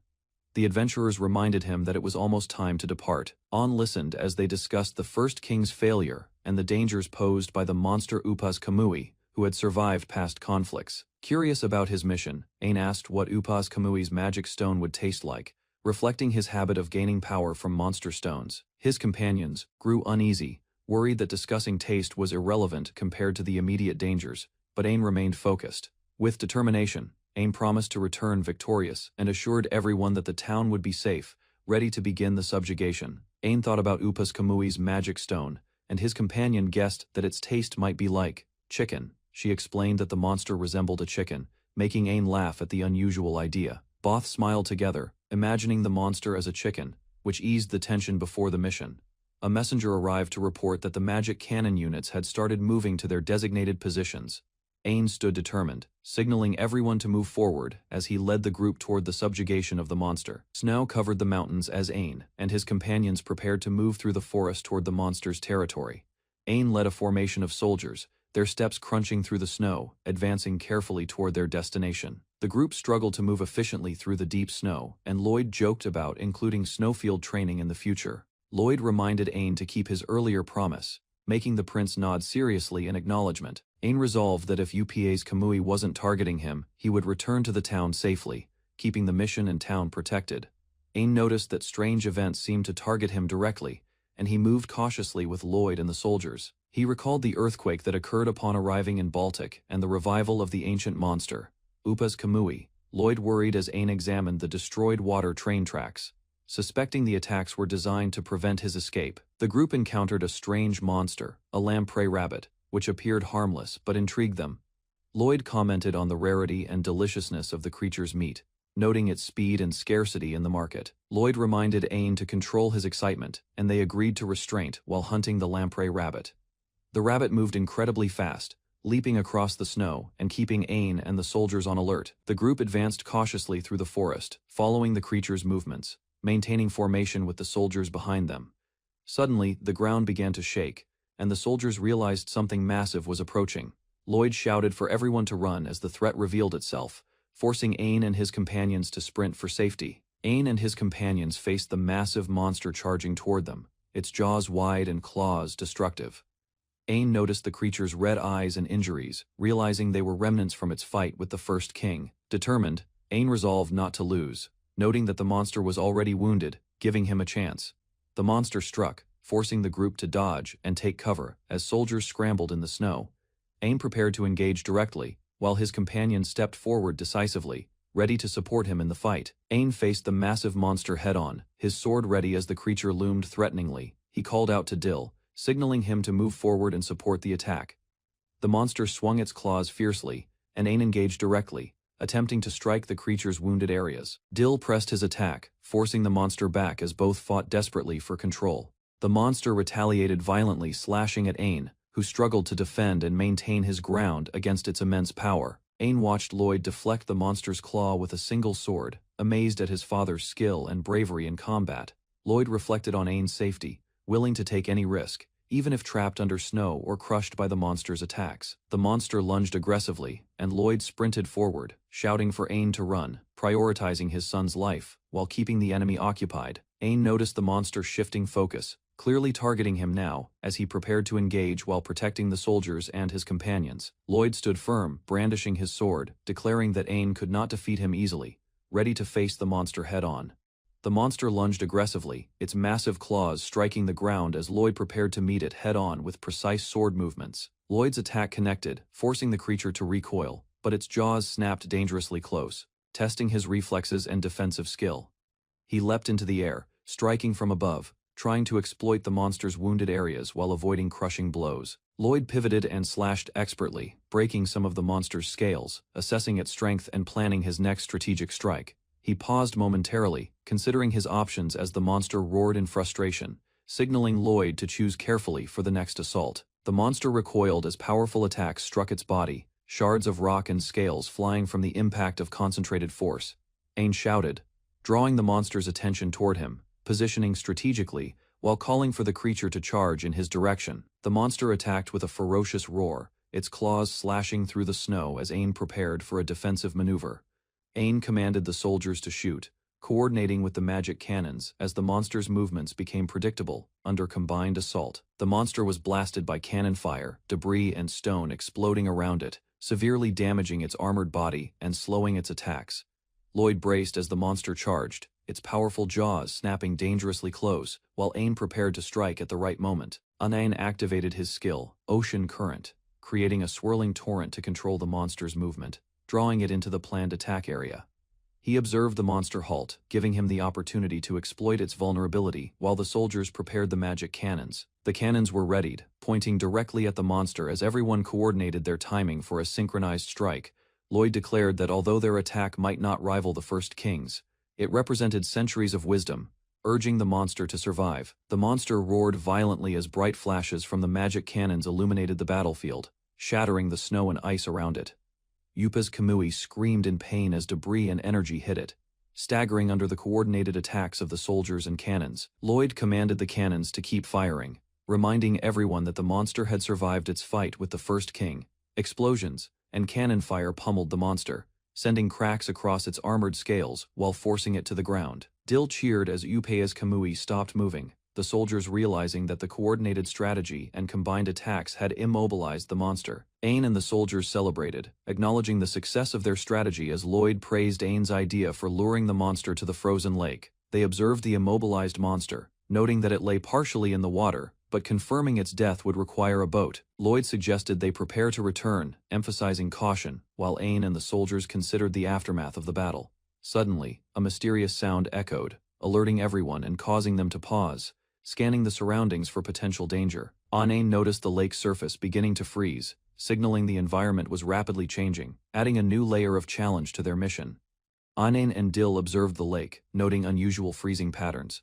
The temperature change and sunset might have caused the ice, but something felt unnatural. Ain realized the freezing rate was abnormal, spreading faster than expected, signaling that Upas Kamui might still have latent power within the ice. Ain shouted for his companions to stay alert. The battle wasn't over yet, and the monster could rise unexpectedly, requiring constant vigilance. Through the cracked ice, Upas Kamui stirred, revealing it had survived the previous attacks, a formidable survivor against even the First King's assault. Ain walked confidently through the courtyard, passing knights who were on guard.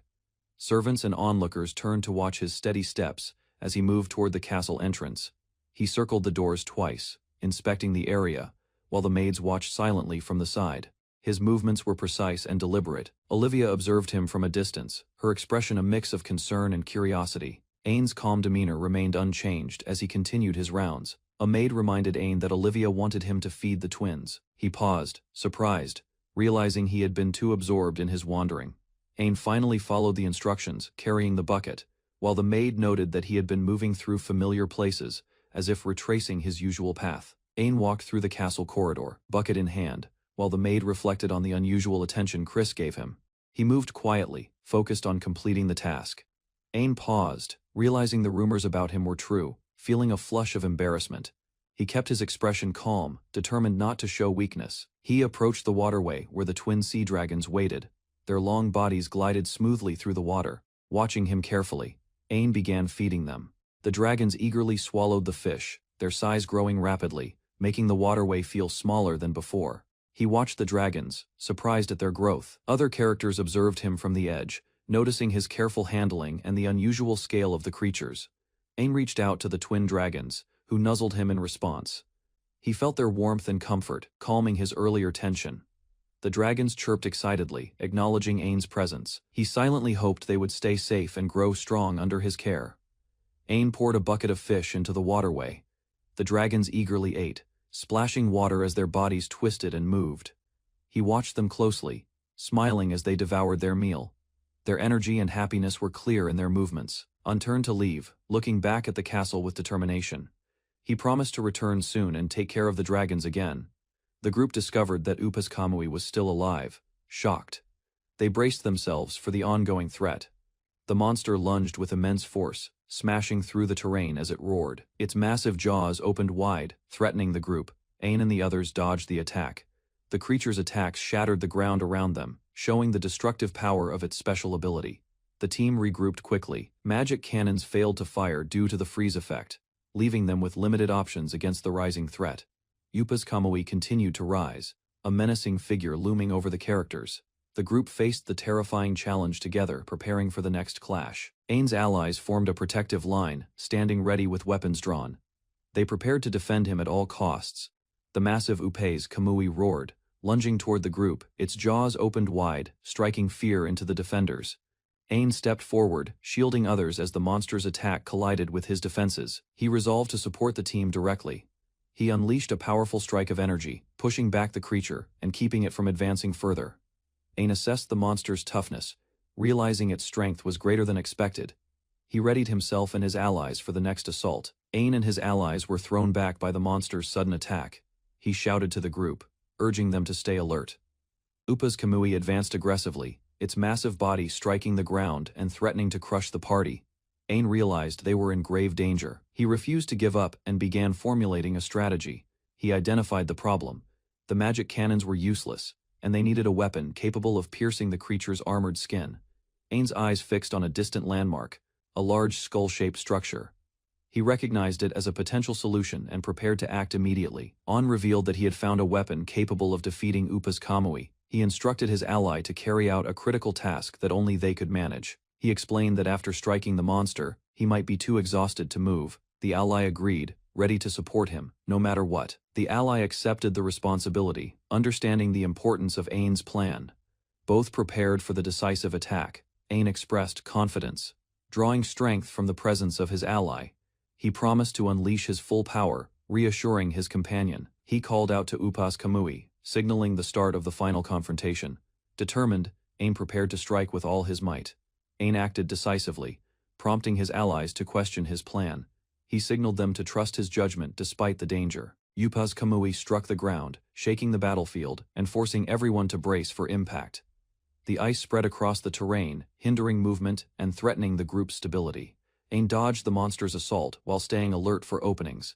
He analyzed the enemy's patterns carefully. The monster charged toward him, and Ain leapt into action, ready to implement the strategy that would turn the battle in their favor. Ain spotted the large skull-shaped structure in the distance. He sprinted toward it, preparing to use it against Upas Kamui. Thick fog enveloped the battlefield, making it difficult to see. The monster roared, sensing movement through the haze. Ain called out, signaling his position to the monster. He used the fog strategically to confuse Upas Kamui. The creature lunged toward him, its massive body crashing against the ground. Ain dodged nimbly, staying focused on his plan. He swung into action, targeting the monster with precision, and using his surroundings to gain an advantage in the chaotic fight. Ain declared victory over Upas Kamui, standing confidently as the monster faltered under his attack. The creature's massive jaws broke apart, showing signs of defeat. Ain's precision had struck true. The battlefield shook as the monster collapsed, leaving cracks and debris in its wake. Ain remained alert as the monster struggled, ensuring the fight was truly over before lowering his guard. He summoned the support of his ally, ready to finalize the victory, their combined strength overwhelming the foe and securing the battlefield. Ain held onto the massive weapon as the monster strained beneath him. He prepared for the final decisive strike. The monster fell, its enormous body crashing against the ground. Dust and debris filled the battlefield. Shattered fragments of the creature's skull and body littered the area. Ain remained vigilant, ensuring it would not recover. He observed the defeated monster, noticing subtle movements that hinted at its immense life force. Ain discovered a glowing magic stone within the creature. Its energy radiated power, confirming that the monster had contained a rare magical essence. Ain prepared for the final strike, determined that this would end the battle once and for all. He brought down the massive weapon, shattering the monster's remaining defenses. Upas Kamui fell completely, defeated at last. Ain landed safely, breathing heavily. He surveyed the battlefield, ensuring the monster could no longer threaten anyone. He examined the magic stone, noting its energy, and deciding to inform Klon of its discovery. Ain's ally approached and carried him, offering support. The battle was over, leaving them exhausted but victorious. Ain finally rested, exhausted from the battle. His eyes closed as he felt relief and calm after the intense fight. His allies carried him carefully, ensuring his safety. They moved past the defeated monster and toward the castle, signaling the end of the conflict. The skull-shaped battlefield stood silent, a testament to the monster's defeat. Ain slowly opened his eyes, staring at the ceiling above. The morning light barely reached the room, leaving a quiet stillness around him. He realized he was lying in a large bed at an unfamiliar inn. Memories of recent events came back as he recalled Dill carrying him here. Klon appeared nearby, holding a book. She watched him carefully, explaining that he had been unconscious and asking how long he had been out. Ain learned he had slept through the entire day. Klon guided him gently, checking if he was awake or dreaming. As Ain confirmed he was conscious, Klon leaned forward and kissed him on the cheek, surprising him with the unexpected gesture. Ain was startled as Klon suddenly embraced him, pressing close and expressing how worried she had been. He apologized for causing her concern, and Klon reassured him that she understood, and was relieved he was safe. Klon handed Ain a letter that had arrived while he was asleep. He hesitated, reluctant to read it. Ain read that the king recognized his actions as necessary, so he would not face punishment this time. Relief washed over him, and Klon smiled. The letter also granted him permission to participate in an investigation of the former Demon Lord's territory, opening a new chapter in his journey. Ain reviewed the letter Klon had given him and smiled. The recognition from the king was likely due to the detailed report he submitted. Klon reminded him about absorbing Upa's Kamui's magic stone. Ain checked his status sheet and noticed a new skill had appeared, though the numbers stayed the same. The new skill was Ice Dragon, surprising Klon. Ain admitted that his prediction about the magic stone's effect had been wrong. Despite the unexpected result, Ain found the stone remarkably tasty, comparing it to a steak, which made him excited about future stones. Klon laughed at his energy and enthusiasm, watching Ain animatedly discuss his newfound abilities as the afternoon sunlight filled the room. 2 days later, snow covered the mountains, signaling the start of a cold, harsh journey. A group of knights and Ain advanced through the snowy forest, mindful of the dropping temperature. Ain insisted he was ready, confidently claiming he could face an ocean dragon if it appeared. The knights discussed Ain's sudden readiness and his remarkable improvement since waking from his long sleep, sharing their surprise at his strength. Ain's aura radiated more power than before, refined by the fight against Upa's Kamui, and the adventurers acknowledged his growth with awe. Ain spoke to the adventurers, sharing that many believed he had the potential to surpass the first king, leaving the group surprised. Although the knights found the statement extreme, Ain could understand the sentiment, prompting laughter and playful disagreement among them. Suddenly, a large, unusual creature appeared from the bushes, catching Ain and the knights off guard as it sought food. The creature bolted, startling Ain, who realized it was after its own dinner, creating a chaotic but amusing scene. Dill offered to hunt the creature, but the adventurers corrected him that it wasn't typical food. Ain laughed, recognizing the strange situation with a mix of excitement and confusion. Ain led the adventurers, announcing they would move toward the former Demon Lord's territory, while one knight decided to report progress to Klon. The group laughed as the older knights expressed relief and joy seeing Ain enjoying the journey despite the harsh conditions. Ain marched forward through the snowy forest, observing the terrain carefully while the knights followed closely, their breath visible in the cold air. One of the knights sensed a presence watching them from the trees, warning the group but noting it likely wouldn't attack. Ain spotted the presence briefly before it vanished, wondering if it was a monster or some other mysterious creature, keeping the group alert. Ain and the adventurers prepared to enter the former Demon Lord's territory, remaining vigilant for any threats. From a distance, they spotted the ruined lands, with Ain realizing they had arrived at the desolate former Demon Lord territory. The group looked over the devastated city, the destruction stretching as far as the eye could see, with a looming fortress in the distance. The adventurers examined the structures, noting that the buildings resembled their own cities, despite the decay. Ain sensed the land's strange quiet.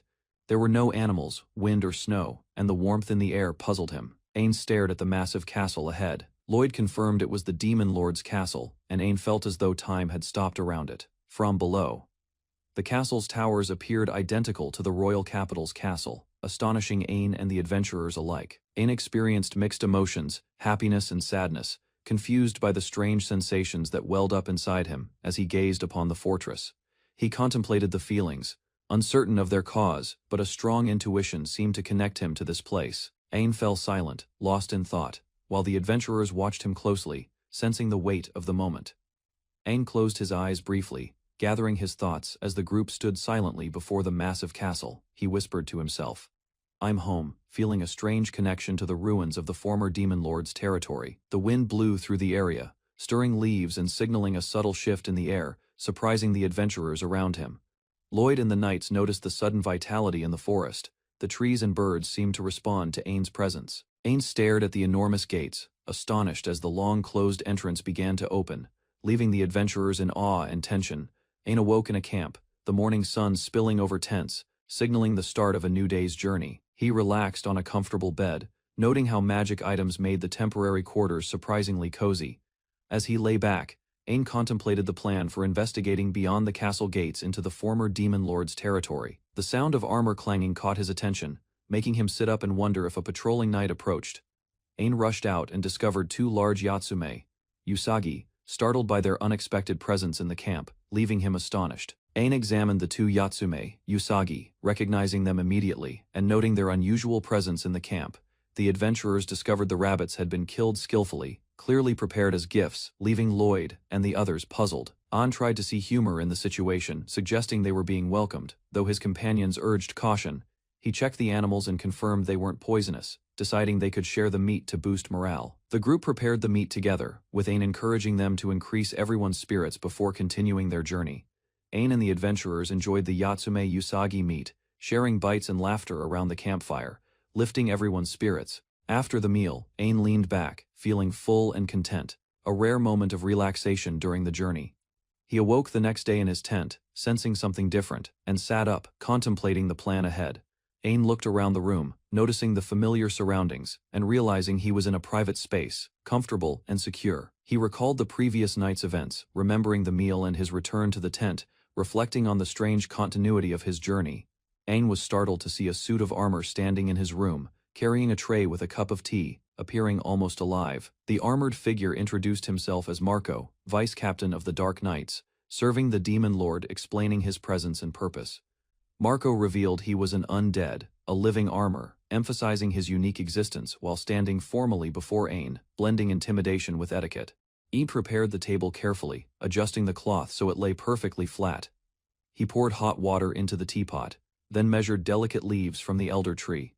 The tea was set in fine cups, and Ain stepped back, ensuring everything looked proper. Christina sat across from him, surprised by the meticulous arrangement, while Ain gestured toward the seat. He explained that the leaves came from a 1,000-year-old tree, treating the tea with care, and Christina silently marveled at his politeness and attention to detail. Christina asked why she had been brought there, and Marco introduced himself calmly, insisting she drink the tea first, before any explanation.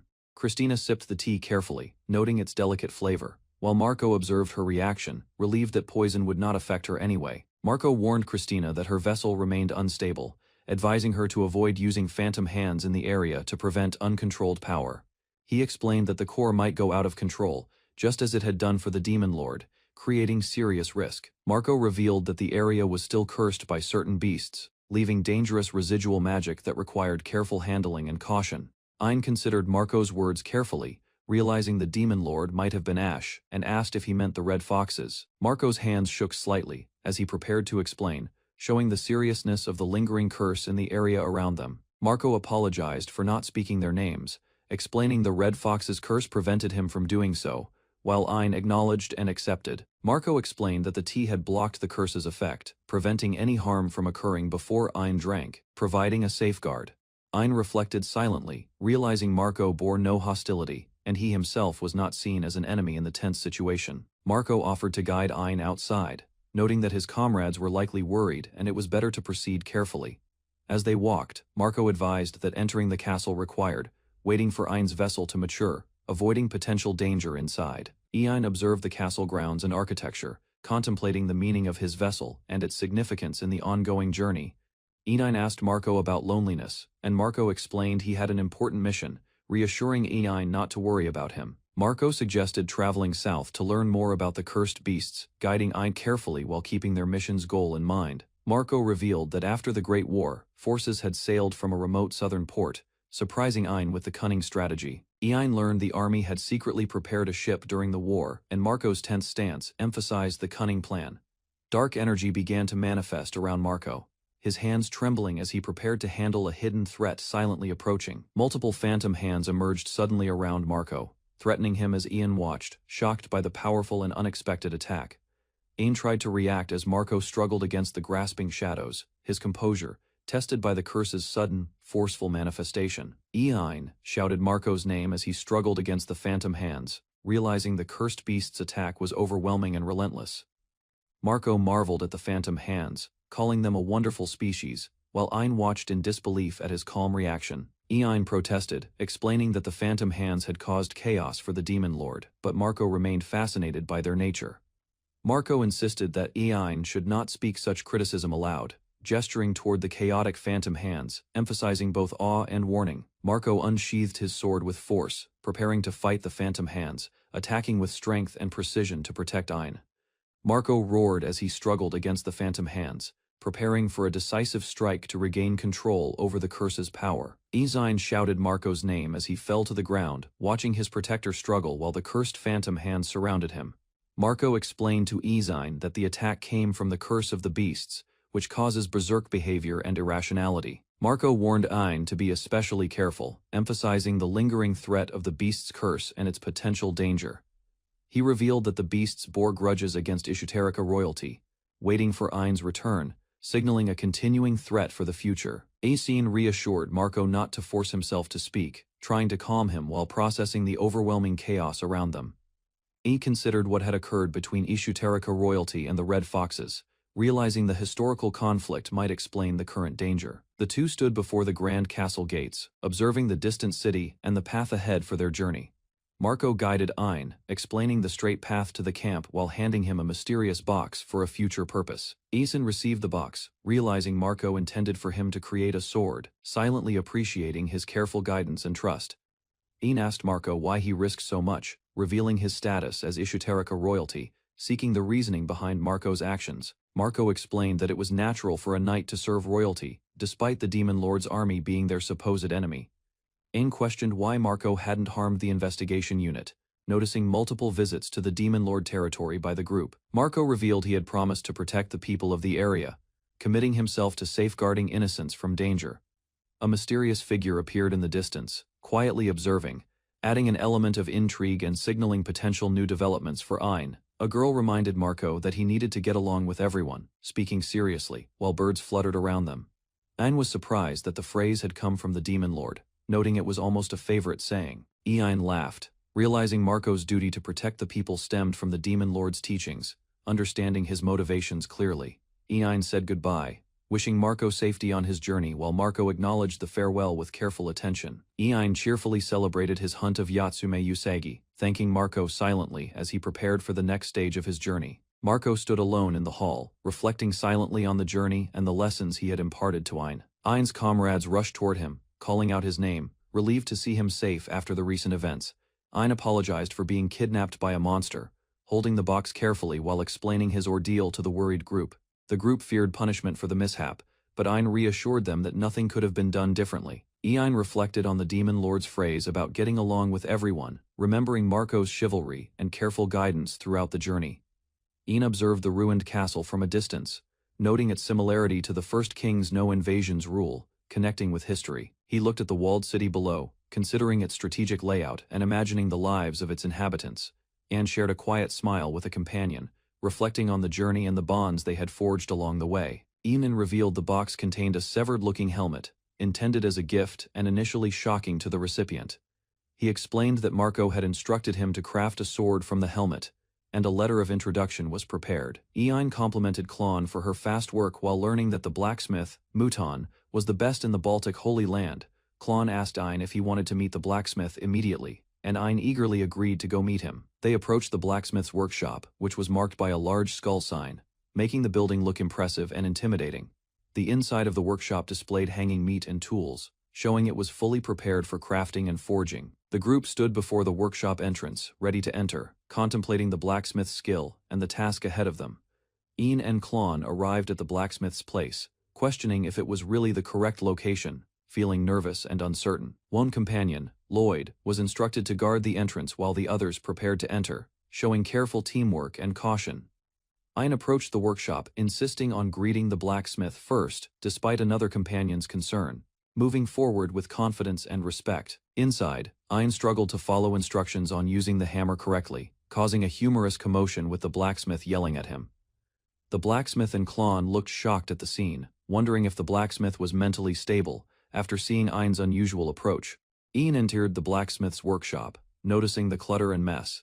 Despite the untidy surroundings, he remained calm, observing the tools and materials around him. Blacksmith Mouton complained about the lack of customers over the past 3 years, while student Amy watched, curious about the newcomer.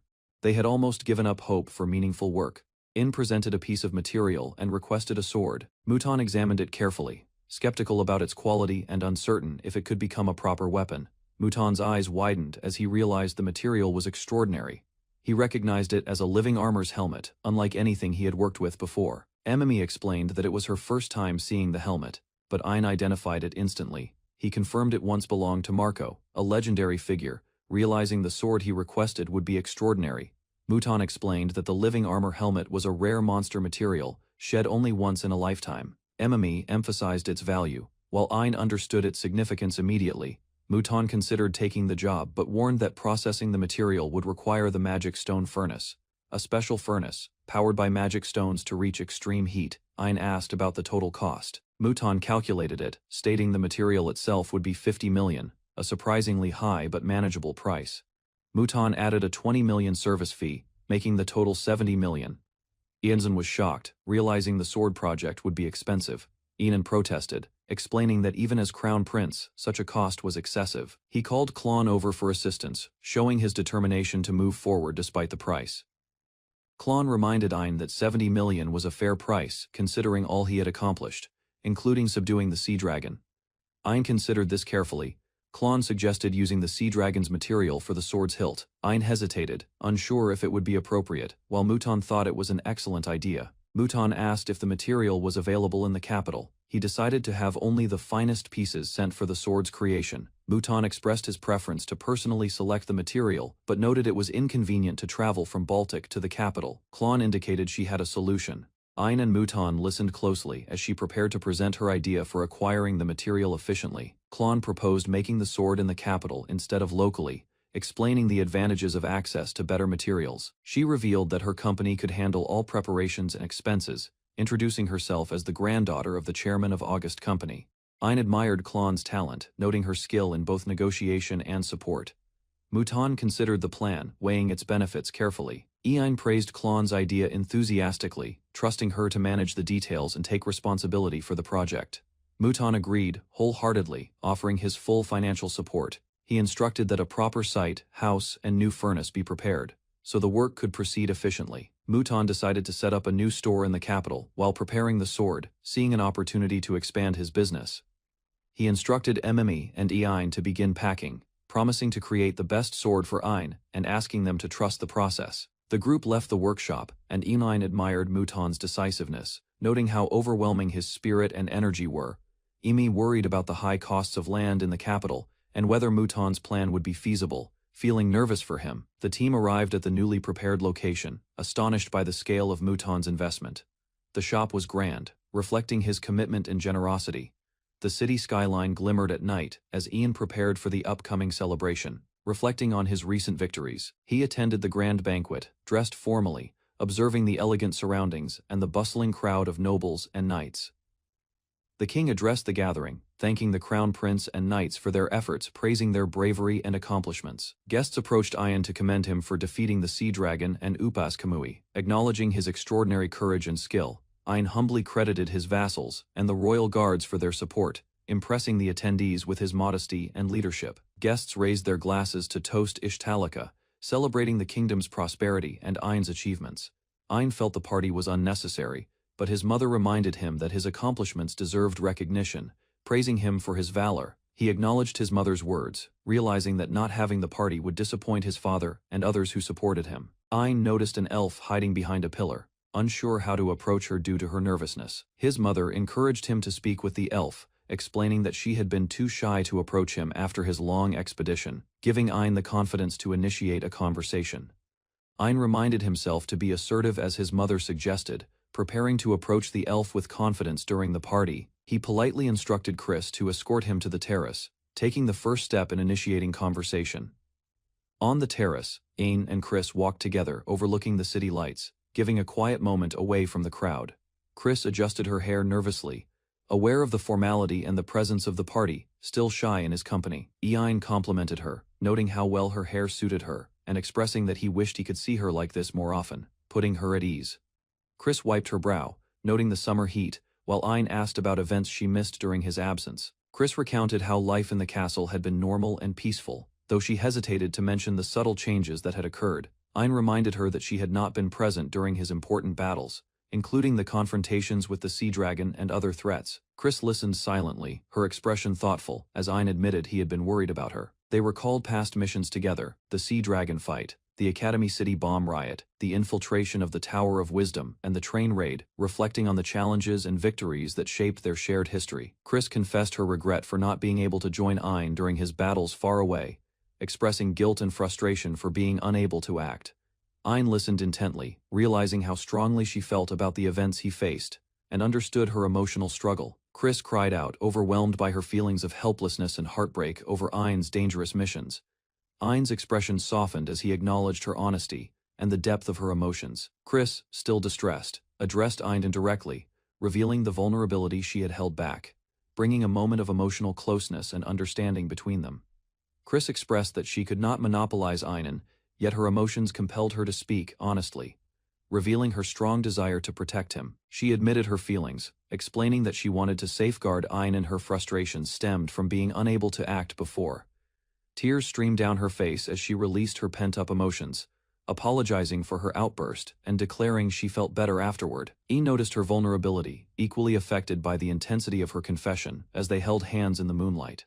Chris turned away, overwhelmed, while Ain's determined gaze showed he understood her feelings, solidifying a silent bond of trust and protection between them. Ain held Chris's hand gently, surprising her, as he reassured her that he understood her feelings and position as a marshal. He acknowledged the restrictions imposed on her, but expressed his desire to protect and care for her regardless of her role. Chris cried, relieved to release her pent-up emotions, apologizing for being overly emotional, yet feeling lighter and more at ease. Ain remained calm, trying to understand why she cried so intensely, realizing the depth of her concern and affection. Chris turned away, overwhelmed by her emotions, as Ain quietly processed the intensity of her feelings. He spoke decisively, preparing to address the accumulated rewards and recognition, promising to ensure she received the acknowledgement she deserved, strengthening their bond. Ain stood before the royal council in the quiet of the night, the moon casting shadows across the grand hall. He bowed respectfully to his grandfather, ready to discuss the rewards he had earned through his recent adventures. Chris watched silently, her eyes filled with concern as Ain prepared to make his request. The king allowed Chris to be present, ensuring she witnessed the moment, while Ain remained composed. Before naming his own reward, Ain considered carefully, aware that the decision would shape his next path. Ain requested that a reward be given to Lloyd Glacier for his contributions. He explained that Lloyd had risked his position to allow Ain to leave the castle during the Sea Dragon rampage, and had ensured victory against Upa's Kamui without casualties. Ain wished for Lloyd to be reinstated as marshal, highlighting the fairness of honoring his efforts. The king acknowledged Lloyd's achievements, even though the marshal position was currently held by Chris. Ain understood that if Lloyd became marshal, Chris would need to step down, but he accepted the necessity of rewarding true merit. Ain announced that he wanted to use all the rewards to reinstate Chris as his mother's and his personal bodyguard. The king reacted in surprise, questioning the removal of the current marshal to reinstate the former. Ain stood firm, aware that such a change was not trivial and required careful consideration. The king's expression grew stern, warning Ain to stop talking nonsense. Warren tried to intervene, but Ain remained resolute, focused on honoring Chris's past loyalty and service. Ain addressed the council firmly, telling them to wait, and that he was speaking directly with the king. The king felt the pressure of Ain's presence, recognizing his authority and resolve. Ain explained that his request, though unusual, was for the greater good of Ishtalika. He argued that Lloyd could only use his full power as marshal, and Chris's skills suited personal protection. The king acknowledged that Ain's reasoning was sound, understanding the strategic benefit for the kingdom and its leadership. Olivia commented that Ain's plan made sense, even if he was forceful in presenting it. The king's expression shifted with hesitation and contemplation, weighing the consequences of Ain's request. Ain ordered Warren to prepare the necessary paperwork to reinstate Lloyd as marshal, surprising everyone in the council.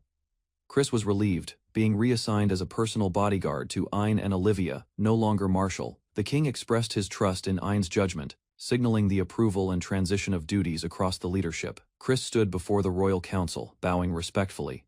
The king and queen smiled warmly as they formally accepted his service. As he turned, a young noblewoman watched him quietly. Chris's expression softened, acknowledging her presence without words. Later, in the palace corridors, the noblewoman thanked Chris for staying late to guide her safely. He reassured her with a gentle smile, waving off her concern. She apologized for making him use all his rewards on her behalf. Chris shook his head calmly, saying it was fine. Finally, he smiled brightly, explaining that helping her was exactly what he wanted. Relief and surprise spread across her face as the moment of trust and friendship deepened. Chris walked through the castle, greeted by memories of his childhood. The noblewoman reflected on how much he had grown since he was a little boy, her heart quietly racing at the sight of him. She looked down at his feet as he approached, noticing the changes in his stature. Chris noticed her glance and smiled gently, acknowledging her attention. He joked that he might grow taller than her one day, raising his hand to measure his imagined height. The noblewoman's eyes widened slightly, taken aback by his confident, playful tone. Chris stepped a little too close, and she flustered, quickly regaining her composure. He apologized, but she reassured him it was fine, though her cheeks were tinged with red, gathering courage. She made a quiet request for him to continue staying by her side from now on. Chris listened with a calm, warm smile. The noblewoman shouted passionately, demanding Chris call her by her name. Her voice echoed through the grand hall, filled with determination. Chris raised his hands, trying to calm her.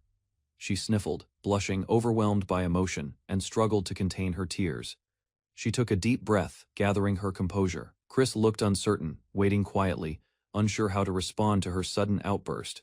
Chris smiled warmly, expressing his excitement to work with her the next day. She froze, captivated by his gentle, sincere words.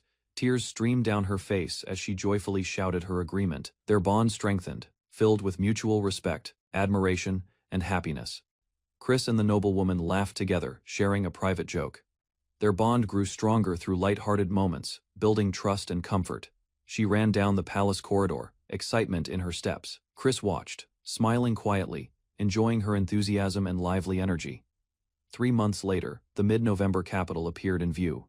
The city bustled with life, signaling a new chapter in their journey. The harbor displayed a dragon skeleton atop a building. Ships rested in the water nearby, marking the city's unique character. Inside, a workshop, Chris and the noblewoman joined allies. Discussions and preparations filled the space, planning their next adventure carefully together. Chris and his companions stood respectfully before the nobleman. Apologies were exchanged as the group waited, anticipation building for the event. A magnificent sword lay in a display case. Its craftsmanship gleamed, reflecting pride and dedication. Clearly the artisan's finest creation. Chris lifted the sword carefully. It trembled slightly, signaling loyalty. The blacksmith explained the sword was uniquely attuned to him. Chris swung the sword experimentally. It followed his movement smoothly, responding naturally, as if attuned perfectly to his intent and skill. The noblewoman and companion admired Chris's elegance. He thanked them both. Their smiles reflected satisfaction, approval, and a shared sense of pride. Chris examined the sea dragon's spine carefully. The noblewoman asked how tough it was, curious yet confident about his skills. Chris hesitated, considering the strength of the material. Though confident in the blacksmiths, he doubted whether the sword could break it. He tapped the sword lightly against the spine, testing its response. First, precision and caution guided his careful, deliberate movements. Everyone watched with astonishment. Chris's strike caused the spine to crack, surprising all present at how easily it responded. Chris marveled at the texture. The spine cut smoothly with minimal effort, leaving everyone amazed at the sword's exceptional sharpness. The companions cheered loudly, amazed by Chris's skill. Even the blacksmith admitted he couldn't comprehend the sword's performance, despite creating it. Chris considered naming the sword. The blacksmith requested the nobleman choose a name, hoping for a title that matched its elegance. Looking out the window, Chris reflected. He hoped to meet Marco again to decide on the sword's final name soon. A sudden accident in the workshop caused a crash. The noblewoman fell, hurt by the broken materials scattered across the floor. Despite her fall, she reassured herself, repeating that Chris was a wonderful person. Her admiration and gratitude filled her thoughts endlessly. The noblewoman struggled in the workshop, smoke and debris surrounding her. Her determination and effort persisted despite exhaustion and chaos. Chris's armor emitted flames. The ancient knight struggled, his power uncontrollable, yet he endured, resisting centuries of confinement and restraint. Chris reflected on the knight's mission. He knew the knight's service would continue until the destined person returned to this land. Night fell. The knight resisted another day, enduring darkness and hardship, fighting against time and circumstance with unwavering persistence. The knight Marco received acknowledgement.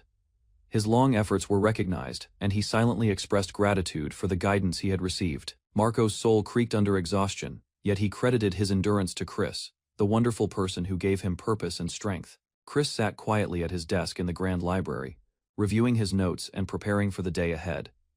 Katima, always cautious, approached him nervously, unsure if his intentions were harmless. Chris reassured her with a calm smile, easing her tension. Meanwhile, a young dryad spread her roots during the night, accidentally ensnaring passers-by, almost taking their magic stones in the process. Chris explained that no harm was done, while the dryad realized she had matured by spreading her roots.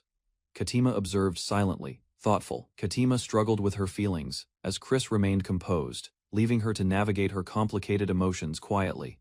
Chris received a letter from the king, delivered through his friend, signaling an important duty. He learned he was to attend the anniversary of the previous king's death, a responsibility now his as an adult. Katima and his companion explained the significance, noting the cemetery his grandfather always visited. Chris reflected on the weight of his future role. The group traveled through the lush surroundings, moving silently as Chris considered the meaning of his new position. At the cemetery, Chris and the others approached with flowers, honoring the past while facing his responsibilities as the future king of Ishtalika. Chris followed his mentor to the cemetery of the previous kings, learning its significance for Ishtalika. He gazed at the grand gravestone of the first king, King Jael, contemplating the legacy he now inherited. His mentor reminded him that it was the death anniversary of his father, the previous king, and instructed him to follow carefully. Chris lifted his sword to chest level, preparing to perform the proper ceremonial bow. He bowed solemnly, touching the sword to his forehead, honoring his father and embracing his duty as the future king. Chris held his sword as a sudden light burst forth, surprising his grandfather and companions. He explained that the sword reacted to human bones, its glow caused by undead materials in the blade. His grandfather laughed heartily, reassured that his father's remains were safely buried and untouched. Chris took a moment to ask a serious question, seeking wisdom from his grandfather about leadership. He finally asked, "What is the caliber of a king?" Reflecting on the responsibilities he must now carry, Chris admitted to his grandfather that he had begun to ponder the meaning of the caliber of a king. He explained that the phrase had piqued his interest recently, prompting him to seek understanding. His grandfather defined it as the ability to control the life and death of one's people. Chris realized the weight of a king's words and how a self-centered ruler could never be worthy. His grandfather advised him to think carefully, reminding Chris that he had all the time in the world to prepare for the responsibility. Chris and his grandfather returned inside to avoid the cold, walking side by side through the castle gates. Later, Chris stood alone in the hall, contemplating the empty throne and the weight of his future role. He reflected silently, realizing that becoming a king meant more than titles or admiration. It required responsibility. His grandfather's words echoed in his mind. A self-centered person would never be worthy of the crown. Chris reviewed his past actions, worried he might have done wrong, yet understood that his admiration for the first king had guided his choices. Chris reflected quietly, admitting he might be a self-centered person and unsure if he could be a true king. Katima approached, reminding him of the dangers that remained and offering guidance as he wrestled with his doubts. Chris nervously approached her, and she acknowledged him with a gentle gesture, offering silent reassurance. They placed their hands together, a shared moment of trust and connection. Katima dedicated her magic stone to Chris, symbolizing her support and belief in his ability to grow and lead. Chris was startled as Katima placed her hand over his, initiating a moment of connection. She invited him to place his hand on her chest as well, deepening the gesture of trust.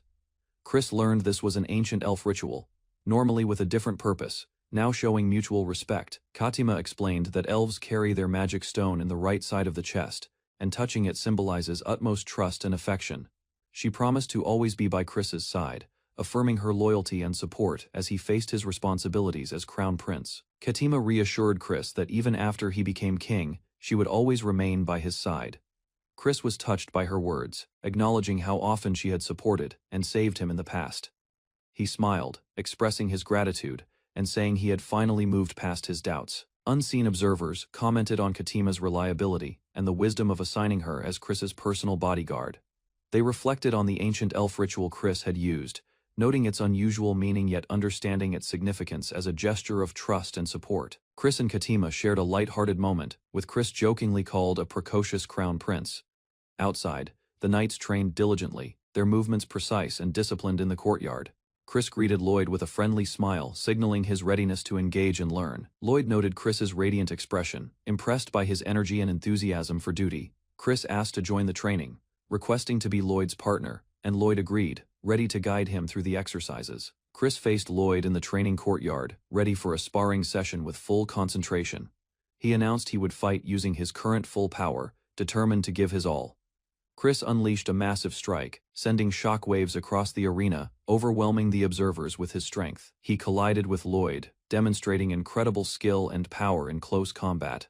The clash shocked Lloyd, who realized Chris's true potential and the growth he had achieved through training and experience. Chris unleashed a powerful strike, sending debris flying toward Lloyd and his training companions. The force of his attack shook the arena, forcing the onlookers to brace themselves against the shockwave.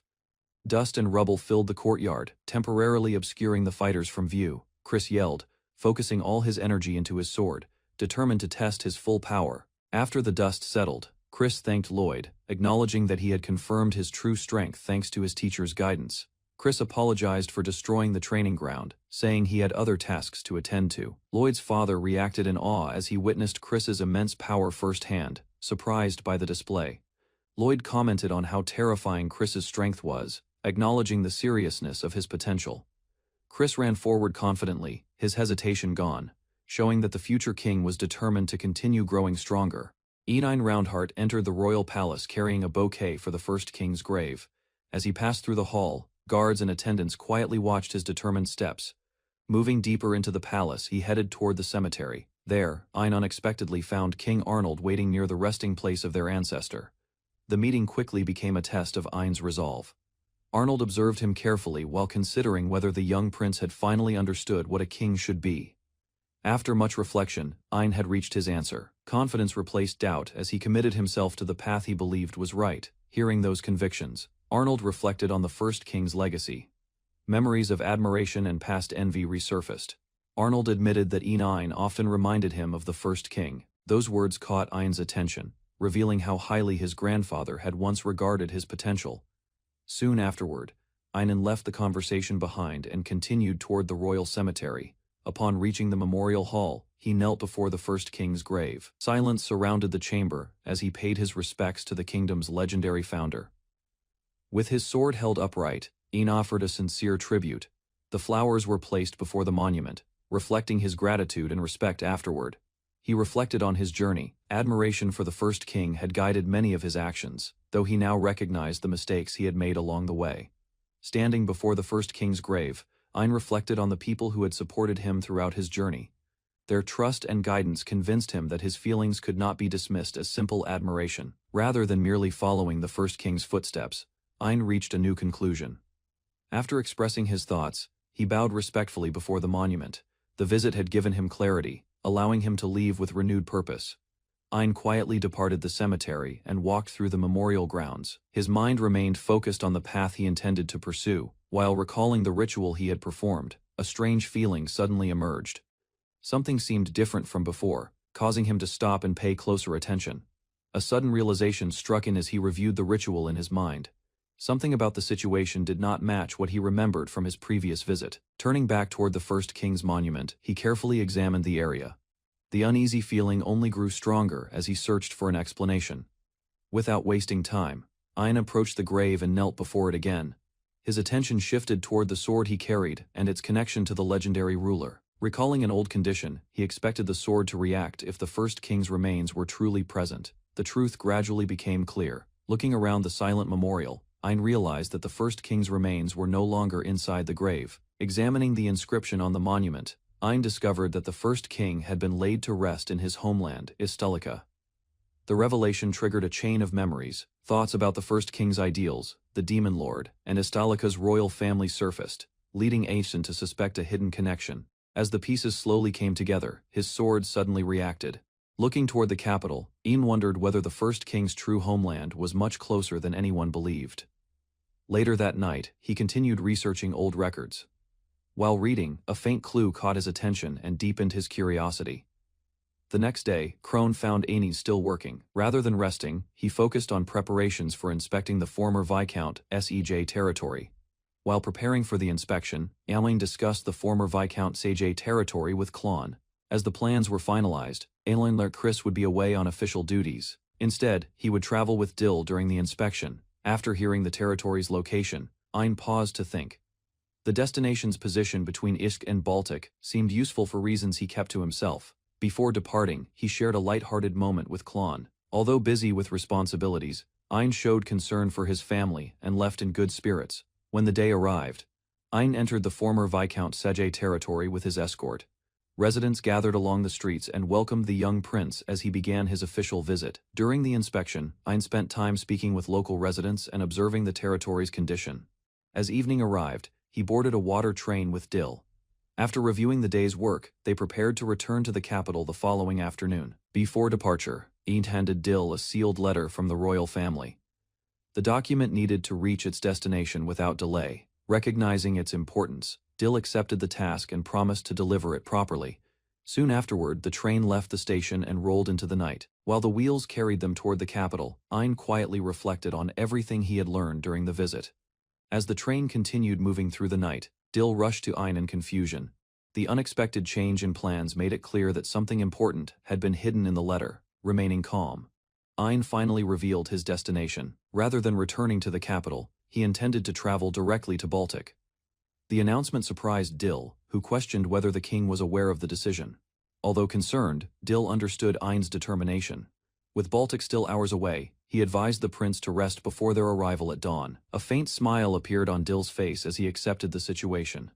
Knowing Ain's stubborn nature, he realized that nothing would change the prince's course. The tense atmosphere inside the train gradually eased.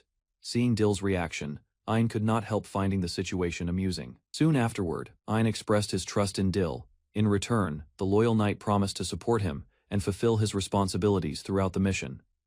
As the train crossed a long bridge during the night, Ain finally rested. The exhausting events of recent days quickly pulled him into a deep sleep. A strange voice later disturbed his rest. Expecting to have arrived in Baltic, Ain woke up confused before suddenly feeling a sharp tap against his head. Rising from the grass, he found himself facing an unfamiliar long-haired man wielding a sword before Ain could understand the situation. The mysterious figure declared his intention to train him. Ain's eyes widened in shock as he finally recognized the two mysterious figures before him. The swordsman was Dullahan, while the woman beside him was an elder lich. Confusion filled his mind as he wondered why his body had changed, and why Ramza and elder lich had appeared. A calm introduction followed. The woman revealed herself as Misty, while the man allowed Ain to call him Ramza. Misty explained that his body had not been taken over. Meanwhile, Ain noticed unfamiliar armor covering him as Ramza urged him to focus. Ramza lent him the armor, stressing its importance for survival. Surprise spread across Ain's face as he examined the powerful equipment. Rather than accepting praise, Ramza dismissed the armor as insignificant. His confidence revealed a strength far beyond what Ain had imagined. Despite Ramza's warning, Ain refused to back down. Determination pushed him forward as he charged with his sword raised. Elsewhere, a cat-eared girl observed a strange creature sealed inside a cage. A theory began forming in her mind while the city rested beneath the night sky. Moments later, the monster reacted violently. Energy surged through its body, and its form started changing before her eyes. Soon the transformation was complete. A gigantic bee-like king emerged behind the bars, towering over the small observer. The successful evolution confirmed her expectations and revealed a far stronger creature than before. Nanya reviewed her notes and concluded that monster evolution required consuming higher-grade magic stones. Based on Ain's growth, she believed he had already gathered enough power to evolve as well. Concern quickly replaced excitement. While the city remained quiet at night, Naya worried about what form Ain's evolution might take. Back on the battlefield, Ramza effortlessly overwhelmed Ain and ended the clash. Afterward, Misty healed the young fighter while he reflected on the encounter. Unexpectedly, Ramza stated that Ain lacked talent in swordsmanship, leaving him stunned. Instead of criticizing him further, Ramza praised Ain's dedication and perseverance. After hearing Ramza's evaluation, Misty suggested that he provide practical guidance instead of simple criticism. Ignoring Ain's protests, he treated the young fighter like a student who still had much to learn, standing behind him. Ramza corrected his posture and sword grip. He also instructed Ain to relax and release unnecessary tension step by step. The lesson continued. Ramza explained how proper footwork, balance, and timing were more important than relying on overwhelming power. While following the guidance, Ain experienced an unfamiliar sense of comfort and support, making him wonder what it felt like to have a father. A gentle smile appeared on Misty's face as she watched Ain train under Ramza's guidance. Ramza announced the start of a more serious lesson. The exhausted student quickly realized the training was far from over. Without delay, Ramza prepared to demonstrate a sword technique. He instructed Ain to study every movement and find a way to respond to it. In an instant, the attack was unleashed. Speed beyond Ain's expectations closed the distance before he could fully react. Shock filled him as their blades collided. Although the strike moved too quickly to track, his sharpened senses allowed him to follow its path. Each precise strike forced Ain to focus completely, as he struggled to keep pace with the relentless assault. Rather than retreating, Ain pressed forward. Determination drove him to maintain pressure and seize control of the battle's rhythm. An opening finally appeared with quick footwork. He launched a counterattack and aimed directly at Ramza. Before the blow could connect, Ramza calmly adjusted his position. The experienced swordsman effortlessly avoided the attack while reading Ain's intentions. Moments later, the training came to an end. Ramza stopped the match decisively, leaving Ain exhausted with a clearer understanding of swordsmanship. Relief spread across him as he sincerely thanked both mentors for their guidance. A serious expression crossed Ramza's face. Rather than accepting the gratitude, he revealed that they had summoned Ain for an important request. Ramza asked him to deliver a message if he ever met a swordsman who had learned the same technique. The request carried a deeper meaning than Ain expected. Before he could ask further questions, Ramza's presence began fading away. Silence remained after the farewell. Moments later, Ain awakened from the strange encounter, unsure whether it had been a dream or reality. Ain awoke aboard a ship and learned that the group had arrived in the Baltic region. As memories of his recent experience lingered, he quietly gathered himself. Without wasting time, he set out alongside his companion. Snow-covered mountains stretched across the horizon as their journey began. While searching for their guide, Ain remained confident, despite the dangers that could appear beyond the city. Before long, an unexpected presence revealed itself. A familiar figure emerged from behind a tree, drawing Ain's attention. Hidden beneath the snow stood a loyal knight named Marco. His sudden appearance marked the beginning of a new encounter.